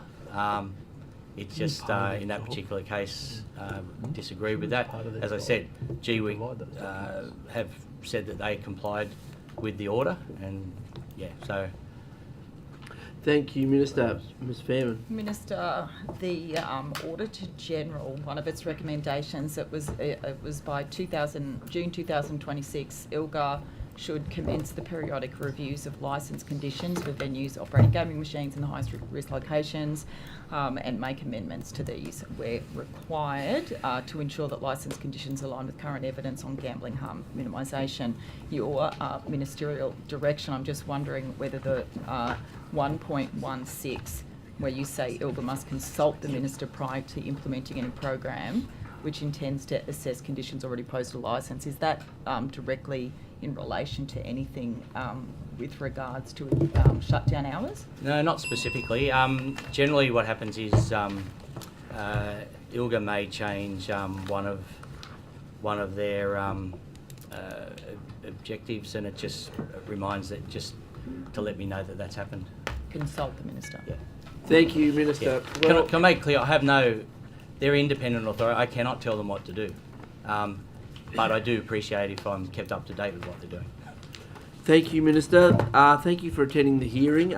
We are finished with your questioning. The Secretariat will be in contact What about in the due course. government? The government's got some. They have declined to ask Dorothy Dix's. In the absence of government questions, we thank you for your attendance. Secretariat will be in contact in due course with any matters that you took on notice. Thank you. Yes, and so we will be back at 2 p.m. Thank you, everyone. Colleagues, I'd just like to have a quick deliberate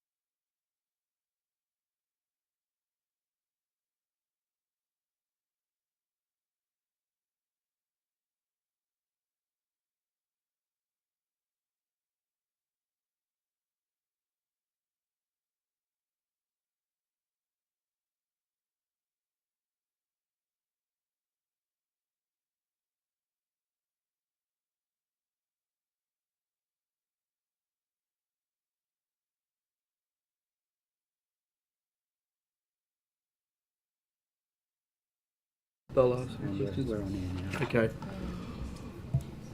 Well, welcome back, everyone. We'll recommence. Just before we do, I'd just like to let everyone know that the committee has resolved to redact certain evidence given in this morning's session from the transcript of evidence and broadcast of proceedings. Therefore, any publication of this information may constitute an unauthorised disclosure and a potential contempt of Parliament. So that's just for the record. We'll now return to questions from the opposition. The Honourable Scott Farlow, MLC. Thank you very much. Liquor and gaming questions, they to you, Ms. Oh, of course.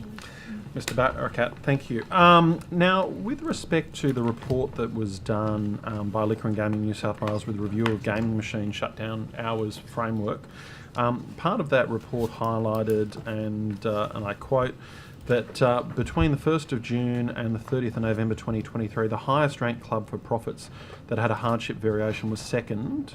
Why would a club with the second highest profits have a hardship variation? It's a fair question. That was part of the purpose of the review. Those exemptions have been in place since as early as 1997, I think. The hardship exemptions possibly came in a bit later in the early 2000s, so I can take on notice when that particular exemption was granted, but it wouldn't have been something done recently under our remit. Okay. And so with respect to those variations, they're not something which are updated on a sort of continual basis? No, that was part of the government's request for us to undertake this review. I don't think they've been looked at since they were first initiated in the late 90s, early 2000s. Okay. And following that review, what actions have been undertaken by the government? So the purpose of the review was for us to inform the independent panel for it to consider this issue as part of its roadmap. So we undertook the review, we provided that to the panel, and the panel, as part of its recommendations to government, made recommendations in this space, and that recommendation for the shutdown hours was to maintain the existing 6-hour shutdown from 4 a.m. to 10 a.m, but to repeal all existing exemptions over a transition period. So, as the Minister said this morning, the government's yet to respond to that report, but that is the recommendation the panel has put to government. And I wouldn't expect you to have it now, but would you be able to take on notice which venues do have hardship exemptions in place? Absolutely, I can take that on notice. Thank you. Yeah. And also, with respect to the Minister's directions to ILGA that were made on the 1st of July this year. Following those directions from the Minister, what changes have been instituted, if any, at ILGA to that statement of expectations? Since we've received the directions, as the Minister explained, the directions were just setting out and clarifying what was already in the legislation. And as far as ILGA's concerned, obviously we look at each determination on a case-by-case basis. We look equally at the various provisions within the Act. As it's done on a case-by-case basis, we apply those which are relevant to that particular determination, setting it within the overarching determination of Section 48 of the Liquor Act, which is there is no overarching harm to the community locally or in general. And so since that determination, ILGA has done nothing differently than it wasn't already doing before. We treat the determination as a clarification of the way we were operating previously. Okay, so contrary to the Minister's view, you believe that ILGA were having adherence to every part of the Act and your responsibilities on it prior to the Minister's letter of July? As the Minister explained, the concerns had been raised with him. He had mentioned those concerns previously to us, and obviously he set out the the ministerial direction, which clarified that, but we've feel that we've been acting in that way, and so you're never going to please everybody, but we feel that we're treating everybody fairly and we're working in line with the provisions of the Act. Thank you, Mr. Honey. Mr. Honey, with respect to some of the commentary the Minister made, he talked about where people would effectively not put applications through the system and would just hope that nothing was discovered rather than going through the process of applications being put into the system for changes and the like. Is that something that you're aware of, where people are making changes which should go through ILGA for permission, but are not actually filing those with the Independent Liquor and Gaming Authority? It's not something we're aware of, no. Okay. Now, with and following the Minister's statements here and assertions, is that something you'll investigate at all? Or? Obviously, if there are venues and clubs out there that feel that they may have issues with the determinations, we are very happy for them to raise those issues. Certainly, as part of the Audit Office report, communication with stakeholders and our reasoning was raised as an issue, and it's one we will address. But Mr Honey, the Minister has outlined today cases where he believes that people are not going to your authority in order to just effectively hope that a blind eye is turned because it's too difficult. Have you sought any clarification from the Minister of examples or incidents that he's aware of that he could refer to you? We haven't since our last meeting with the Minister. Given his evidence today, will you seek that from the Minister? Certainly, we will discuss that with the Minister. We consult with him regularly, and it's an issue that we will deal with. Thank you, Mr Honey. Mr Honey, with respect to that Auditor General's report as well and the issue of exemptions, I think one of the recommendations was that ILGA review those exemptions. Is that something that ILGA is undertaking in terms of... That's something we wanted to take. The report obviously came out in June. It's been a relatively short period of time since then. Certainly it's something we're beginning to work on. We'll scope, we'll clearly work closely with our colleagues in hospitality and racing, and we'll consult with the Minister and, I might add, with industry. Thank you very much, Mr Honey. With respect to... Mr Barakat, I think this probably comes to you with respect to some of the new and emerging technologies that the Minister outlined in terms of facial recognition, biometrics. What work is Liquor and Gaming doing to investigate those technologies? So we, in relation to facial recognition and some other government commitments, so the establishment of a statewide exclusion register and a third-party exclusion scheme, we've undertaken consultation broadly with the general public and key experts in relation to those. We put out a discussion paper, which you may have seen. We've now received that feedback, and we're in the process of providing advice to government about how these things could work. For the statewide exclusion register, we've actually gone to tender and are in the midst of a tender procurement process to appoint an expert third-party provider to look at how we could establish a whole state exclusion scheme. One of the things that I think the Minister touched on was the complexity of all of these things. So we're not looking at these in isolation. So we're not saying facial recognition, then exclusion, then a third-party exclusion scheme. Ideally, the third-party exclusion, the statewide exclusion register would be supported by facial recognition to make it really, really robust across the state, and then that would equally help support a third-party exclusion scheme. So we have commenced a fair bit of consultation on this, and we're providing that advice to government now. Thank you. I might call up Mr Crawford at this stage, if that's possible.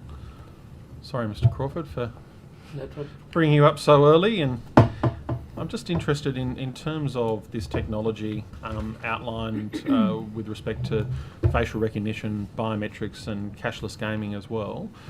I take it that much of this technology is already deployed across the casinos operating in Sydney? It is, yeah. It's improving all the time though. We recently we had a paper from our colleagues in Victoria, and they've had huge success at Crown in Victoria. It's like CCTV, it's on the improve all the time. If you get the latest tech, in fact, the more it's developed, the price keeps dropping, and it becomes very effective.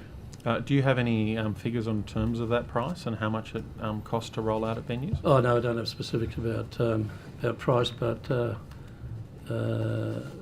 it's not uber expensive, and the latest developments are not incrementally more expensive. Thank you.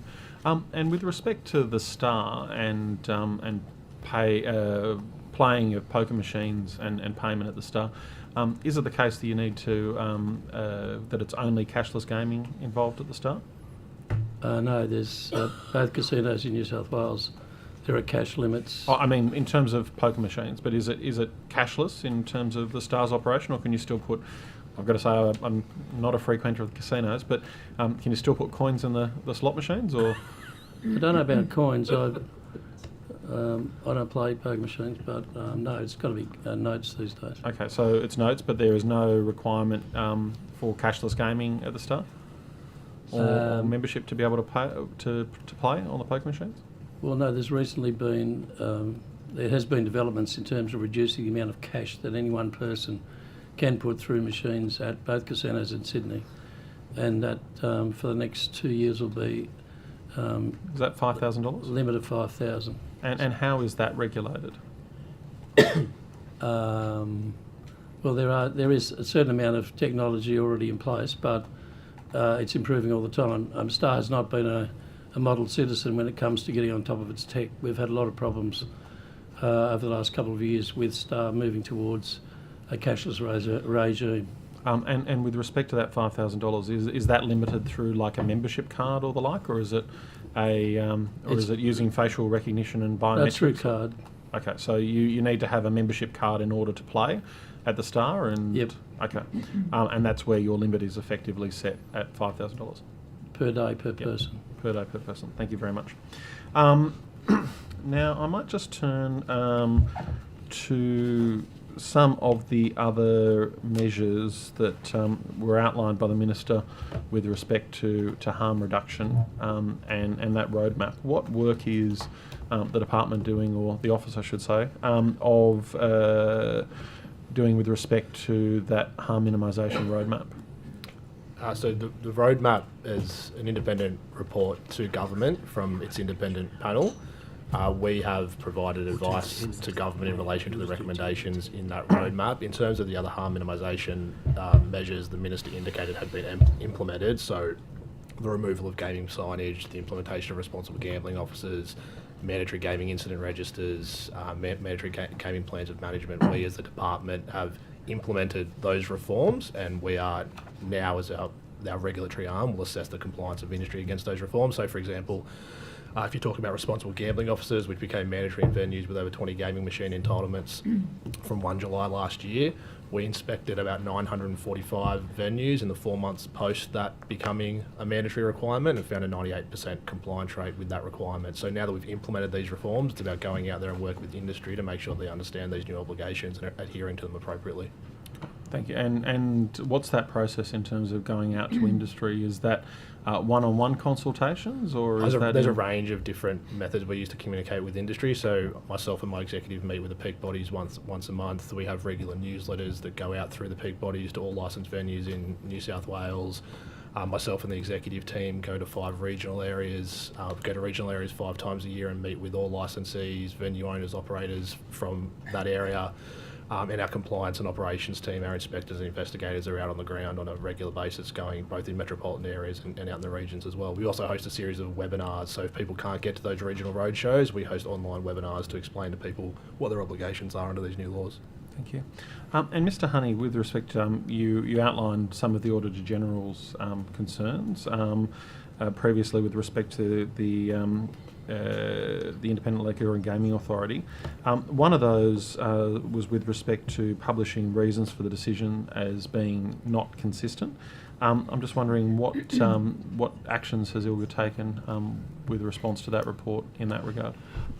Certainly, under legislation, we're not required in all instances to publish reasons. However, ILGA has taken the decision that most certainly where their decision is against the application, so there's a negative decision, we will supply written reasons for the decision that's made. And obviously, if the request is made, we will, even when a decision is positive, we will make every attempt to provide the reasoning behind it. But certainly whenever there is a refusal of an application, there will be a written reason provided. One of the other findings of that report was with respect to the effectiveness of ILGA's understanding of the effectiveness of harm minimisation measures. Has ILGA done any work in terms of the effectiveness of the measures that are imposed? So I think that recommendation was actually directed to Liquor and Gaming. Okay, apologies. And so we have I mean, I think we do have a good understanding of levels of harm in the community. I think the Minister spoke today about the New South Wales Gambling Survey. There's one that's just been released from last year. The previous one was in 2019. We understand where levels of gambling are going, and the Minister made the point that high risk, formerly problem gambling, has remained about stable. So about 1% of the population suffered from high-risk gambling in 2019. The most recent survey indicates that's about 0.9% of the population.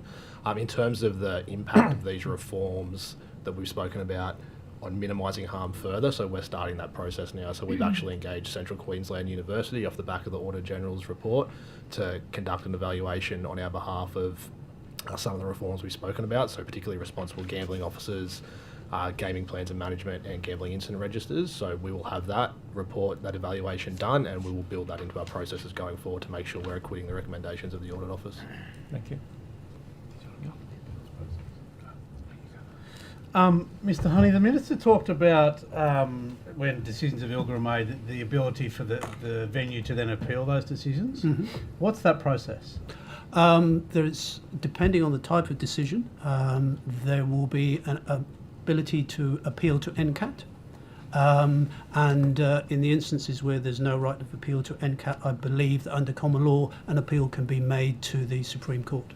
Is there a clear difference that I'd understand between what does have right to appeal and what doesn't? I will have to take that on notice unless Mr Barrett can explain the difference between the decisions. The types of applications that are appealable to NCAT are set out in Section 4 of the Gaming and Liquor Administration Regulation, so we can provide that to give you some information about what sorts of applications can actually be appealed. Would you be able to provide some examples in that as well? Assuming that's appropriate, then yeah, I'm happy to provide that on notice. Okay, great. Can I move back to the Stronger People, Stronger Places program? Now we talked specifically. While we're here, just 1 second, Mr. Barakat, in the budget as well, gambling and betting taxes are shown to increase from what was in 24-25 3.6 billion to 4.3 billion by the end of the forward estimates. Is that based on tax increases, or is that based on an expectation of higher turnover and proceeds and profit effectively? Look, I think any questions in relation to the amounts of tax revenue the government receives is really a question for Treasury or the Treasurer. It's not something we're involved in. Okay. Sorry. You are absolutely fine. Sorry, Stronger People, Stronger Places. Now, I presume that's a wider program than just the one facility in the Clay Valley? In New South Wales, so it's a federal program, and in New South Wales there's one called Marinuka out in Burke, and then Learning the Clay in Kempsey. And so what are the outcomes of what's success measured under? Yeah, so I guess the first round of funding for the Kempsey program was back in 2022, so that was 1.5 million investment between New South Wales and the Australian government. And I think the way I understand this program works, it's very focused on school children, and so in the first years of its funding, it's really been about running events to raise aspiration, getting kids interested and engaged in science, in arts, in culture, etc. I actually visited an event up there in April this year, and they had about 50 kids from year 5 to year 12, and what they were really trying to do with that cohort was hear from them about what made them feel safe or not in their community, and so it was a really interesting forum. Since then, we have committed another, I've got too many pieces of paper, 2.75 million along with the Commonwealth, so another reinvestment in Learning the Maclay. We're currently just reviewing the governance arrangements for that now. So just with regard to your question around outcomes and evaluation, that's actually that sort of next piece of work we need to get done. So we're looking for the development of a community strategy. We want to check sort of where the membership of the Learning the Maclay group is at, the community reference group, if you like. So all these things are sort of being looked at now with regard to this new round of funding. We want to develop the evaluation process and build out the data sets as well. So it's sort of a bit of a work in progress and under review at the moment. So the money's been allocated, but we're not yet sure what we want that money to achieve? It's so there is an opportunity for us to plan out how that money gets spent. So it's not necessarily, I might take on notice exactly how the governance arrangements work, if that's okay, with regard to the specific allocation But yeah, the money is identified to be spent through Stronger People, Stronger Places in the Kempsey community. Exactly how and what the criteria are around how that's spent, I'll come back to you if that's okay. What about the criteria about how those two programs were selected? I might have to take that one on notice too. When it was originally designed, I wasn't looking after this program. So, I think we've definitely responded to interest by the federal government with regard to extending that funding this time round. So the initial, criteria, as I say, I'm happy to take that on notice and come back to you. And we were, obviously keen to take up the opportunity to co-fund with the federal government when they were ready to go back out with more funding. So was that money that the federal government put on the table for the state government to match, or Correct. did the state government go to the federal? No, I think I'll double check, but the federal government, my understanding is the federal government made that commitment, and then we co-funded. And as I say, it's been a long-term partnership, so since 2022 in that community, and then the new round of funding was February this year. Happy to come back with more info though. Thank you, Ms. Mark. Ms. Hurst, you have 10 minutes. Thank you. Thank you, Chair. Good afternoon, Mr. Tutt. Thank you for coming today. I have the same question for you as the Minister this morning.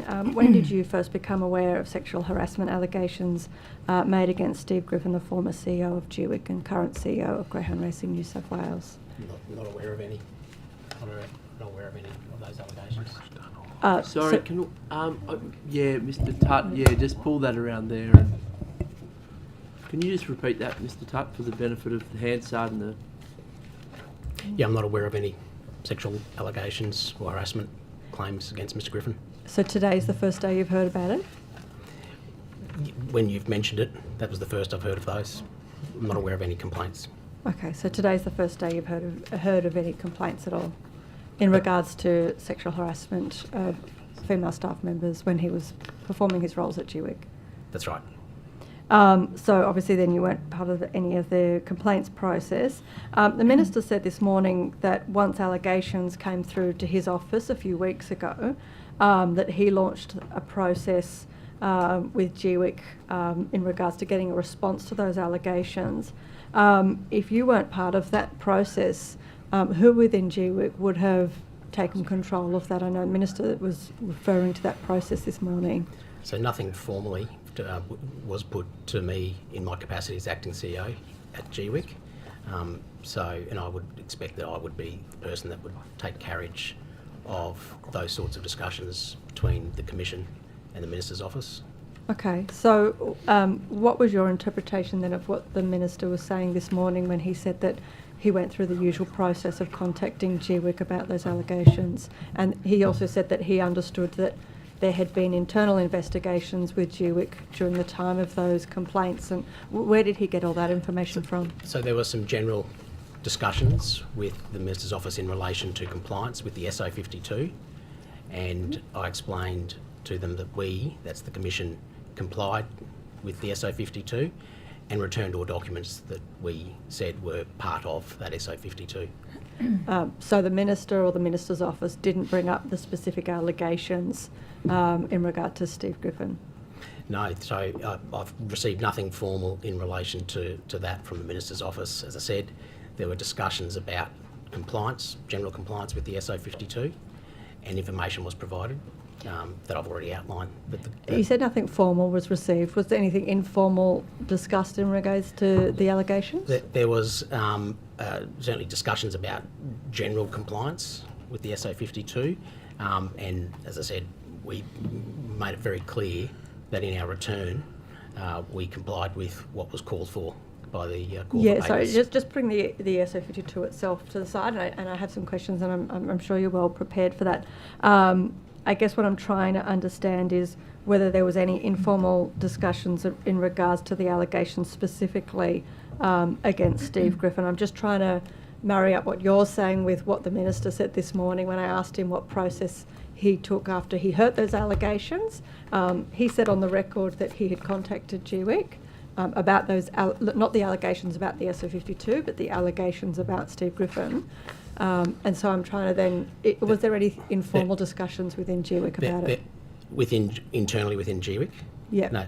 So, no, they haven't had any of those internal discussions. There were certainly some general discussions about the SO52 and documentation that was returned. Mhm. And as I said, what I explained in those discussions was that we said that we've complied. There were certainly no allegations that have been made today of sexual harassment or otherwise that were part of our SO52 return. Mhm. So we But undertook external that to the SO52 return, was there any informal discussions from the Minister's office in regards to the accusations against Steve Griffin? Well, not the specific allegations. I'm unclear of. So there were certainly no allegations put to the Commission by the Minister's office along the nature of what you're describing. It was, as I said, we explained as part of that process that when we returned the documents, we did so in accordance with our requirements. Okay. You also said in regards to the return to the SO52 that there was a large number of documents that it was such a large number of documents that you couldn't possibly comply with the SO52. Do you have any understanding of exactly what number of documents we're looking at that may have been missing from that return? So the Commission did comply with the SO52 to the full extent. The SO52 was quite prescriptive as to what it sought, and the Commission took the SO52 quite seriously and literally, as it does with all its SO52 returns, and provided the documents as part of our certification. So there were a large number. It was probably in the hundreds, and we provided those documents, which we say were all captured as part of the SO52. The advice that I've had from internally within Parliament is that it wasn't complied with because there was such a narrow view taken in regards to every document had to have those exact words within it. And so if somebody had claimed that they were raped, for example, that would be missing from a document around sexual assault because they didn't use the exact terminology of sexual assault. So, I mean, look, we can kind of go back and forth and argue about that, but part of the letter from you was that there would be so many documents if you were to go and search for every document that related to sexual harassment or assault that you couldn't possibly comply with it. I'm just asking if you were to take that broader view, which is what the upper house tends to consider in regards to SO52s, do you have any understanding of how many documents would be received within that? So the document that you're referring to was my response to your request in relation to our compliance with the SO52, and in that correspondence, as I outlined, we stated that we complied with the SO52 as it was made, and that the additional information that was contained in your correspondence was outside of the SO52 as it was made. So I just want to make it clear that we certainly we weren't in any way trying to circumvent those processes. We took it very literally and complied according to what was contained within the SO52. I provided that information to your office in relation to the subsequent communication that we'd received, and if the SO52, as I said in that correspondence to you, contained a more broader scope, well, that would have been a more significant body of work for us to undertake. I guess I'm still a bit confused in regards to how you weren't aware of these allegations when we were told this morning that GWIC was informed of the allegations and asked to kind of go through that process.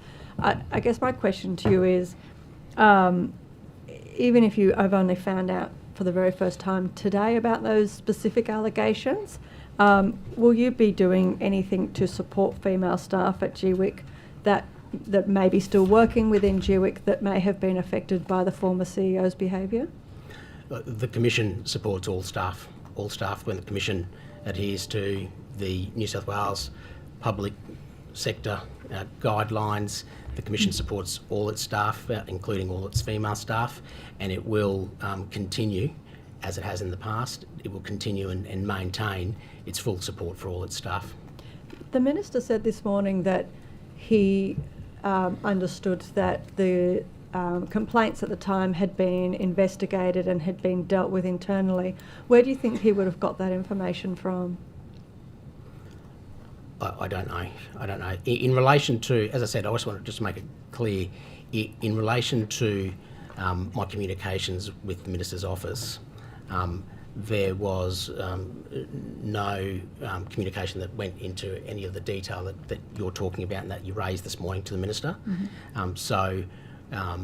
Really, without more information, I can't really provide any further response. Will you be taking any action now within GWIC following these allegations? Will there be, I know you talked about supporting staff, but given that you're now aware that these allegations have come forward, will you be taking any actions as the acting CEO? Well, I'm not really aware of specific examples or particular matters that you're referring to. But of course, if there were complaints or information that was provided to us, the Commission would undertake its usual processes. It'd undertake an investigation and take appropriate action. In regards to, I guess the point I'm trying to make is, now that there's been allegations, I understand you may not necessarily know the names of these individuals and the details, but will you be taking any action in response to these allegations to provide appropriate support for staff that may or may not have been affected as the CEO within this organisation? As the CEO of the Commission, as I said, we would take all of those sorts of matters very seriously. We provide support to all our staff.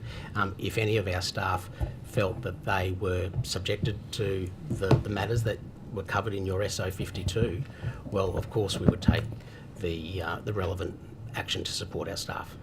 Thank you, Mr. Tutt. And Ms. Boyd. Thank you very much, Chair. I might just pick up where my colleague left off, Mr. Tutt. My understanding is it was a bit of a poorly kept secret within GWIC that this was the behaviour of Mr. Griffin. Are you saying that you had no idea that any of these things had been alleged over the last however many years you've been at GWIC? So I've been at GWIC now for 7.5 years.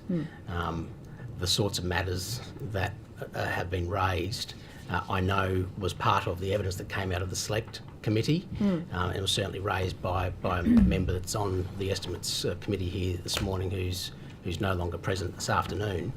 But those matters are, of course, a matter of public record. They were raised, they were responded to, as I recall, back in the Select Committee processes, and clearly they were ventilated in that forum. So I am aware in a general sense of that sort of allegations that were raised, as I said, by Mr. Latham in that process. But otherwise, as I've outlined previously, I'm not aware of any. Doesn't answer my question though. So I appreciate all of that context. One of the incidents that has been raised by my colleague, I believe was end of December 2020. Is that right, Ms. Hurst? Sorry, it's around. Yes. Yeah. So you were what, Director of Legal Services at that point?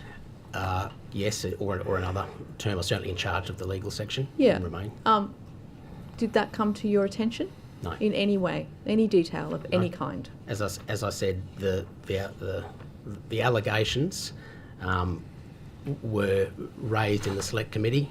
It was a matter of evidence that was given. Yeah, but those matters were not. Those matters haven't been raised with me. So no one has ever raised that in GWIC with you? As I said, the actual allegations, it was clear as part of the Select Committee processes that those were made. Outside of the Select Committee. Outside of that process. I'm asking your recollection around. So if that happened at the end of, end of 2020, so say somewhat time around the end of 2020 or early 2021, did anyone raise any of the facts or any of the assertions in relation to Mr. Griffin with you during that time? Nothing was raised formally with me about that. No, not formally at all. No. As I said, I'm aware of the allegations that were made very plain before the Select Committee, and I haven't been involved in any of an investigation or otherwise of those processes, and it hasn't been my responsibility to deal with any of those matters or allegations. And how long have you personally referred to Mr. Griffin as Handsy? I've not. You've never referred to him as Handsy? I've not referred to him as Handsy. Yeah, I've not referred to Mr. Griffin as Handsy. No. Never? No. Were you aware that that was a nickname? As I said, I believe that Mr. Latham may have mentioned a number of names as part of the processes going back some time in the select committee. That particular name may have been mentioned amongst others. Have you ever referred to Mr. Griffin as Handsy? No. You've never used that nickname? No. If we were to do a search of any documents you've ever, any messages you've ever sent, we would not find on there you referring to him as Handsy. I wouldn't, as I said, I don't have, apart from the matters in the select committee, I've got no recollection of ever using that term about Mr. Griffin. So it was a surprise to you when you heard it today? It was, I think it was part of the select committee, so the actual terminology itself isn't a great surprise. Right. Because Mr. Latham, I think, used that very term. And as I said, I don't have any recollection of having used that term in relation to Mr. Griffin. Right. You didn't make that term up then? You didn't coin that nickname? No, I didn't coin that nickname. No. Okay. Thank you. I'll move on to other issues. Thank you for allowing me to I was getting curious about. Just in relation to, as I said, the terminology and the matters that were investigated as part of the select committee, I understand that one of our former Commissioner Wheeler may have investigated matters that came out of the select committee in relation to that, but that particular terminology is certainly it was. I've never referred to him directly of that, but it seems that was part of the select committee commentary by others. Have you ever referred to him indirectly? Does that matter? I don't recall that. You can't rule it out? Look, Chair. What do you mean by directly? To Mr. Griffin. All right, Yeah. but what about to ask someone else? Yeah. Sorry, Look, that's a very good point. It's unlikely. It's very unlikely. As I said, but that's a very good point. At no point was I asking you if you'd referred directly to the person that everyone's sniggering about behind their backs, calling Handsy as this great, very poorly kept secret about Mr. Griffin. Look, have you referred to him as Handsy to other people? Look, Ms. Boyd, I cannot recall ever doing that referring to Mr. Griffin as that directly or indirectly. I honestly cannot recall. It's a good pickup, thank you. Okay, I'm obliged to ask other questions. Okay, let's talk about animal cruelty. So, can you tell us, I understand in relation to greyhound check-ins, so retired greyhounds must be checked in every 12 months, whereas racing greyhounds are checked in every 6 months. Can you tell me what proportion of greyhounds that were subject to check-in requests in the last 12 months were actually checked in within the specified timeframe? No, I'd have to take that on notice, but as you say, the requirements do require every retired greyhound to check in within every 12 months, at least once every 12 months, and greyhounds that have a status other than retired to check in every 6 months. Okay. If you could take that on notice and also tell me how many greyhounds are currently overdue for check-in, unless you've got that now. No, I'd take that on notice, how many are currently overdue. Okay. I understand the number of greyhounds reported as euthanized by private vet after sustaining injury at race meeting increased from 16 in financial year 23-24 to 44 in financial year 24-25, which seems like a 175% increase. What is the reason for that increase, do you know? So the on track,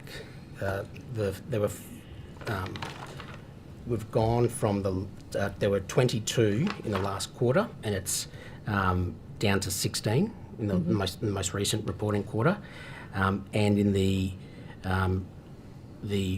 reporting year and the financial year's results have only recently been compiled that there was 44. In relation to the increase, could you just repeat the? Yeah, question? so it's gone up from 16 to 44 year on year. What do you put that down to? It's 16 was the quarterly result. No, 16 I have for full year 23-24. It may also have been the last quarter, but I'm talking about so the year category on year. E, so that's the euthanasias at track. They've declined in 24-25 by 29% on the previous year. Yeah, okay. So okay. All right. I'll take your word for it. I'll come back and check that in the next round if I've got something different. The rate of greyhounds euthanised for behaviour reasons appears to still be quite significant. So I think we're looking at 3% for behavioural reasons. Does GWIC investigate that sort of instance of vet euthanasias for behavioural reasons? I know we've talked about this before, and we did talk about it in the select inquiry, but are you keeping track of sort of how many are being euthanased by which vets and that sort of thing? Yes. So all greyhounds that are euthanased because of behavioural reasons, which is part of the rehoming policy, we keep records of those. Okay. I'll come back to that. Thank you. The opposition. Thank you, Mr. Barrett. Chair. I'd like to come back again to backtrack, if we may, please. And we talked about this program. There's a 12-week trial kicked off at the start of this year. Where's that trial up to? So I believe they've completed that trial, and they've come back to us with some encouraging results in terms of both from, I think, Neighbourhood Watch and also from the Boxar data I referred to earlier. We're in discussions with Backtrack around whether there's an option for us to assist with further extending that trial as they look at a sort of more sustainable footing for the program. It is relatively new. So it's in our grants assessment process at the moment. The Premier's asked for it to be looked at under his discretionary fund. So when did that trial begin? Oh, can I take that on notice? I'm sorry.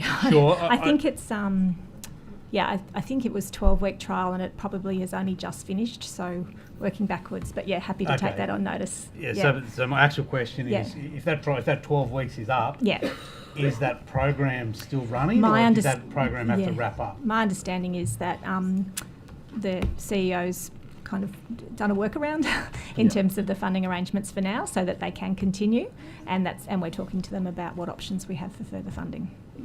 The principle of the night crew program, where there's they're alumni themselves, but right. Community members patrolling, I guess, around a community at night and diverting people away from high-risk areas or potential issues. Is that a model that we can see in other communities? Yeah, we are. We have been doing that in Moree as well.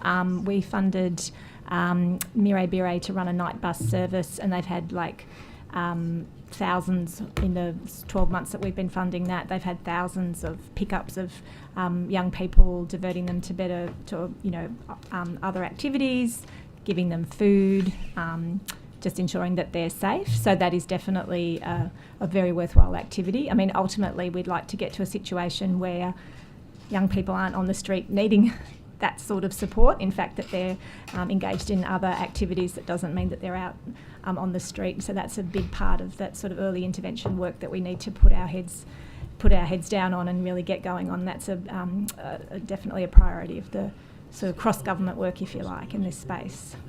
When we're looking at these programs, are we looking at similar but different programs in different communities, or are you looking to roll out that would allow them to be community run and set up specifically for that community, or is it a government rollout? Is what it's going to look like? My personal view, and what we've heard from community organisations working in this space alongside the local police, who are very engaged, and youth justice workers, is that it's bespoke for local communities. They know what works best for their communities. There are some common themes, however, around things that work, depending on the age group, for example. Things like diverting young people into trades and skills, really trying to give people a leg up in terms of employment opportunities is a common theme. If you can get that right, you can go a long way to solving a lot of issues. But yeah, as I say, I think the things that do work best are when they're grassroots led, and if government can take a consistent approach to joining the dots between what works, I think that's where we can really add value, and then that evaluation piece that you've been talking about as well. The practicalities of this, if they're picking kids up off the streets, where are they taking them? I think it varies. Sometimes it's a matter of making sure that they've had a good feed, depends on their situation. In communities, people know where there are safe options for family members or with friends to go to. So I couldn't be specific about that, but that's certainly the intention, to have, a safe outcome in relation to those activities. So this money went more to the actual program than any infrastructure that might have been a safe house? Yeah, there are, but there are models for that. I don't have the details in front of me, and be more than happy to come back, or even Minister Dibb in the youth justice portfolio, we might be able to provide more information through that. But there's definitely work through youth justice around different models of accommodation, but it's a big need with regard to having safe places for people to go. So there's things like a PCYC we fund to stay open after hours. In Moree again, there's the Shea Academy, which runs late into the programs late into the evening. So definitely young people can be taken to those venues. But in terms of more widespread accommodation, safe options, there's a big need. And you may or may not be across this scenario, but in Orange, the police play that role, I understand. It's the only district that does have that ability to do that. Yeah, I'm not entirely across that, but I do. I think historically I've heard that police do have a very big role in that in those activities. Yeah. Okay, sorry, I should have done this before. Miss McInnes, would you be able to come up and take a couple of questions there?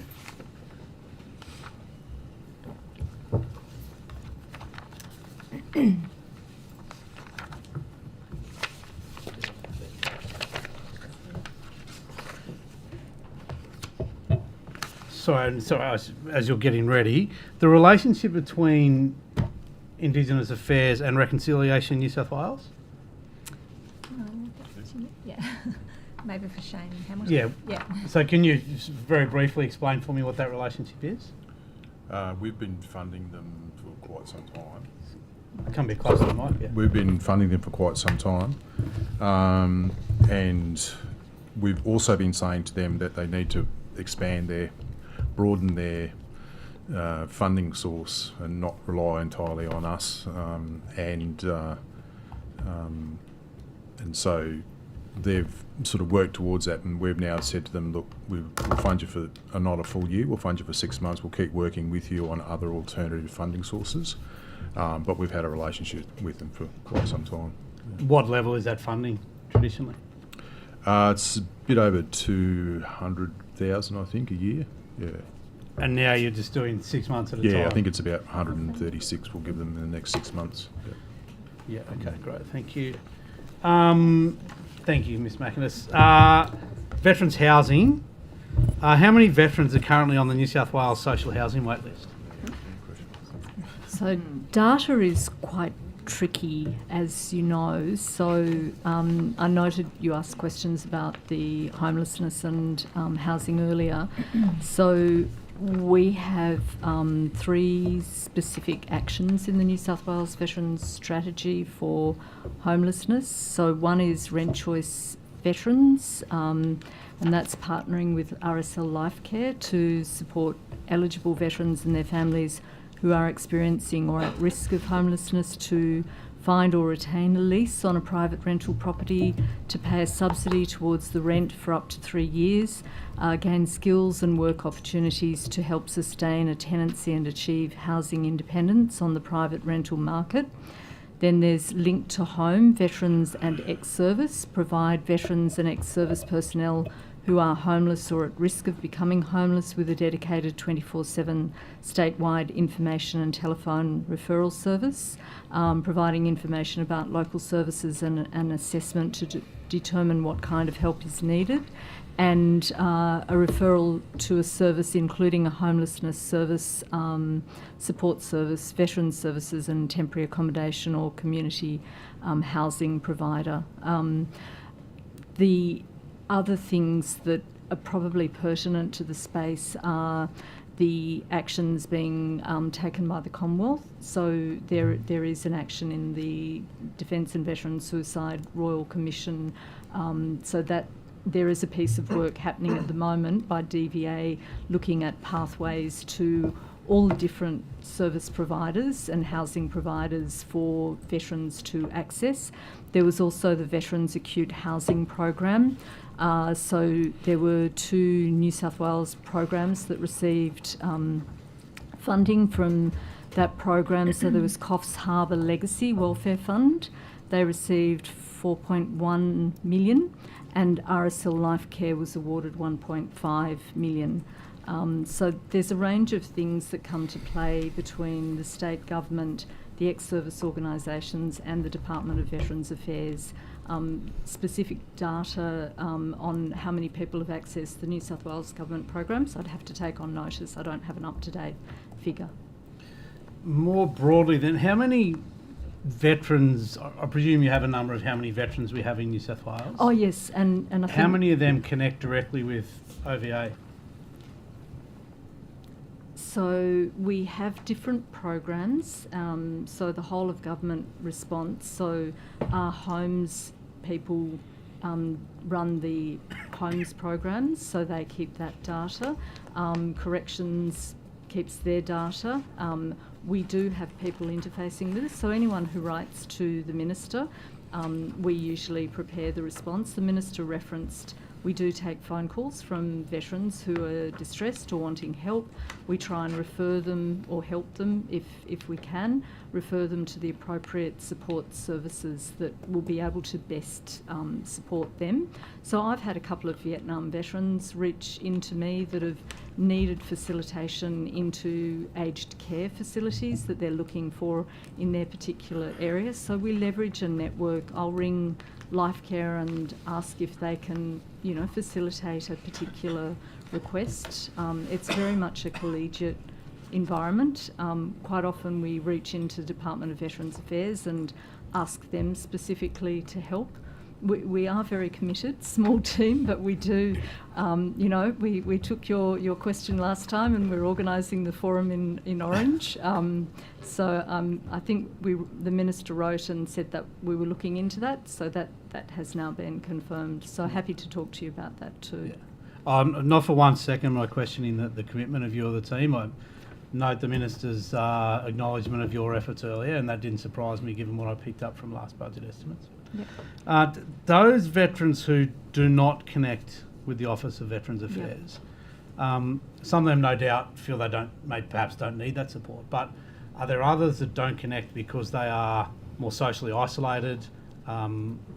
And what efforts do we make to bring them into the tent? Sure. So I guess the hub network that we referenced, and I'm really proud that the state government has contributed a site towards that hub network. It is a Commonwealth initiative. It is being delivered by RSL Life Care, but in Richmond we had an opportunity to contribute an underutilised site, and it's just gone into DA, so that's really exciting. So we are reaching in and trying to collaborate really strongly with the Commonwealth, with ex-service organisations, with local government. So you asked a question about local government. There are now 34 that have established veteran employment programs, so that's amazing. So I think, it's a whole of community effort that builds the best results. So we work with sub-branches as well. The veteran that I helped out in Windsor, I reached into RSL New South Wales, and they reached their local president there, who helped us help a local veteran that was in need. So the Hub and Spoke network with RSL Life Care, the hubs, work with the sub-branches.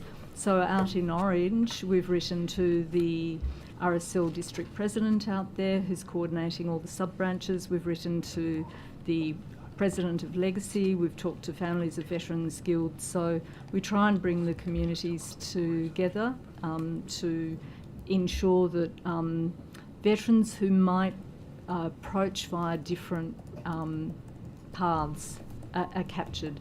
So they might approach via a sub-branch, they might approach via a hub, or just via a mate, or, you know. So there are multiple pathways that people come, and they won't be comfortable with all of them, if that makes sense. So, yeah, we're trying to increase awareness that there are support networks there that they can come to. There was a commitment made before the federal election that a hub would be put in the Central West through federal funding. Has there been any engagement with you as far as the location of that?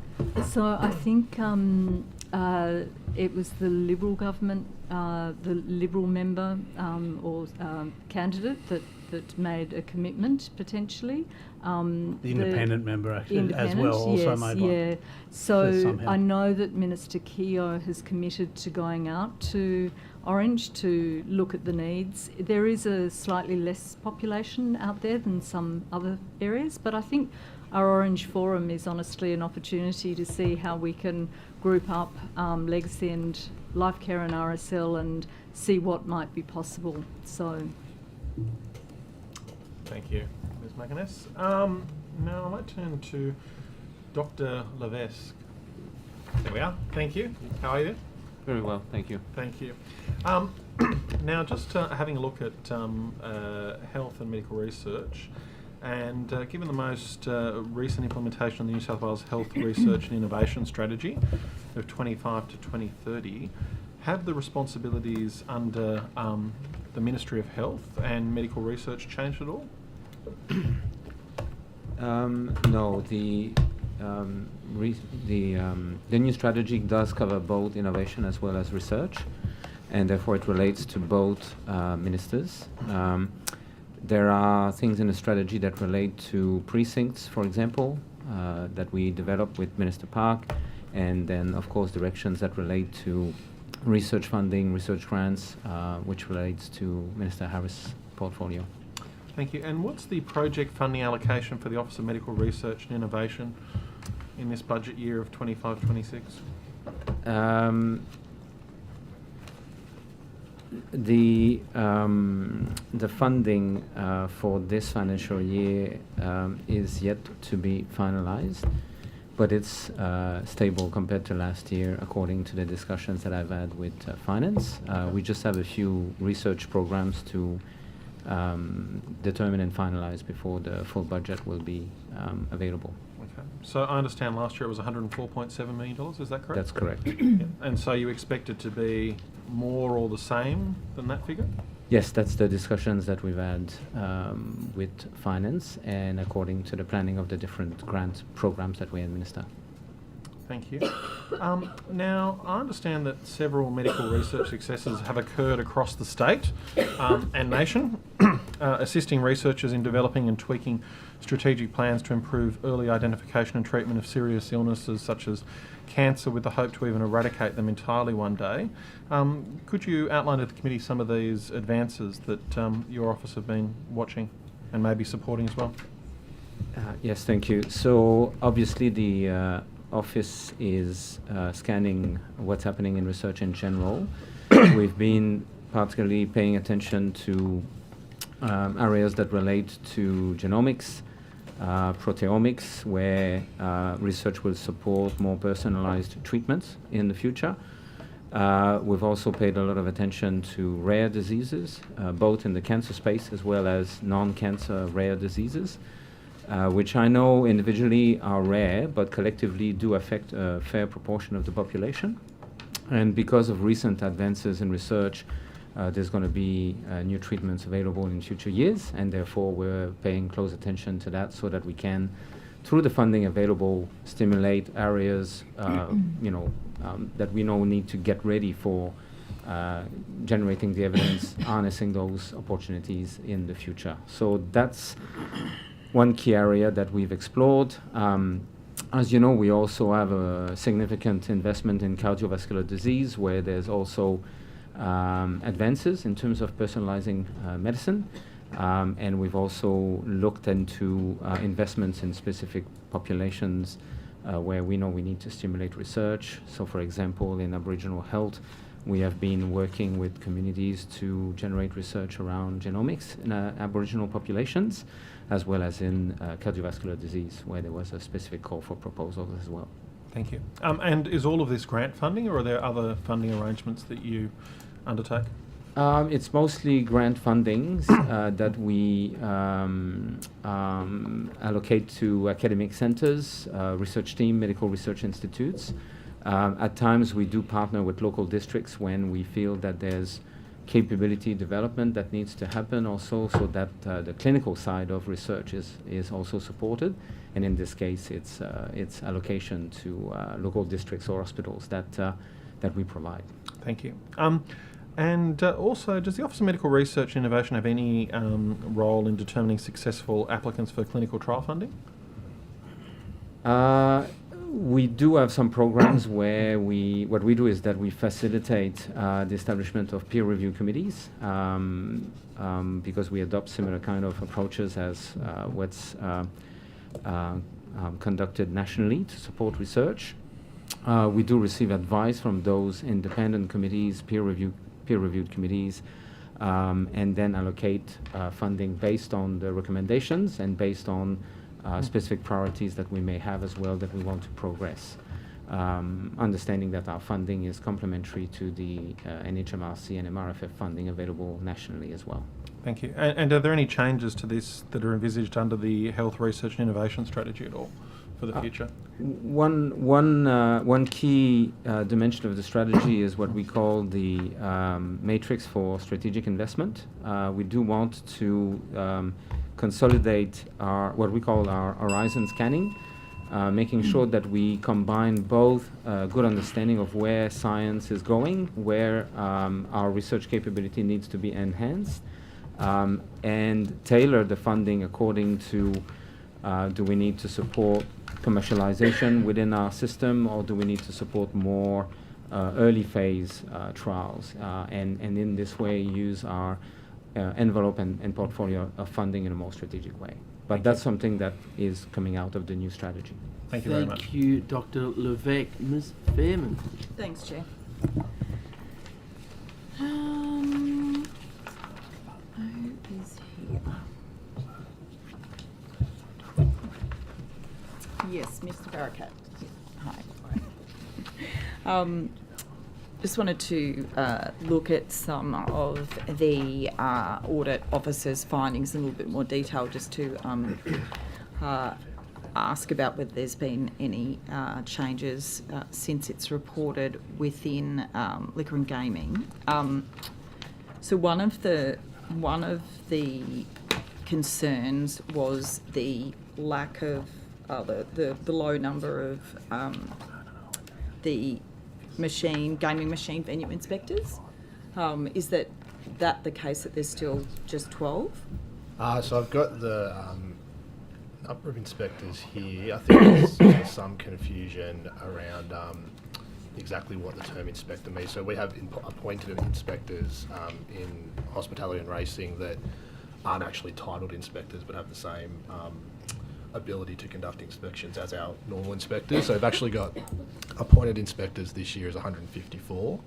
We've got 17 investigators, which might be where that confusion lies, and we've got 55 actually people entitled as inspectors. So there is a large number of people on the ground going out to venues on a regular basis. I think part of the concern the audit office had too was about our presence in regional areas, which we've sought to address as well. So I was talking before in response to Mr. Farlow that we as an executive team now go out to regional areas, or have been going out to regional areas about 5 times a year now to meet with licensees, but also police and council and Aboriginal and health groups as well.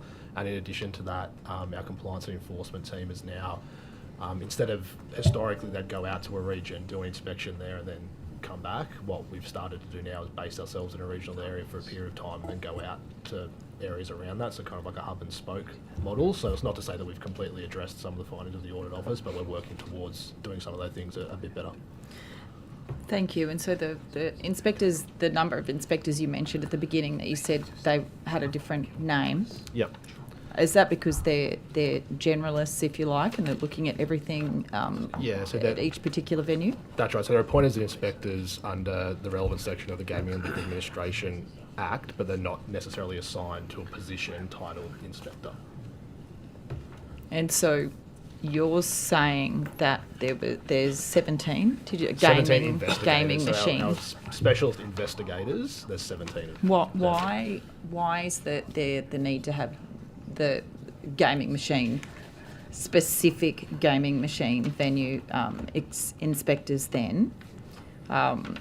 Do they do things that the general inspectors can't? I'm trying to work out why you would have this defined specifics, but our investigators, when they go out to venues, will look at a range of different factors. That might just be the focus of that particular inspection is gaming machine activity, or it might be that it's responsible service of alcohol, it might be that it's signage, but they'll look at all sorts of different things when they're out there. I can sort of, if you want more detailed breakdown of how our inspections work, I'm happy to take that on notice and provide it to you.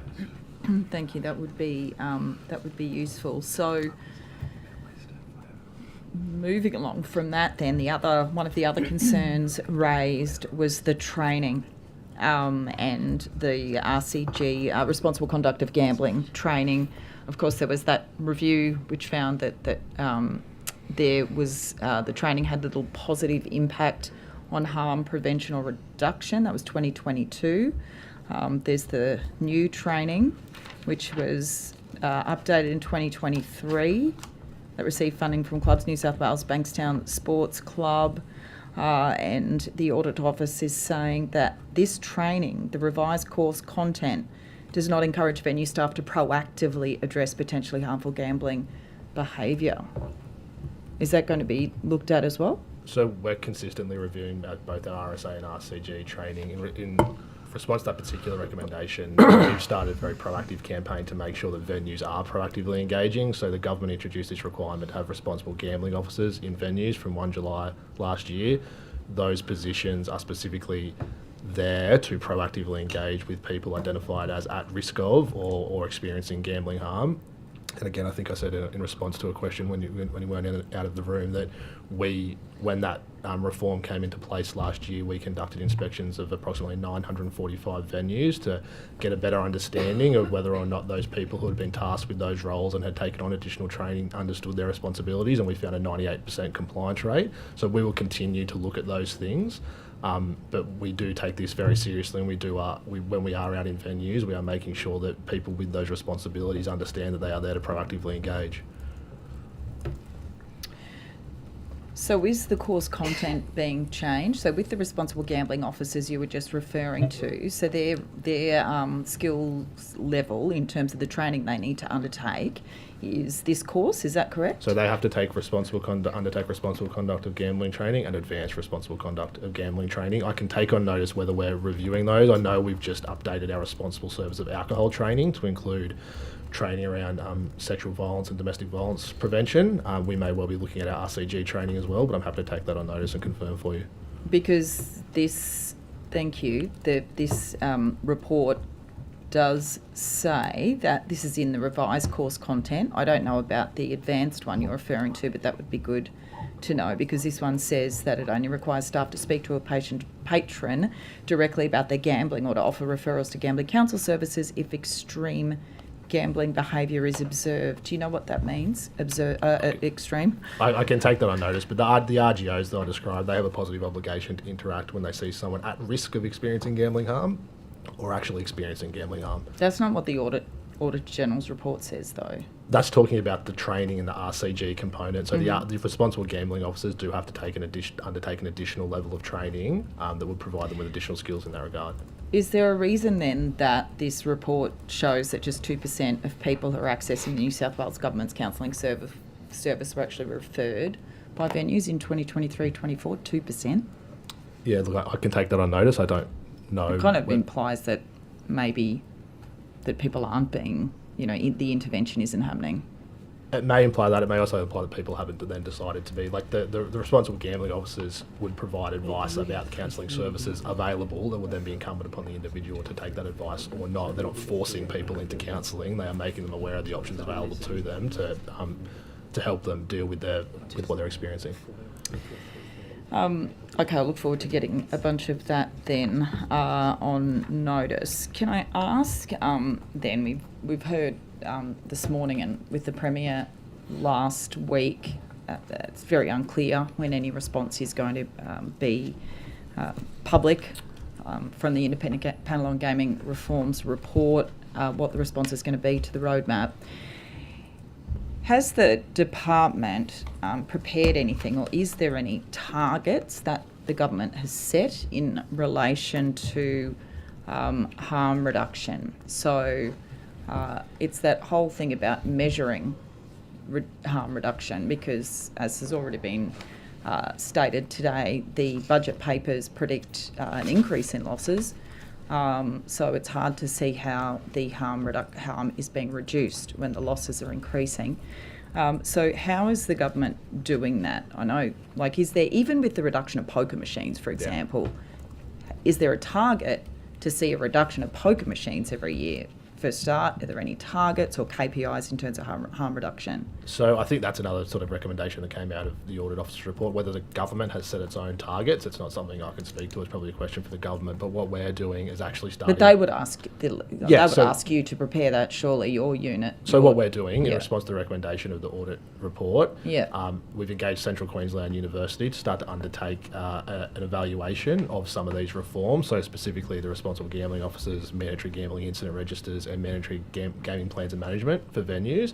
So that evaluation will provide us with an assessment as to whether any of this has had an impact on harm reduction. I think in line with the Audit Officer's report, we've sort of got until June next year to develop some of this stuff. I think it is going to be an iterative process. We'll probably start with the levels of harm identified in the New South Wales Problem Gambling Survey that I think the Minister spoke to this morning as a sort of a baseline, and then move from there. But this first evaluation process that we've engaged CQU to do with us will hopefully embed within our organisational structure and the way we do things, these evaluations going forward, so that we can do them for all the reforms that we put in place. Where's the Office of Responsible Gambling? Where's that situated? The director of that office reports to me. Right, okay. And so are they looking at anything similar to, is there anything going on within that unit? It'd be good to know how many people actually are in there as well, but anything similar to what the Victorian Responsible Gambling Fund has, did a few years ago now, and that was to calculate the social costs of gambling. We can come back to it. I would just be curious to know some of the work that they're doing. Sure, yep. Thank you. Ms. Hurst. Thank you, Chair. And just to indicate, I'll soon be asking some questions to Commissioner Drake, so if she wants to come forward when she's ready. I've got a couple of questions left for Mr. Tutt, but I will be going on to Commissioner Drake soon. Mr. Tutt, I just want to remind you that you swore an oath when you came in today, this morning. We take those very seriously, and obviously if anybody knowingly gives evidence that they know is incorrect, we do consider that perjury. And I just want to make it absolutely clear that outside... Just Ms. Hurst, it's not perjury, it's it's contempt of Parliament. Contempt. Apologies. Thank you, Chair. So I just want to put the question again very clearly. Outside of any accusations that Mr. Latham may have made at an inquiry, have you ever, before today, formally or informally, directly or indirectly, heard about inappropriate behaviour by Mr. Steve Griffin towards female staff working at GWIC? There's been certainly no formal or informal complaints that I've been made aware of. If there were matters that occurred before my time as acting CEO, that were investigated or dealt with by the Commission. I certainly wasn't involved in those matters. And you hadn't heard anything about them? In relation to specific examples? You didn't hear anything about any accusations about inappropriate behaviour by Mr Steve Griffin towards female staff within GWIC? Well, in relation to, as I said, the original question was about sexual harassment, which was part of your SO 52, and my response to that was that there was nothing that the Commission was aware of that it returned as part of that SO 52. That's not my question. I'm not asking about the SO 52. I'm asking about you as an individual that works at GWIC, if you had heard about any complaints about inappropriate behaviour by Mr Steve Griffin towards female staff within GWIC. Yeah, so if there was inappropriate conduct, that would be properly dealt with. And, had you heard about them before today? Well, as I said, it came up as part of the previous select committee, and I appreciate you setting outside of that. No one's directly come to me. Have I heard in a general sense? Well, clearly there were matters that were raised in the select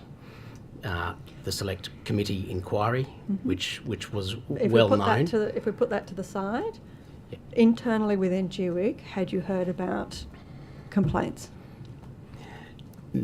Look, no one's made complaints to me. Have I heard in a general sense? As I said, I don't recall anyone making those complaints. Had I heard in a general sense, clearly I'm well aware of the evidence that was part of the select committee. So those matters were raised.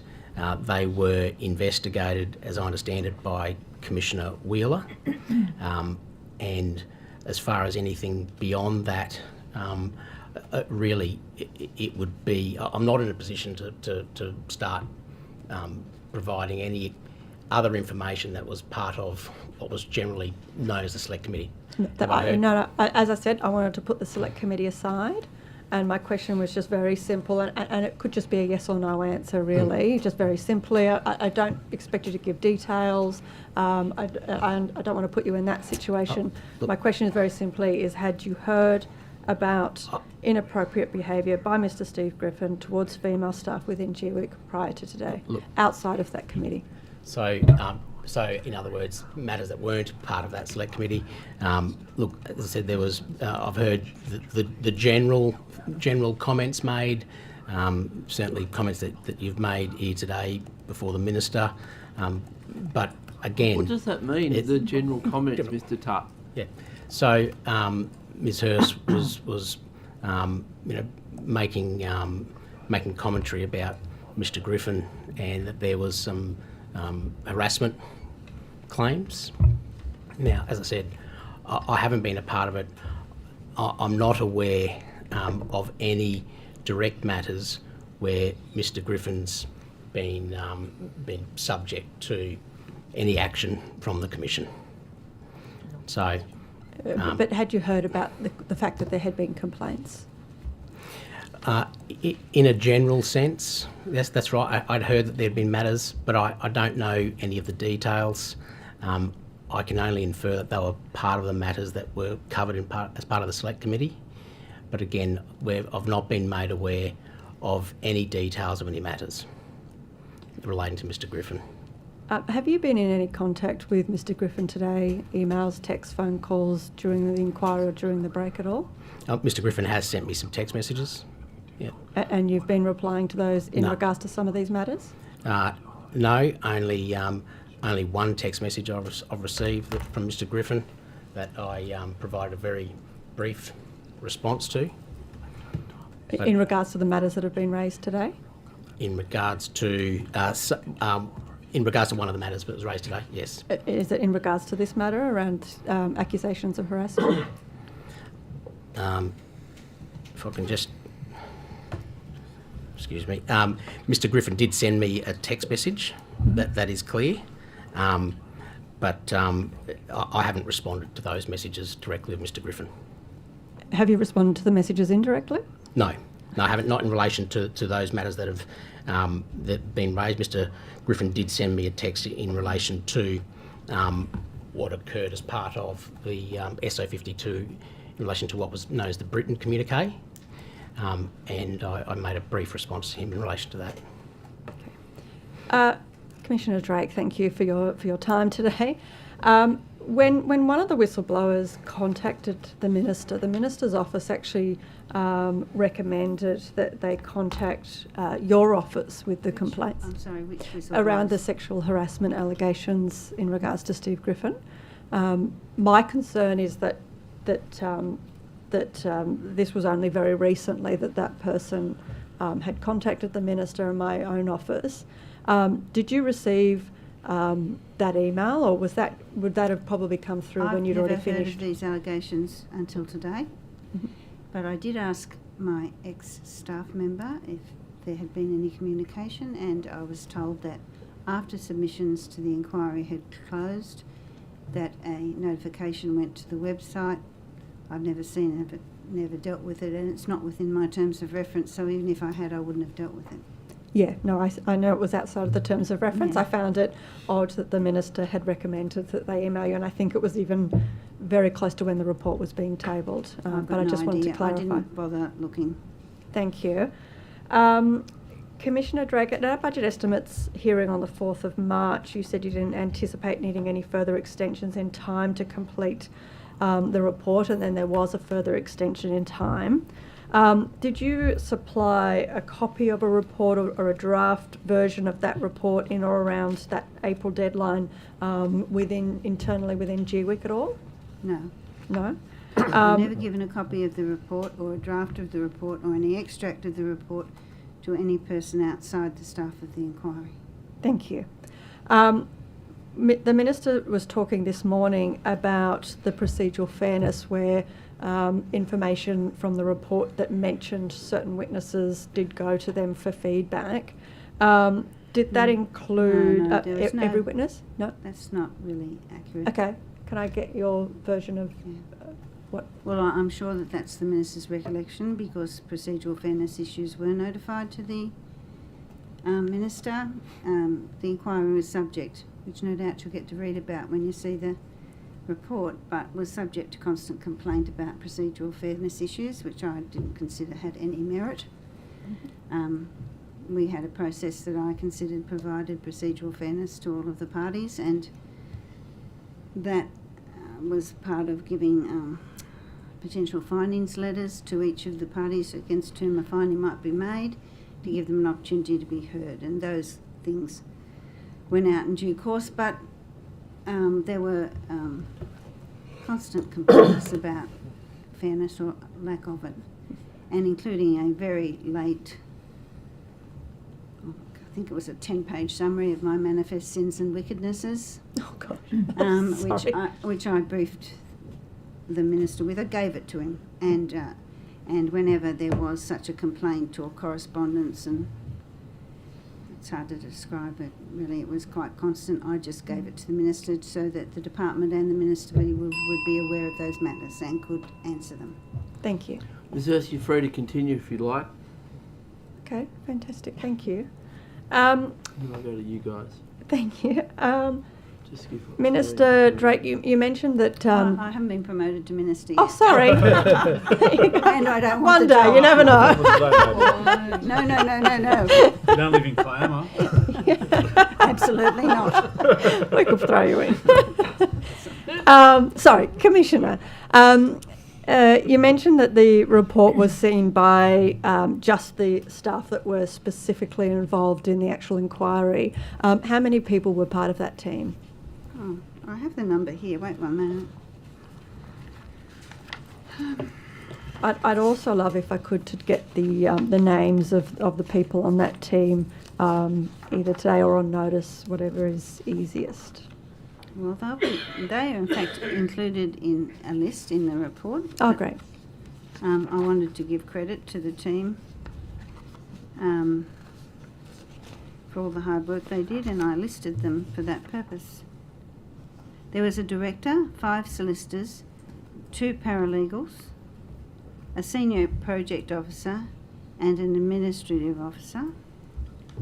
I think that's it. Great. Small but hardworking. Great, thank you. Would there have been any chance that a copy of the report could have made it to Mr. Griffin at any point in the stage, given that he was still within GWIC None. at the time? I didn't give it to GWIC. I kept myself entirely separate from the rest of GWIC. I was really a one-off appointment to a particular vacant role to do the inquiry, and I met the Chief Commissioner and I think Mr. Wheeler, maybe Mr. Griffin, in a first meeting when I was appointed, just to introduce myself, and I didn't have any other contact, and I did that deliberately. Great. To separate the inquiry from GWIC. Thank you. Do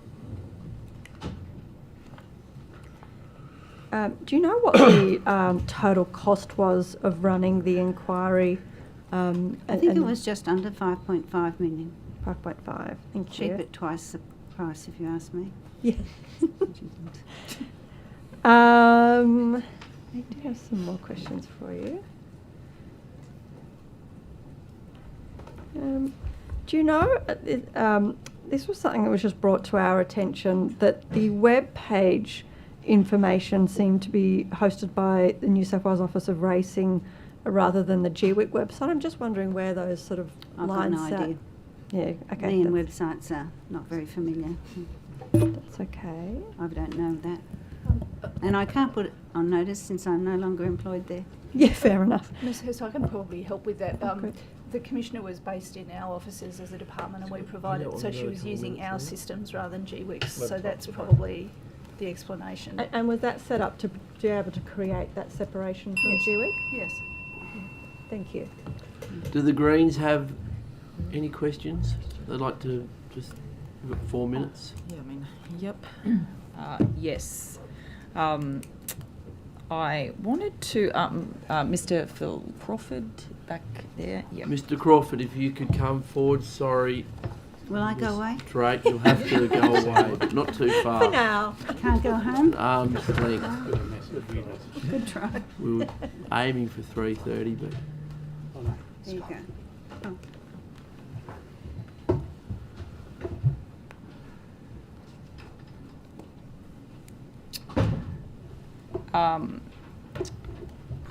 Mr. Crawford, I just wanted to get your thoughts on the government's delaying the restricted cash use on the gaming floor at Star from for another 2 years, I think, out to August 2027, I think. Yep.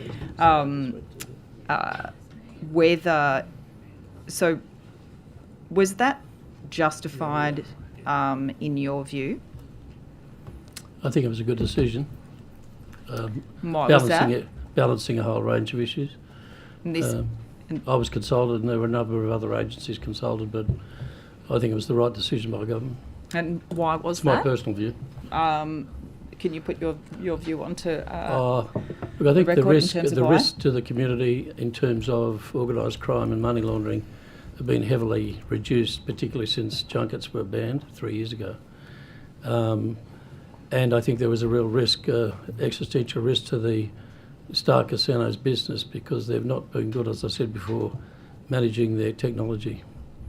And I think, like a lot of businesses, these casinos are very much subject to the cost of living problems that people have. And timing-wise, I didn't think it would help. So systems are in place to reduce risks, and they're very much being watched very closely at the moment. So I thought it was a good decision. And so when you're saying not good in terms of managing the technology, does that mean difficulties in terms of the cards? When you're saying technology, or is it more? Across the board, I think this particular business started out when where we were headed was identified back in 2022.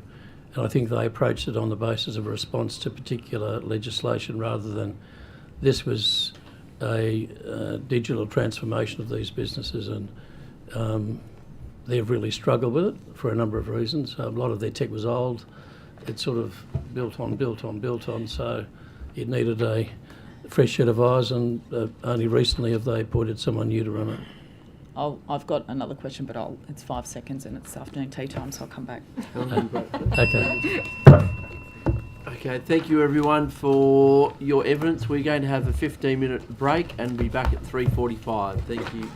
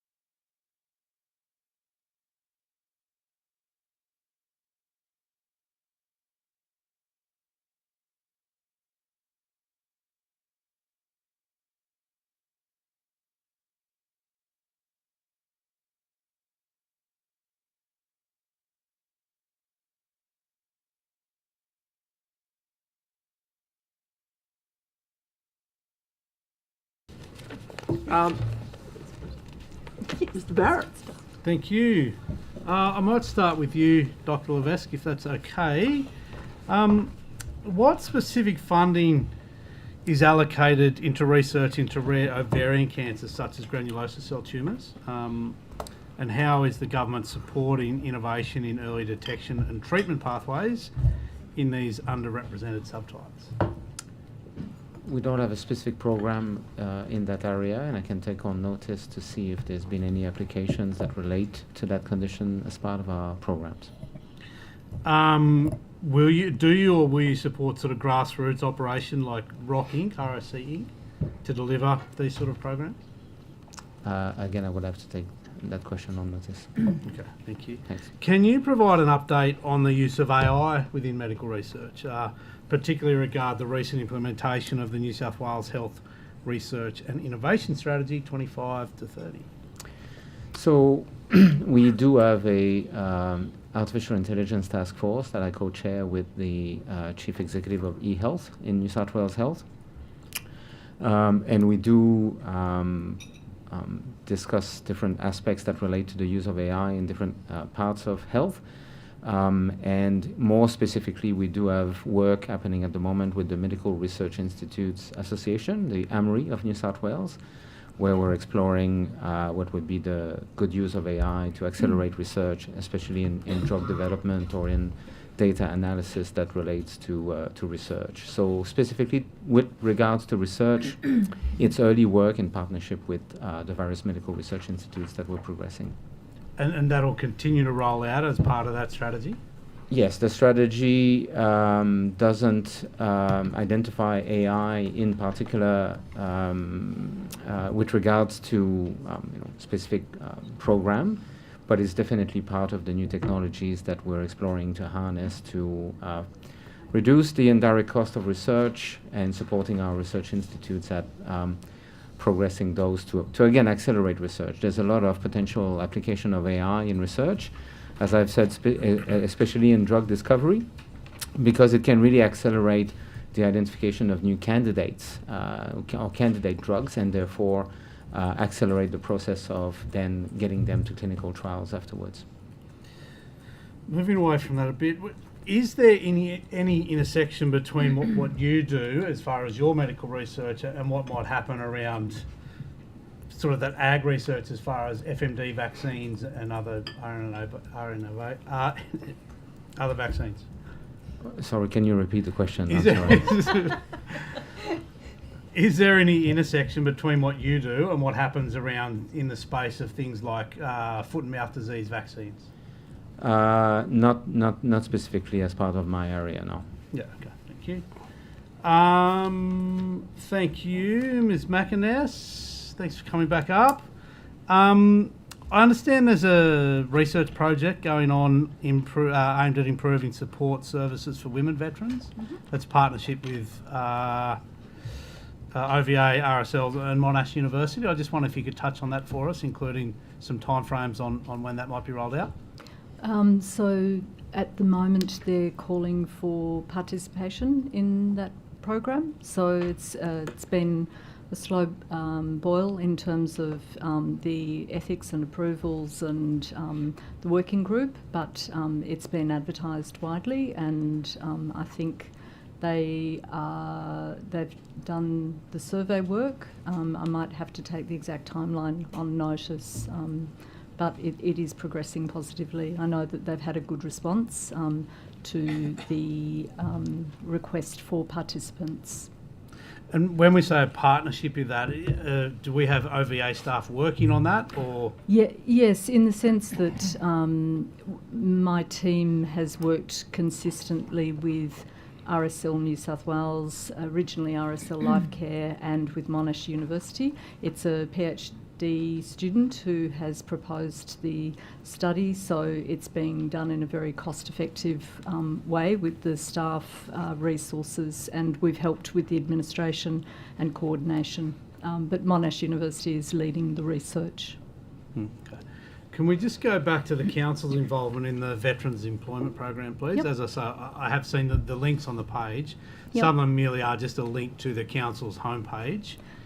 do we expect more than that from councils to be part of the Veterans Employment Program? Yes, so thank you. I went in and checked one particular council. So it's usually under their employment section. Each local government has developed its own form of participation, but they have some standard requirements. So Dallas, Craig Delaney in our team is very passionate about this, so he meets regularly with council groups. I think there's WESROC, NESROC, various forums where councils get together, and he advocates and he meets with councils and explains the veteran employment program. So we've got the rank to grade guide that was developed for local government for the transferability of skills from the Commonwealth to local government. So that exists, and then we have the data on our website for all the local government areas, so Craig can refer local governments to that data and point out how big the veteran population is and the opportunities to employ veterans. So I think the basics of the program are that they commit to employing veterans, to acknowledging the skills and attributes that they can bring to council on their website. They have a veteran indicator question, so we collect the data with the local governments. That's building for how many veterans apply for roles and how many are getting roles in local government, and then a commitment to provide feedback. I've got some notes from Craig, and some councils have gone beyond that, so they've organised local forums, or Parramatta recently set up a veteran roundtable, and they aim to become a DVA veteran employer of choice, so you have to satisfy a number of things with the Commonwealth to become a gold veteran employer. So it's sort of building and joining the blocks. So there's basic requirements, but I think it's always on their website, but where on the website it might be under employment, one group down. So, yeah. Does that answer? And there are 34 to date. 34 to date, great. So that's the work with councils. Last time we chatted about perhaps opportunities in other industries that might be great transitions, great sort of transferable skills for veterans in mining, in agriculture. Are there any steps we were able to take to open doors up into those industries?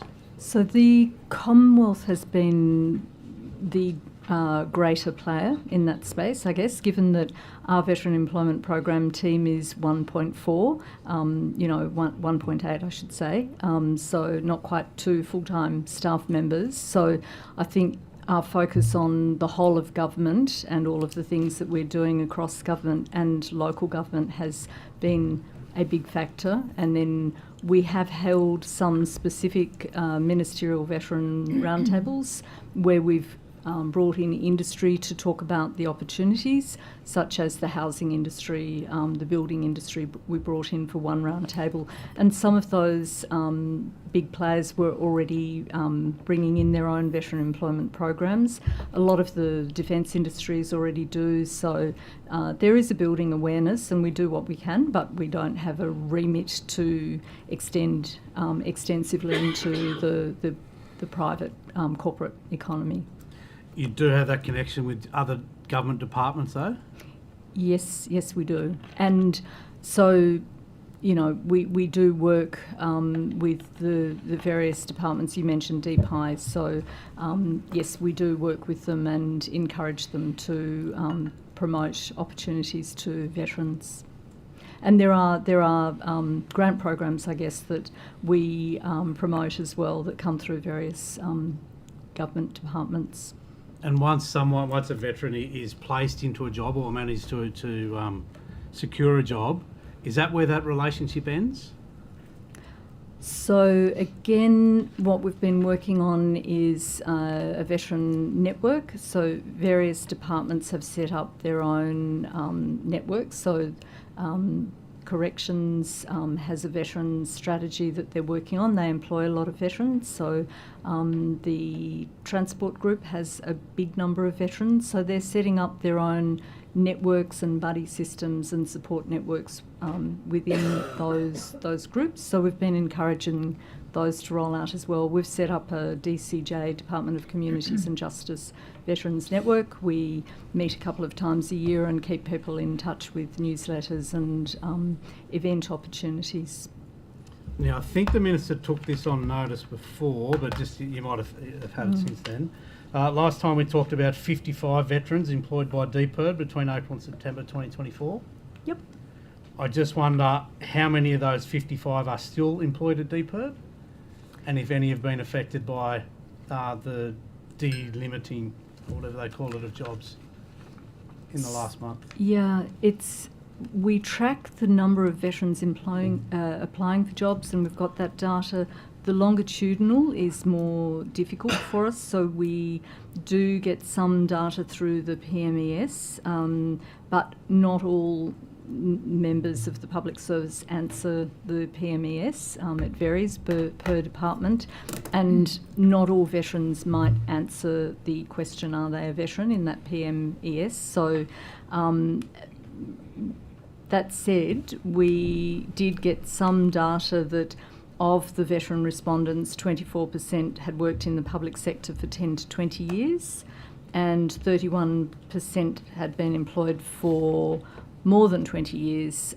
So we're getting that sort of data, but that specific number at DPI, we don't track them specifically to monitor whether they've stayed there or moved on. We're starting to get some of that longitudinal data. And are you able to provide numbers of a percentage of veterans that somehow touch OVA? Yes, in the sense that so Craig and Meg have been in Nowra, and they're at the transition seminars. So we commit to attending all of the ADF transition seminars so that we capture people leaving the military and talk to them about the job opportunities in the state government. So they will keep track of, they will talk to 30 or 50 or 100 people at that seminar. So all of the forums that we hold, the one in Orange will clock the number of veterans that we participate, the number that we write to. So, we meet with groups of veterans regularly. So we do collect all of that. Yeah, okay. Mr. Hamilton, if I can come to you, please. I just wonder what value you place from a department perspective on the importance of our clubs and community groups, etc., in our predominantly Indigenous communities. I'm thinking places like Menindee and Wilcannia, where the footy club or the basketball team plays such an important role in my views. I just wonder from a department perspective, how much value you place on that? Oh, huge value, yeah. Huge value in grassroots Aboriginal organisations in communities, whether they might be connected to football clubs or other services. Yeah, we place a big emphasis on that. Football's obviously an easy one for me to come back to. I've seen the same thing with cricket. Basketball, I understand, is a big one as well. Is there enough support provided to those? I'm thinking about I think they had the Yabbies out at Menindee at one point that have now folded over. Is there enough support to those clubs, and how can we help them play their role as almost that covert diversion roles that they can play? Yeah, I mean, the avenues that we have are generally through grant programs that we run, whether they're sort of NAIDOC Week or our cultural grants. And a lot of them are sort of the community place grants that we ran through Closing the Gap, which covers a whole range of different things from new buses or fixing up office space or community halls where they can run more activity, get more people access to services. I think have great benefit because they have an immediate impact. So a grant as $50,000 grant can make a massive difference in a local community. Yeah, for sure. To give you a proper half volley now, do you want to give me an example of where you have seen one make a real difference, and do we have the evidence that suggests that difference that it makes? Yeah, we can give you a couple. We've medical centre down in the Riverina had a huge a sort of shed at the back of their office space was full of basically lots of other equipment and stuff where they were storing things, and our grant allowed them to fully refurbish that space and open it up to community, be able to run young before school and after school care programs. We also gave that community, or that organisation, got a bus because they're a health service, so they were able to broaden their service and provide that across the district. So it's a really good example of, that's the difference it can make in a small town, and broaden the service that organisation provides. Yeah. Why do we think it's so effective? Because they get more people engaged. People, if they don't, if there's no space for them to either hold events or activities, it creates the opportunity for community to get more involved. If you don't have that space, and if you don't have access to transport, people that live sort of further away in some of the remote parts of the state aren't able to actually get access to things like, fundamental basic medical services, really. Yeah. Look, I said I'd be quick, and I've been longer than I thought I would be, so I will step back now and hand over to Thanks, Mr. Barrett. Ms. Boyd. Thank you very much, Chair. Mr. Tutt, I've now, I think, worked out where we were talking at across each other before. I was asking a question about the number of greyhounds reported as euthanized by private vet after sustaining injury at a race meeting, so not the on-track deaths, which I think is the category E that you were referring to. That's right. So what we see in the data is, as you say, a decrease in on-track deaths, but then this massive increase, 175% year on year, in the numbers of dogs who have sustained a critical injury on track, but then taken away and they're euthanized there. So I guess the question to you is, do those two together mean that really there hasn't been a reduction in the number of deaths? It's just whether or not we're tracking them on track or off track. That's right. So the Commission now undertakes its reporting where it does deal with the category E, so the euthanasias on track by the on track veterinarians, but also it has the mortality greyhounds that are related to the injury that they sustained at the track, which can be from any time from when they go to a private veterinarian. Can be 1 day, can be 2 days, can be really any day. But we do that for transparency reasons. Now, we're a jurisdiction that, regardless of the time limit that has passed since the injury's been sustained to the greyhound, we still report on that as a track-related mortality. Yeah. So, so that does provide a more complete and accurate data setting.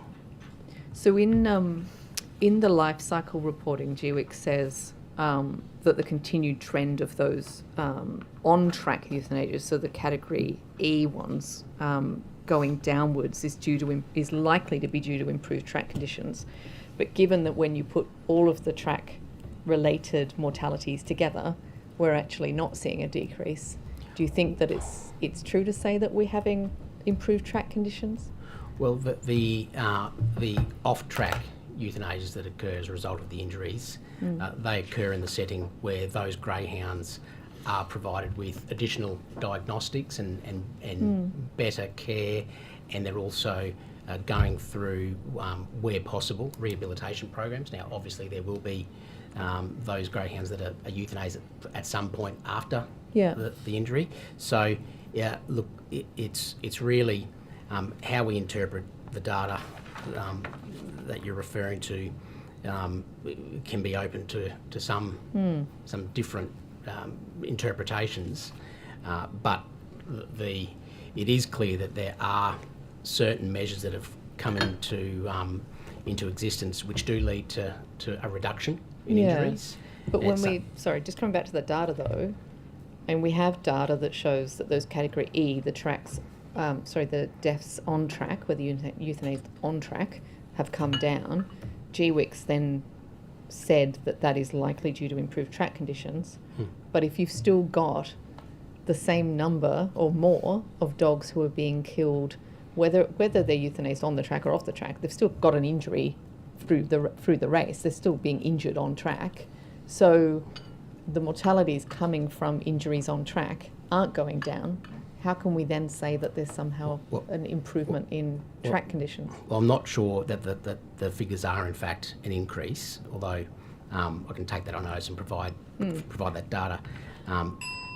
But what is clear is that the on-track euthanasias that would have occurred in the past are now significantly less due to those other measures that we've put in place, whereby as part of the Greyhound Care Scheme, which is a scheme run by Greyhound Racing New South Wales, a greyhound that does sustain an injury at a race meeting will, wherever possible, go off to one of those veterinary clinics to be assessed and hopefully rehabilitated so that they don't form part of... Which is fine, but the stats are still showing. I mean, if we've got 44, from 16 to 44 in the 23 to 24 financial year to the 24-25 financial year being euthanased off track, I'd be interested to know how that adds up with those Category E deaths then, to see if... I just don't know how we can then conclude that there's been some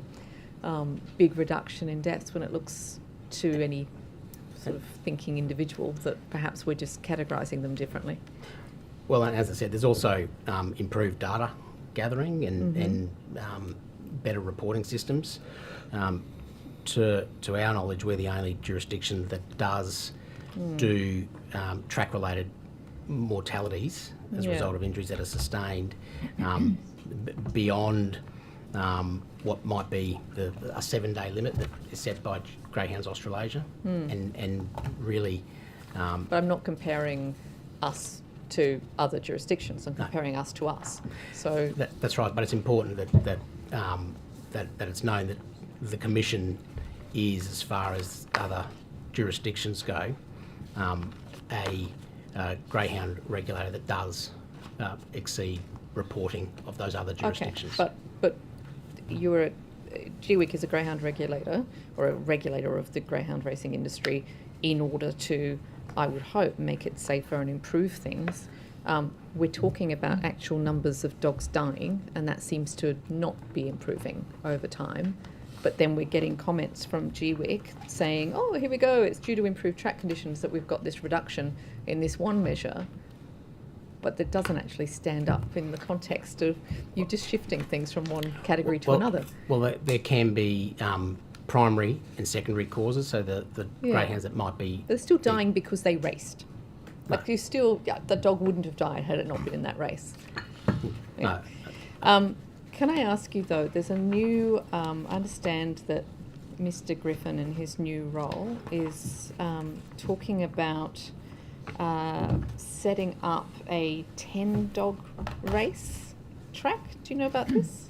I'm aware of the proposal, yes. Yeah, so I thought we had got to the point where we well understood that 6 dogs was dangerous but not as dangerous as 10, and now we've got these proposals for a 10 race or 10 greyhound race with Mr. Griffin saying this is really good for the betting agencies and for people who want to gamble on the dogs. Will GWIC be stepping in to stop that happening? So, as I understand what the proposal is, it's for straight racing. And but straight 10 dogs. That's right. And straight racing, the data shows, is far safer as far as racing injuries go. And reason being, of course, amongst other things, that the greyhounds don't have to navigate corners. And as I said, as I understand that proposal, which is one that's also either occurring or will occur in Queensland, as I believe. So it's not a new concept to have 10 dogs racing in straight racing. So we know, and I'm glad you said that, because I had a memorable budget estimates a while back with Minister Anderson, where I was asking him whether a straight track was safer than a round track, and we went round and round in circles, puns intended, over that. So it's great that we're acknowledging that a straight track is safer than a curved track. but we also know that the fewer number of dogs racing, the safer. Are we sort of netting out the benefits of both of those and now saying, well, yes, but we don't have to worry about there being 6 dogs. There can be more than 6 if we've got a straight track. Doesn't that just net off the safety? Or is there some data showing that that's actually completely fine? So we compile data in relation to both straight track racing and circle. So on a straight track, is 10 dogs safer or the same or riskier than 6 dogs? So we haven't commenced in New South Wales with 10 dogs, so that data's not available at this point. But based on the studies that were done a few years back, where we first sort of took on board the evidence that a straight track was safer, even though we continue to build the curved ones, was anything in that research indicating that you could have an unlimited number of dogs running on a straight track and it would be fine? That would just be as safe as 6? I'd have to take that on notice as to what the actual reports say in relation to that. Thank you. I asked previously about GWIC's reticence to actually use its power to lay charges and prosecute under POCTA in the same way that RSPCA, New South Wales and the Animal Welfare League does. And I think I was told in July 2024 that GWIC had commenced prosecutions on only 3 occasions. Has there been any prosecutions commenced by GWIC subsequent to July 24? Yes, there was a matter that was dealt with in the local court at Wagga, which was a breach of the code of practice. So there's at least that matter, and there's another matter which we've commenced very recently in I think it's the Windsor local court. Okay, so 5. I understand that a Mr. Glenn Powell was sentenced in the local New South Wales Newcastle Court for animal cruelty in August this year. It was that case was pursued by RSPCA rather than GWIC because GWIC didn't do it. So I understand that Powell was already under suspension. Is there a reason why GWIC didn't pursue that? So GWIC obviously took regulatory action in relation to that matter, and in that particular matter a disqualification was imposed, and that particular participant is still subject to a disqualification. So at the time the decision was made not to prosecute, and information was given to the complainant in that matter, and that information led to a complaint being made to the RSPCA, and they prosecuted the matter. And will his licence now be permanently revoked? So that will be subject to some further disciplinary action, and that will be a matter for the decision makers. But what is clear is the greyhound racing rules provide that where a person has been convicted in a court of those sorts of offences, that disciplinary action can occur, and with that it would be likely that upon a finding by the decision makers that that person's licence would be dealt with with a severe penalty. You can imagine that from a sort of bystander's perspective looking at this, you've got GWIC who are tasked with overseeing the industry and ensuring that we don't get animal cruelty of that kind. We have RSPCA and the Animal Welfare League who are incredibly poorly funded and have all of the other animals to deal with. You've just said that really this person's chances of being disqualified permanently are reliant on them getting this finding of animal cruelty, which has now been given. We'll come back to that's clearly you want to clarify that, that's fine. But also we've heard that GWIC has a zero tolerance to animal cruelty. I guess, wouldn't an ordinary person just want to know why you're not prosecuting more of these people yourself if it's so important in order to then get these people out of the industry if they are committing animal cruelty offences? So there are other ways that we can take disciplinary action to ensure that those participants are prohibited from the industry, and the Commission takes disciplinary action to disqualify for life many participants, and those matters are all subject to our disciplinary processes and published on our website. And we impose lifetime disqualifications from the industry, which prohibits those participants from having anything to do with greyhound racing, and we do that without having to go through the court processes for many of those matters. But of course, we do when the particular circumstances of those matters require, we will consider taking action. Do you think that 5 prosecutions that we're aware of, that GWIC has undertaken in its lifetime, is sufficient? Look, if there's other matters that we need to in the future to consider to go down the prosecution path, we will. But right now, we're satisfied of the regulatory action that we take in relation to those matters. Thank you, Mr. Hutton. Ms. Hurst. Thank you. Can I just clarify, were you asking Mm. Thank you. Mr. Tutt, can you provide an update in regards to how many dogs have died as part of the US Aussie Mates in the States program?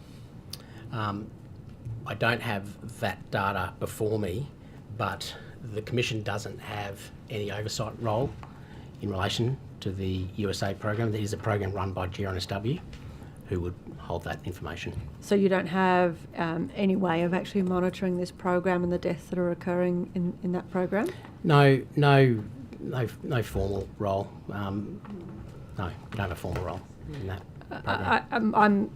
I think my understanding is that originally GWIC visited the US. Is that right, as part of that program? Has there been further visits in the US to ensure those dogs are being rehomed? No. The only audit of that program was done in October of 2023, and there hasn't been any further audit of the program by GWIC. The last I heard on the 3rd of June 2025 was that there's been 8 deaths. Are you aware if there's been any more? I'm not aware. Does Greyhound Racing New South Wales report to you in regards to how many dogs they are rehoming through that program? Yes, we do receive data from GRNSW. So they tell you how many dogs are actually rehomed once they arrive in the US? I don't know what the level of detail is in relation to the information provided to us by GRNSW, but they certainly provide us with information of greyhounds that they rehome generally. Okay, but they may not be including any rehoming statistics from the US. I believe they are. I mean, I can confirm that and provide the precise answer, but I believe it does contain information about greyhounds that are sent as part of the USA program. Sorry, not just sent as part of the US program, but actually rehomed once they arrive in the US. I guess it's the stats I'm trying to find. There's been obviously accusations that some of these dogs are ending up in kennels and that they're not rehomed, or that they are euthanised sometime after they've arrived in the US. And so rather than getting the data as to how many greyhounds they've sent off, I'm wondering if you get data in regards to how many are actually rehomed once they arrive in other countries. I'd have to take that on notice. Okay. Yeah. Thank you. I'm not sure that we get the data that goes to the homes once they arrive in the US. Yep. No, we certainly get information that's part of the program, but what happens beyond that, I'd have to take that on notice. Thank you. Has GWIC consulted with RSPCA New South Wales or RSPCA Australia about the YE report or the Drake report, and in particular the findings and recommendations in those reports? That'd be a matter for Commissioner Drake as to what's happened in relation to the Drake so report. GWIC wouldn't meet at any point in the future to discuss the findings also of the YE report? Look, if there's a need for us to do that at some point, we would certainly give that consideration. And have you assessed that at this point there is no need? At this point, the YE report's been provided to the Minister. It was part of, as we understand it, the evidence in Acting Commissioner Drake's inquiry. So at this point, it's a matter that's under consideration by government, and should we have to consider that further after government's made a decision in relation to it, we would. And have you seen the Drake report yourself as part of GWIC? Not yet. No. The industry's Racewell app system is promoted by GWIC to protect GR New South Wales participants. I understand it was designed to educate participants and protect greyhounds from the harmful risks and impacts of drugging. I'm wondering how this app is really working, given the ongoing high volume of GWIC investigation cases and guilty findings relating to drugs. Have you found that the app's actually made any difference in those statistics? Well, it's a bit hard for us to assess exactly the correlation between the Racewell app and prohibited substance matters. And the Racewell app is designed to provide GWIC participants with information in relation to certain substances that will be registered. So it is difficult to find a correlation between the efficacy of the app and our prohibited substances. And why would that be difficult? How participants might use the Racewell app and whether they use it in fact and then return a positive to a prohibited substance really is not part of our data capturing set. So you have no idea if the app's effective at all? No, so we anecdotally know that participants use the app to assess certain usages of medications, such as withholding periods and the like. But as far as whether the app itself is correlated to prohibited substances, we don't actually capture that particular data. And you might want to take this one on notice. I'm just wondering the number of cases of prohibited substances that were found within the last 12 months. I do have, I'd have to take on notice the ones that relate to prohibited substance matters. I know in the last 12 months we've had a total of 113 disciplinary matters, but that of course includes things other than prohibited substances. Thank you. GWIC's a largely publicly funded agency which is required to undertake a statutory role in a transparent and accountable manner. My office understands that GWIC has refused to respond to questions from members of the public around animal welfare or from animal welfare or animal rights organisations, and I've cited many of these communications where questions have been denied. Why is it that GWIC is requiring organisations or members from the public to apply for formal GIPPers in order to be able to obtain basic sort of transparent information? So GWIC will deal with information that's sought by members of the public. Certainly it considers doing it in an informal way, but there will be certain instances where it will require a formal process through the GIPPer processes like you've mentioned. There's also processes where GWIC engage with stakeholders and organisations in a way where we conduct regular and scheduled meetings and provide agendas. And we do that and we find that that's a meaningful way for us to engage with stakeholders, and we've offered other organisations that same engagement service, but they've not availed themselves of that opportunity in some instances, but some do, and I know we do it in relation to organisations like, for instance, the Coalition for Protection of Greyhounds. We meet on a regular basis, we have agended meetings, minutes are taken, and preparations done in relation to those meetings, and we find that that's a good way for us to engage with that organisation. But again, we've offered that to other similar organisations to engage in the same way, but that hasn't always been taken up. And how do you decide when you push back on an organisation that's seeking basic animal welfare information about the industry? How do you decide, that they will need to apply and pay for a GIPPer process compared to providing the information that these organisations are requesting? Well, we receive a lot of requests as part of our day-to-day operations, and we like to have a formal process where we can engage with particular organisations so that there's a proper record and it's transparent. But of course, if anyone, organisations or individuals, wish to make certain complaints or provide us with information, well then we do undertake an assessment of that and investigate wherever appropriate. So, Sorry, it's not about providing you information, it's about asking questions in regards to animal welfare matters.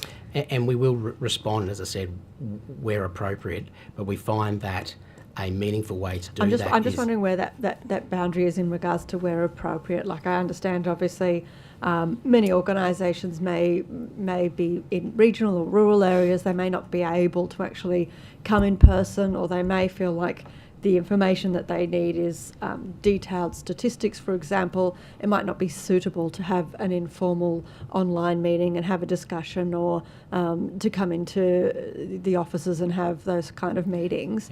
If somebody's sort of saying, look, I just need some quick information about this, how do you make that decision process where those organisations have to go off and apply for a GIPA? Well, where we get particular organisations requesting a lot of information on multiple occasions, we find that to engage meaningfully with those organisations rather than provide information on an ad hoc basis whenever it might come in, that we do formalise it through the structured and scheduled meetings. And as I said, we do that already, and we've offered to do that with other organisations. The other point to make in relation to our data is we do put out our quarterly life cycle and injury reports, of course. They're available for everyone, organisations and the public in general. So, as I said, we do provide those opportunities and those forums for those organisations. Thank you, Mr. Tutt. At this juncture, before I hand to Ms. Fairman, Mr. Draper and Ms. Marr are leaving us. Thank you. Thank you very much for your attendance today and the work you do for the people of New South Wales. Ms. Fairman. Thank you. Thank you, Chair. Mr. Barakat, I just wanted to ask about the $100 million harm minimisation fund, which is essentially the fine that was slapped on Star Casino back in 2022, I think. What has happened with that? What's that being spent on? So it's still there. It's earmarked for expenditure on gambling harm minimisation by government. There was $3.4 million provided to support the work of the independent panel. There was another $6.4 provided to look into statewide exclusion register, and then $10 million each financial year for the last 3 financial years has been provided to the Responsible Gambling Fund. So in all, I think there's about $70.2 million left over that the government will need to determine how to use as likely as part of its response to the panel report, and that might include implementation of statewide exclusion registers and facial recognition and things like that. Could you take on notice the details of the statewide exclusion register? I think you said 6.4 million or something. What that money has gone to? In terms of if it's consultants, for what report, what it's been spent on? So at the moment it hasn't all been spent, and it's likely we'll need to seek approval for more funds to actually develop the scheme. So we're in a tender process at the moment, looking for a third party with the relevant technical expertise to appoint to actually construct this statewide exclusion register to link venues at the back end through a technical process to allow people to be excluded across the state. But yes, I can definitely take on notice how much of the 6.4 has been spent and on what. So at this point, the government has said they're not responding to the roadmap. We don't know where that's up to. It's sitting with the government. It's been more than 6 months. There's been no commitment. And in the roadmap for gaming reform, it states very clearly about the $100 million harm minimisation fund, that the executive committee supports use of the fund to implement the account-based gaming system, including communication and marketing, change management activities, evaluation, monitoring, and any appropriate industry support and transitional requirements. So it's being spent on other things in terms of what the government would prefer to do other than account-based gaming? No, so it hasn't been. The remaining, I think, 70 odd million is, and I can get you the exact figure on notice, is still sitting there and available. What was allocated by the government for the independent panel and the 6.4 I spoke about in relation to exploring options for exclusion was allocated before the panel made the recommendation. So the 3.4 obviously was there to support the panel's deliberations. So the remainder is still there, and as you said, the government is yet to respond to that report. So it's a matter for the government to determine how it wants to spend that remaining money. So is the rest of it just quarantined until the government makes up its mind about whether it's going to do anything that the roadmap has recommended? My understanding is it's quarantined to be used on gambling harm minimisation. Exactly how it's used will be a decision for the government. So that's the $10 million for the Office of Responsible Gambling. How much of a percentage of the office's total budget is that? So the office's total budget is for this financial year 25-26 is $34.5 million, and that would include that $10 million. Is that $10 million? So the office has been around for 3-4 years. Is that right? I'd have to take on notice. I think it's longer than that though. Is that I'd be keen to know if the $10 million is additional to their usual budget and has provided a $10 million boost, or whether it has been replacing.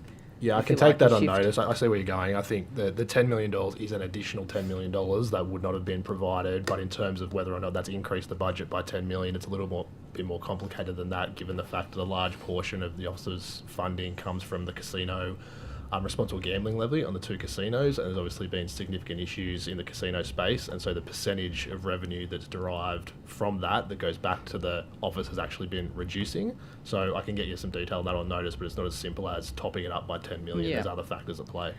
So do they get any? Does the office get any money from pubs and clubs? They get a small portion through what's called the Community Benefits Payment Scheme, whereby if ILGA approves an application from a venue to increase its gaming machine threshold, so increase the amount of gaming machines it can have, ILGA can stipulate that venue then has to pay a lump sum payment to the Office of Responsible Gambling, or a payment over time, so it could be 3 years, 5 years, to the Office of Responsible Gambling. That money is then used to fund services in that local community where the gaming machine increase has occurred, and the office also gets a hypothecation of $5 million plus CPI from the point of consumption tax each year. With the research projects that the Office of Responsible Gambling is funding, is there a requirement that harm reduction must be one of the aims of that research? The overall remit of the Office of Responsible Gambling is harm reduction, so I think their vision, and I can take on notice the specific wording, but is moving towards zero gambling harm. So everything they do is about trying to minimise harm in the community from poker machines. So they've done research about the risks associated with live streaming and gambling, risks about gambling among secondary school students, links between gambling and domestic violence, excuse me, the identification of gambling comorbidity in hospital settings, and obviously there's the New South Wales Responsible Gambling Survey, which is the key piece of research they do on a regular basis. Because there could also be some of the research that's used. I mean, how do you because some of the research could be used that's being funded by this $100 million fine, for example, that was supposed to go to harm reduction, to just research gambling. For example, one of them, the cultural influences in terms of what influences people to gamble, interdisciplinary investigation of sports betting, in it to win it. None of that mentions gambling harm. The effects of gambling advertisements on young people, and that's about basically says studying the effects of gambling advertisements on young people's perceptions of gambling and their gambling-related decision-making. I mean, that could actually be used to, by industry.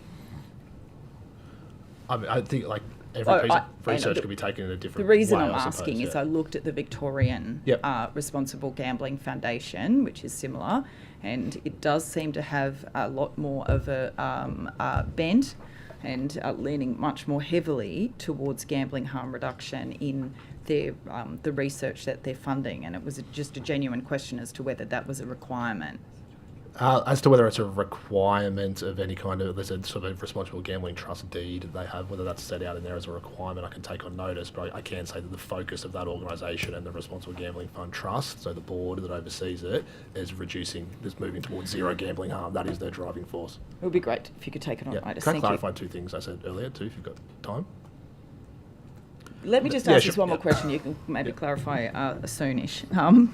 I did want to get an update about the club grants review, which went to the Minister in October last year. I can't see any update except for the fact everything's just being advertised like there's no issue. And what's happening with that? So again, it's a question for government. So at this stage, nothing has changed. The program will continue to run as it normally would. We have, as you said, undertaken a review, provided a report to government. The government is now considering that report. It will need to make a determination as to how it wishes to proceed. So the independent panel on gaming reform was also undertaking or looking at club grants in a kind of parallel. No, so they were doing their work concurrently to the review. So they were separate processes. So we did a review of the club grant scheme, and we consulted with industry, we consulted with community groups, we consulted with the public. The panel, it was just that these things were happening concurrently. So the panel did its thing on developing its roadmap. At the same time, we looked at club grants. Both of those reports have now been provided to government for it to consider. I believe the Minister at some point may have said that the club grants was an issue that the independent panel would be looking at in one of the budget estimates, because I remember asking about a range of different things, and every single issue about pokies was going to that panel. Yeah, well, I'll take it on notice. Now we don't know what's happening with any of it. I can clarify that on notice for you, Ms. Fairman, if that's all right. Oh, gosh. I certainly hope that we don't come back here in another 6 months after ask the same questions and you can't tell me anything, because everything's still sitting with this government and they haven't actually acted on any of the reviews. How many staff, can you provide on notice the staff organisational chart of both liquor and gaming in terms of who does what, including in terms of gambling? That's what I'm particularly interested in, but you can do liquor as well. Yep. And the Office of Responsible Gambling in terms of the staffing structure for that as well, please, Absolutely. Mr. Barakat. Thank you. Do you have work to do with the government not actually giving? Quite a lot, coming I back? was explaining previously some of the things that we've been doing, but yeah, I know. I take that back. I do I know. take that back. I know. I know public officials and public servants are working very hard. I actually take that back. Appreciate that, thank It's you. the Minister who is not doing as much as he should be. Do you have any more, crossbench? Well, you've got more. Which order? Never ending. Is it me? I think we are now up to Ms. Hurst. Ms. Hurst. No, not Ms. Hurst, Ms. Boyd. Oh, Sorry. it's me. Ms. Boyd. Thank and you. then to Ms. Hurst. Apologies. That's right. Thank you very much, Chair. A quick one. Mr. Tutt, how many kennel premises has GWIC inspected in the last 12 months? I'd have to take that on notice, the exact number. That would be very useful. But I can actually come back to you in relation to one that I took on notice about prohibited substances. Just where there 40 charges related to breach of prohibited substances in the last financial year, the 24-25, of which 8 related to permanently banned prohibited substances. Okay, thank you. Just on the, sorry, yes, if you could take on notice how many kennel premises GWIC's inspected in the last 12 months, and then also in the previous 3 years, that would be very useful. Each of the previous financial years. I'll take that on notice. I mean, they form part of our annual report, I believe. I'll do that. Great, thank you. I think I've asked you about the 10-dog straight track. Apparently it's already killed 12 greyhounds in Queensland. They're 10-dog straight track. So it doesn't sound particularly safe. I'm not aware of the Right. stats from Queensland. In the financial year 23-24, the total mortality figures showed 455 greyhounds having illness recorded as the cause of death. Does GWIC record the types of illness to track things like bloodlines and cancers, bone cancers, things like that? We don't go into that level of detail as part of our reports, but if there is details that is provided to us, by participants with certifications from veterinarians, we would have some documentation about that, but we don't report on the particular types of illness. Okay. I think I'll ask these other ones on SUPs later. Looking at greyhound retirements, The number of greyhounds retired under the category of retained by industry participant as pet or for breeding continues increasing. For 24 to 25 financial year, it was 1,359, or 41% of them were apparently retained as a pet. Is GWIC concerned that over 1,000 dogs a year are being kept by participants with no oversight except for that 12-month check-in, without any further socialisation requirements or any sort of obligation to report their deaths? So every greyhound that's with the participant that dies is required to be reported to us, and it's not just the. Sorry, even when it's a greyhound that is no longer registered with GWIC. So they're always, if it's with a participant, it's still on our register. Okay. So every greyhound that's with the participant is on our register, Mhm. and there's reporting obligations in relation to those. But it's not just the 12-month check-in in relation to retired greyhounds. There will be kennel inspections at participants' premises that might have a number of racing greyhounds, but also retired greyhounds. Mhm. Well, they're still subject to inspections. There's requirements within the Code of Practice that pertain to retired greyhounds, as they do Mhm. to other greyhounds. So it's not just the check-in that's part of a requirement for a retired greyhound. Okay, but I understand that so if they need to be checked in to E-Track every 12 months, presumably you could go into E-Track right now and be able to tell me how many retired greyhounds retained by participants are missing or have outdated information. Yes, that data would be available Yeah. in our system. Are you able Sure. to just maybe on notice? That'll be. I'll provide the precise number on notice, but that's data that we do capture. Thank you. I think I asked these ones on.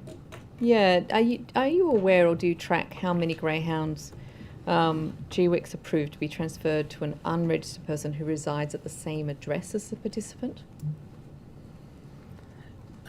We do track greyhounds that are rehomed by a participant to a third-party non-participant. Mhm. So we do that. So that data is available.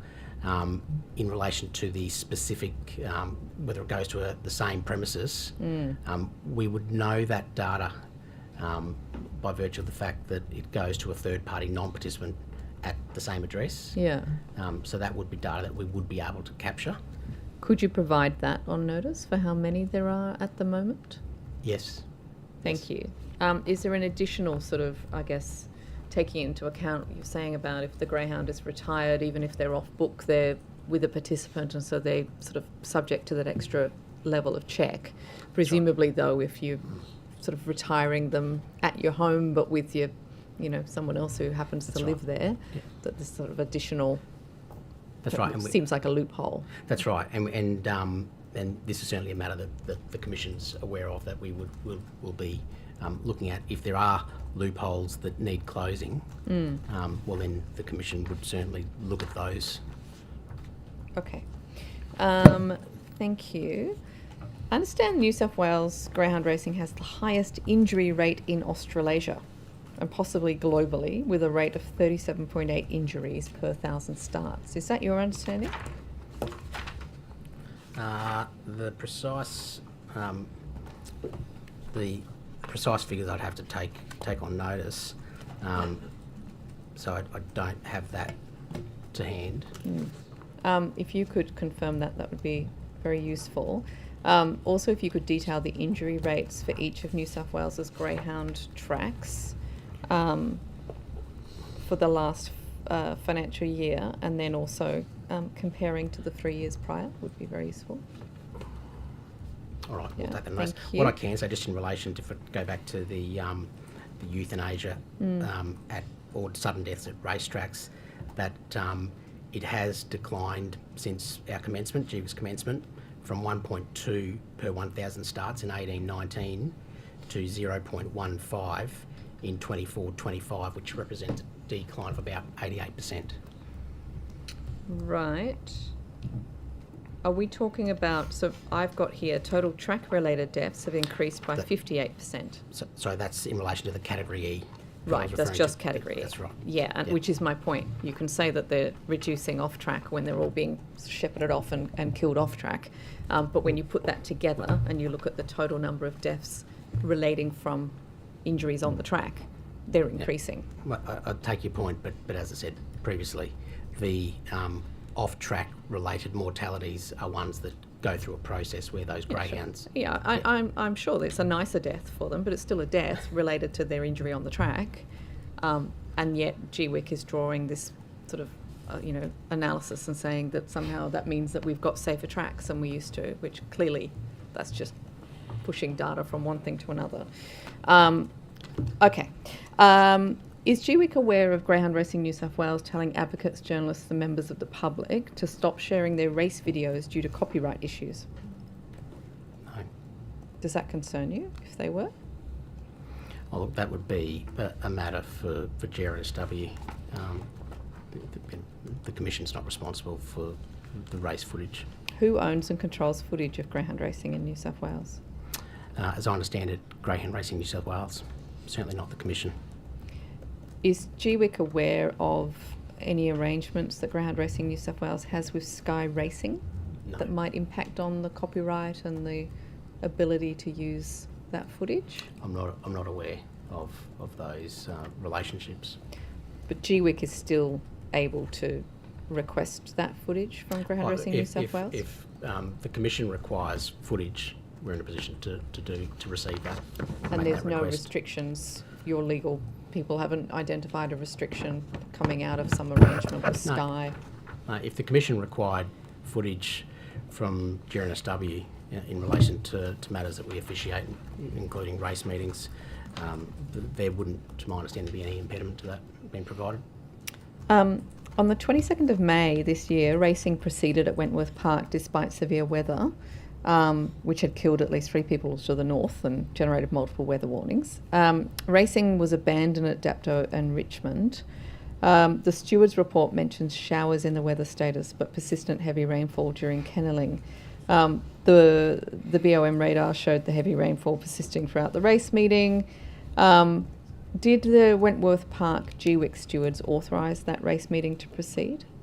Yes, every race meeting that proceeds does so under the supervision of GWIC stewards. And what is GWIC's policy then for abandoning racing in extreme weather like that? So if there is extreme weather and there's a imminent risk to greyhounds or participants, well then the Commission stewards will make a decision to not proceed.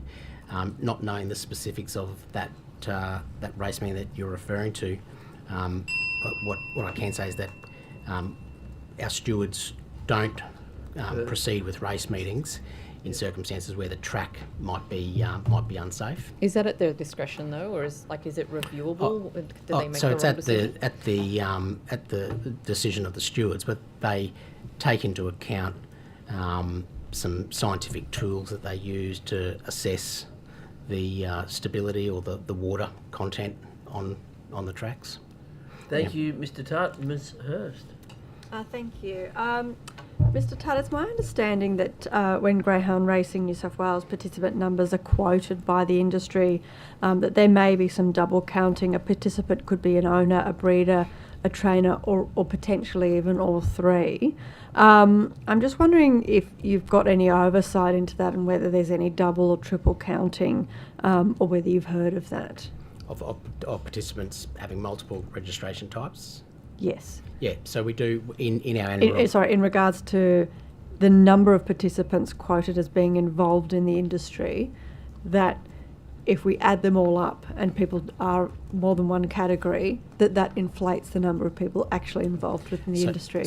So in our annual report, we outline the total number of registrations held, and we make it clear that may include multiple registration held by participants, but we also break it down to individual registrations held, such as trainer or breeder, which is a relatively common combination of registration types. And have you heard, though, that the industry then uses those total figures to say that this is the number of people involved in the industry? No, I'm not aware of You're that. not aware of that? We put that in our annual report. It's there for everyone to see. I know that you were alerted to a greyhound that was being forced to race with terminal cancer. Could I get an update on the investigation into that case? Yeah, so that's still ongoing. That greyhound's been prohibited from racing until such time as we obtain veterinary information, which will be reviewed by the Commission's Chief Veterinary Officer before a decision is made in relation to that greyhound's racing future. Okay. And do you have a rough timeline in regards to that investigation? I don't, although I believe that there's going to be an assessment this week or next week by a specialist veterinarian. Okay, thank you. And what's the current process? Is there a process underway to appoint a permanent CEO of GWIC? I noticed that you've been acting in the role now for some time. Is there a process currently underway to have that position filled permanently? That's really a matter for the commissioners. That hasn't commenced. It hasn't commenced to your No, awareness. that's right. And I'm still only acting. There's been no recruitment commenced. Thank you. And I know we asked some questions before in regards to Mr. Steve Griffin being referred to as handsy. I'm wondering if you've heard of the term octopus used to describe Mr. Griffin. Yeah, I have. And again, so I want to be clear on this.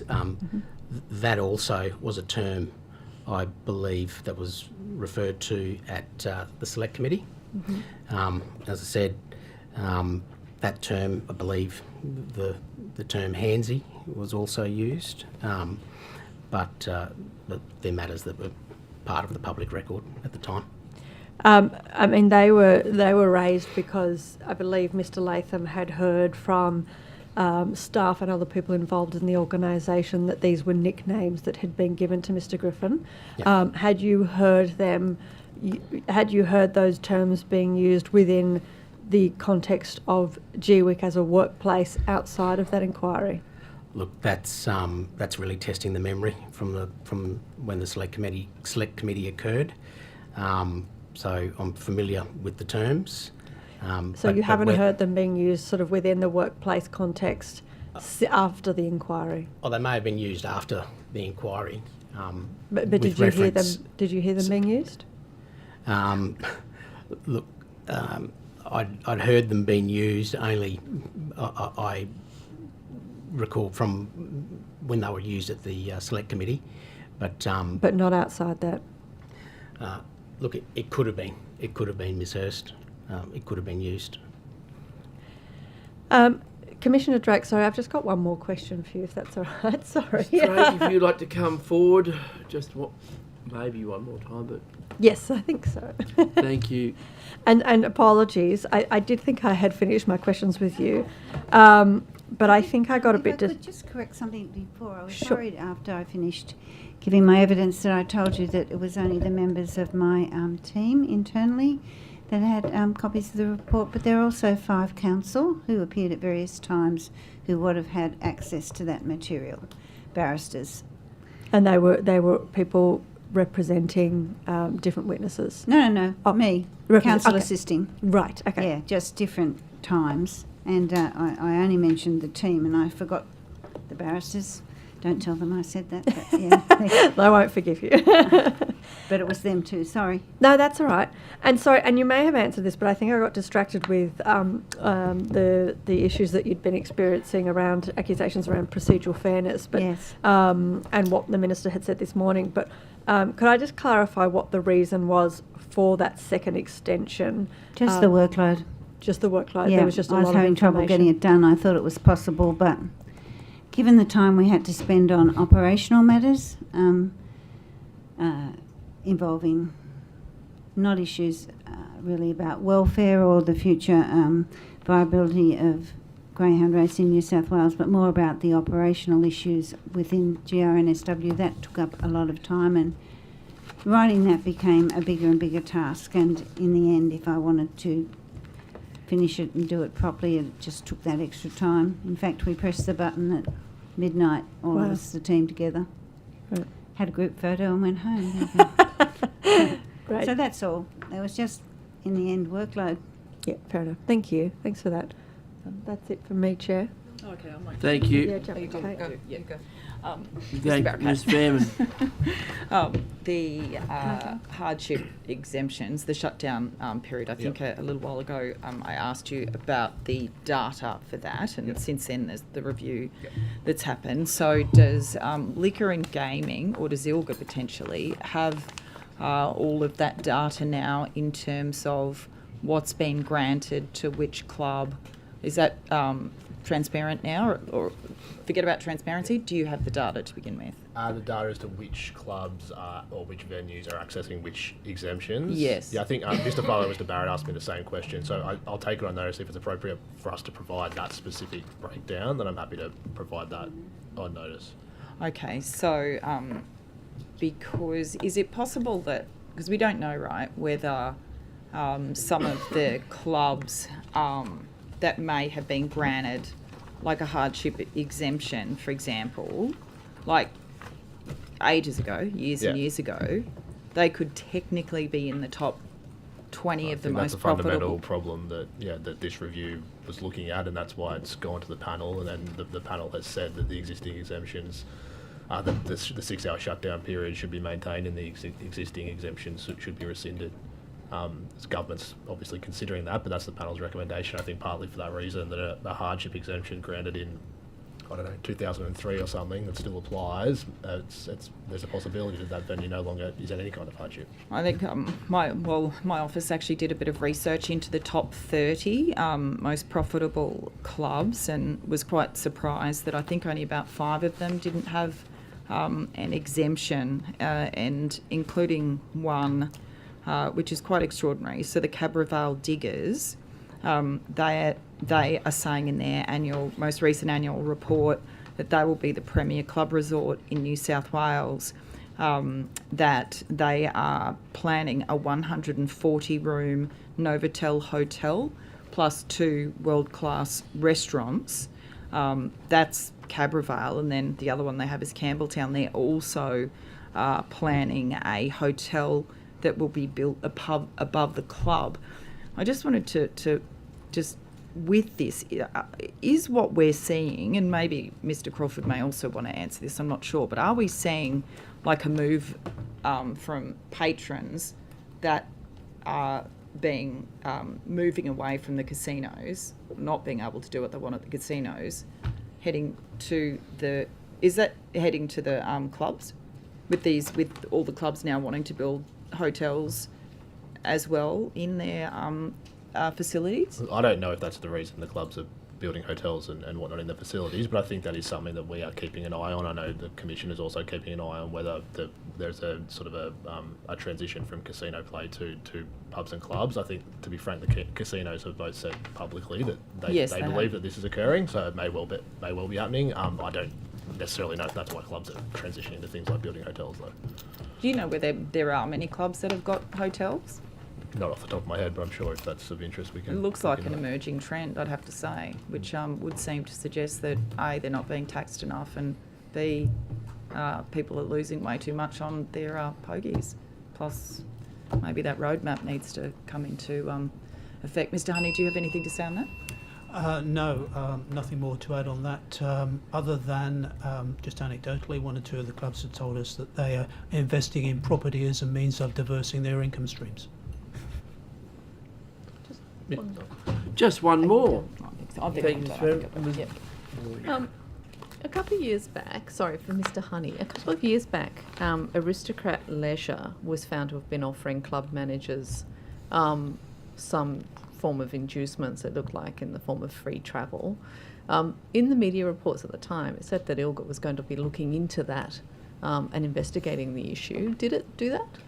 there is an investigation underway. I'll pass it across to Mr. Barakat because he can clarify. Yes, there's actually an investigation by Liquor and Gaming New South Wales into that issue, which we would then provide to ILGA. So I can check on the exact status of it, but I think our investigation into the manufacturers has now concluded, but the process is then we refer that to ILGA for ILGA to consider and make a determination around whether or not there's a disciplinary complaint to be seen here. Right, So because that was a couple of years ago. That's a pretty complex investigation, to be honest, and it's not unusual for investigations of this nature to take some time. There's a large number of manufacturers and there's a large number of clubs and a large number of documentations to be sorted through, but part of that investigation in relation to the manufacturers has now been closed off, and we will now provide that to ILGA. ILGA will need to consider it. How many club managers did you catch? We haven't caught anyone, and it's not appropriate for me to talk about it any further other than say our part of that aspect of this is now complete, and it's now up to ILGA to make a decision as to what penalty, if any, should be applied. And did you always anticipate it was going to take that long? I didn't anticipate one way or another, but I don't necessarily think it's unusual for complex investigations to take some time. Okay, but from a public accountability perspective, if there's something like that, which is quite serious allegations, gets flagged in the media, and then we have a government department saying they're going to look into it and do something about it, but then we're over 2 years later and we still haven't got any news of what's happened. Do you think that's kind of quick enough, really? I think from a public accountability perspective, people would expect us to be undertaking an appropriate investigation, and that will take as long as it takes, and it's not appropriate for us to be commenting publicly or in the media about the ins and outs of that investigation while it's underway. Okay, but you would expect Parliament to ask, wouldn't you? Like where it's going. I mean, we can't just trust a department to take 2 years and not ask questions. No, of course. I'm happy for you to ask the questions. I'm just saying that I can't give you any detail, given it's still under consideration. But is there an estimated time when that might be? So now, like I've sort of explained, like our role in this, our investigation of the manufacturers has been completed. We'll now provide that to ILGA, and ILGA will need to consider the evidence that we provide. But you said you've completed it, and now it will be provided. So but ILGA is the like decision making. It hasn't yet been decided. It hasn't yet been provided to ILGA.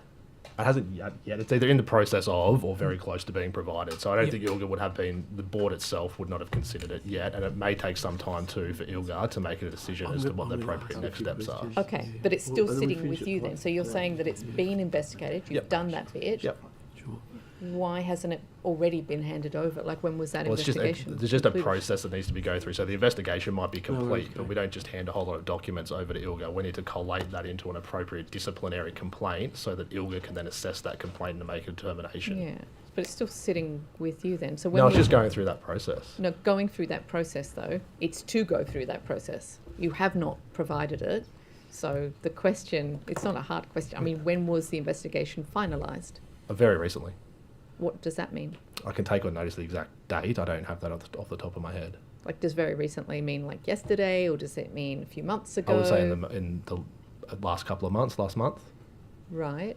And so then it takes a period of time, does it, to actually put that into a form where it can go to ILGA? It needs to be, like the investigation, the evidence, our findings, our recommendations need to be collated into what's called a disciplinary complaint that is then provided to ILGA, which ILGA assesses and considers and makes a determination. So when you said the investigation was completed a couple of months ago, not that bit of it?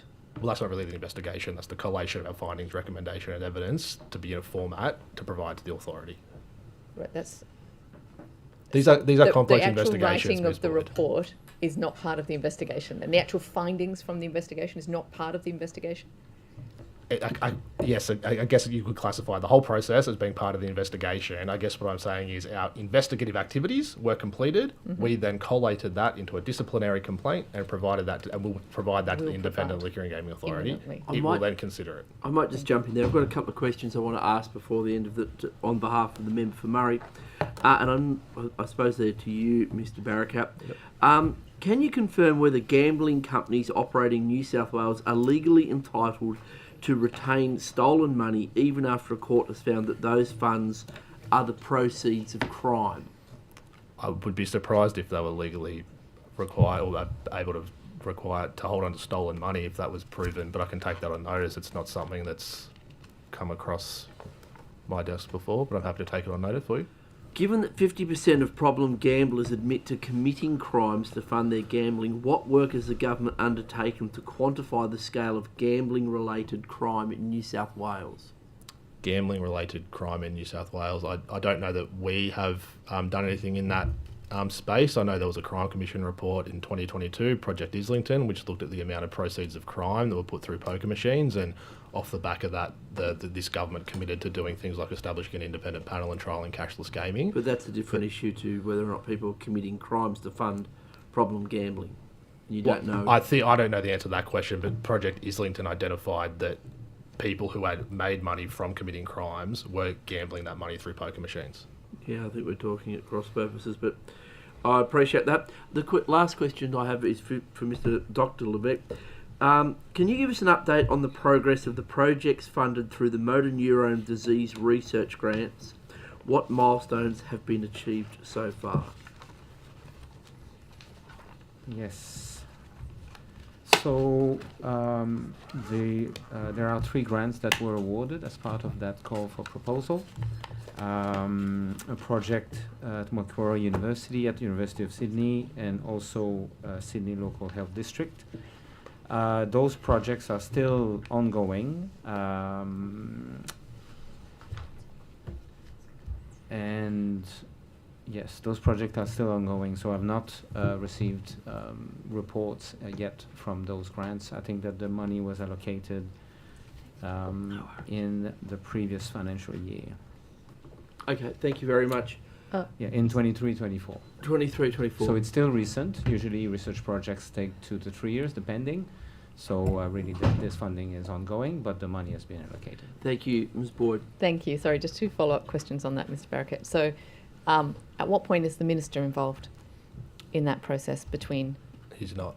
So there's not, you don't have to pass it to the Minister who then passes it to... No, so under the relevant legislation, New South Wales Police and Liquor and Gaming in New South Wales can refer disciplinary complaints to ILGA for its consideration. And is that what's happening here? Yep. So it's not stuck on the Minister's desk? No. And the other question is, I know that the club grants guidelines were updated to clarify whether it could be spent, whether that money could be spent on overseas trips and things. Did that come out of this investigation? I'd have to take a notice whether this was the genesis of the investigation was the genesis of that. I think they are separate issues. So there's a question from clubs of whether they can fund. One example is young people from the local community going and walking the Kokoda Trail, for example. So I think it is a separate issue. Because I understand in the club grants guidelines, there's a specific reference to club managers going and using for educational trips, using club grants money. I'm just wondering if that came out of a general investigation into when clubs managers were going overseas, whether it was paid for by someone like Aristocrat or by the so club that's what the grants scheme. investigation's about. The club grants guidelines update was separate, and my recollection, it was more in relation to because usually the funding from club grants is about funding something in your local area that gives back to the community. So the question is sending someone or anyone overseas an appropriate use of those funds, and that's why the guidelines were updated. But that is a separate thing to the investigation. They do refer to executives, though. They are talking about the managers being sent over. Yeah. Okay. But that would be with club grants money as opposed to funded by Aristocrat. Under the I guidelines. know. I'm just wondering if when you were looking into it generally, if you were looking at 40, 50 different clubs, whether you were looking at when they had gone overseas and what that was funded by, whether some of that ended up being attributable to clubs grants instead. Well, I can't tell you at this point whether our investigation, which is still underway on the club side of things, what that's found. It's an ongoing investigation, so it's not appropriate to talk about it. Ms. Boyd, sorry, can I just clarify on behalf of Ms. Barrakat, when we have a case put to us for consideration for disciplinary action, we need a brief of evidence that is very, very strong, because clearly it could be appealed, and so obviously it's very important that we get it in the right form, the right format, such that when we make a decision, if it is appealed, there's not an awful lot of expense then taken to turn it into documentation that's appropriate to go to the relative body. And so this is a standard amount of time? This is a normal amount of time for when these things would come to you? Not considered unusual. Okay, thank you. Thank you. Thank you, Ms. Boyd. Thank you to all our officials. No, I don't think there's any questions from the government. So that concludes today's hearing and our inquiry. We very much appreciate you coming today. To all our public officials, there are a few matters taken on notice. The Secretariat will be in contact in due course. But again, thank you all for coming and giving evidence today. We appreciate that and your work for the people of New South Wales. So thank you very much, and we will see you next time.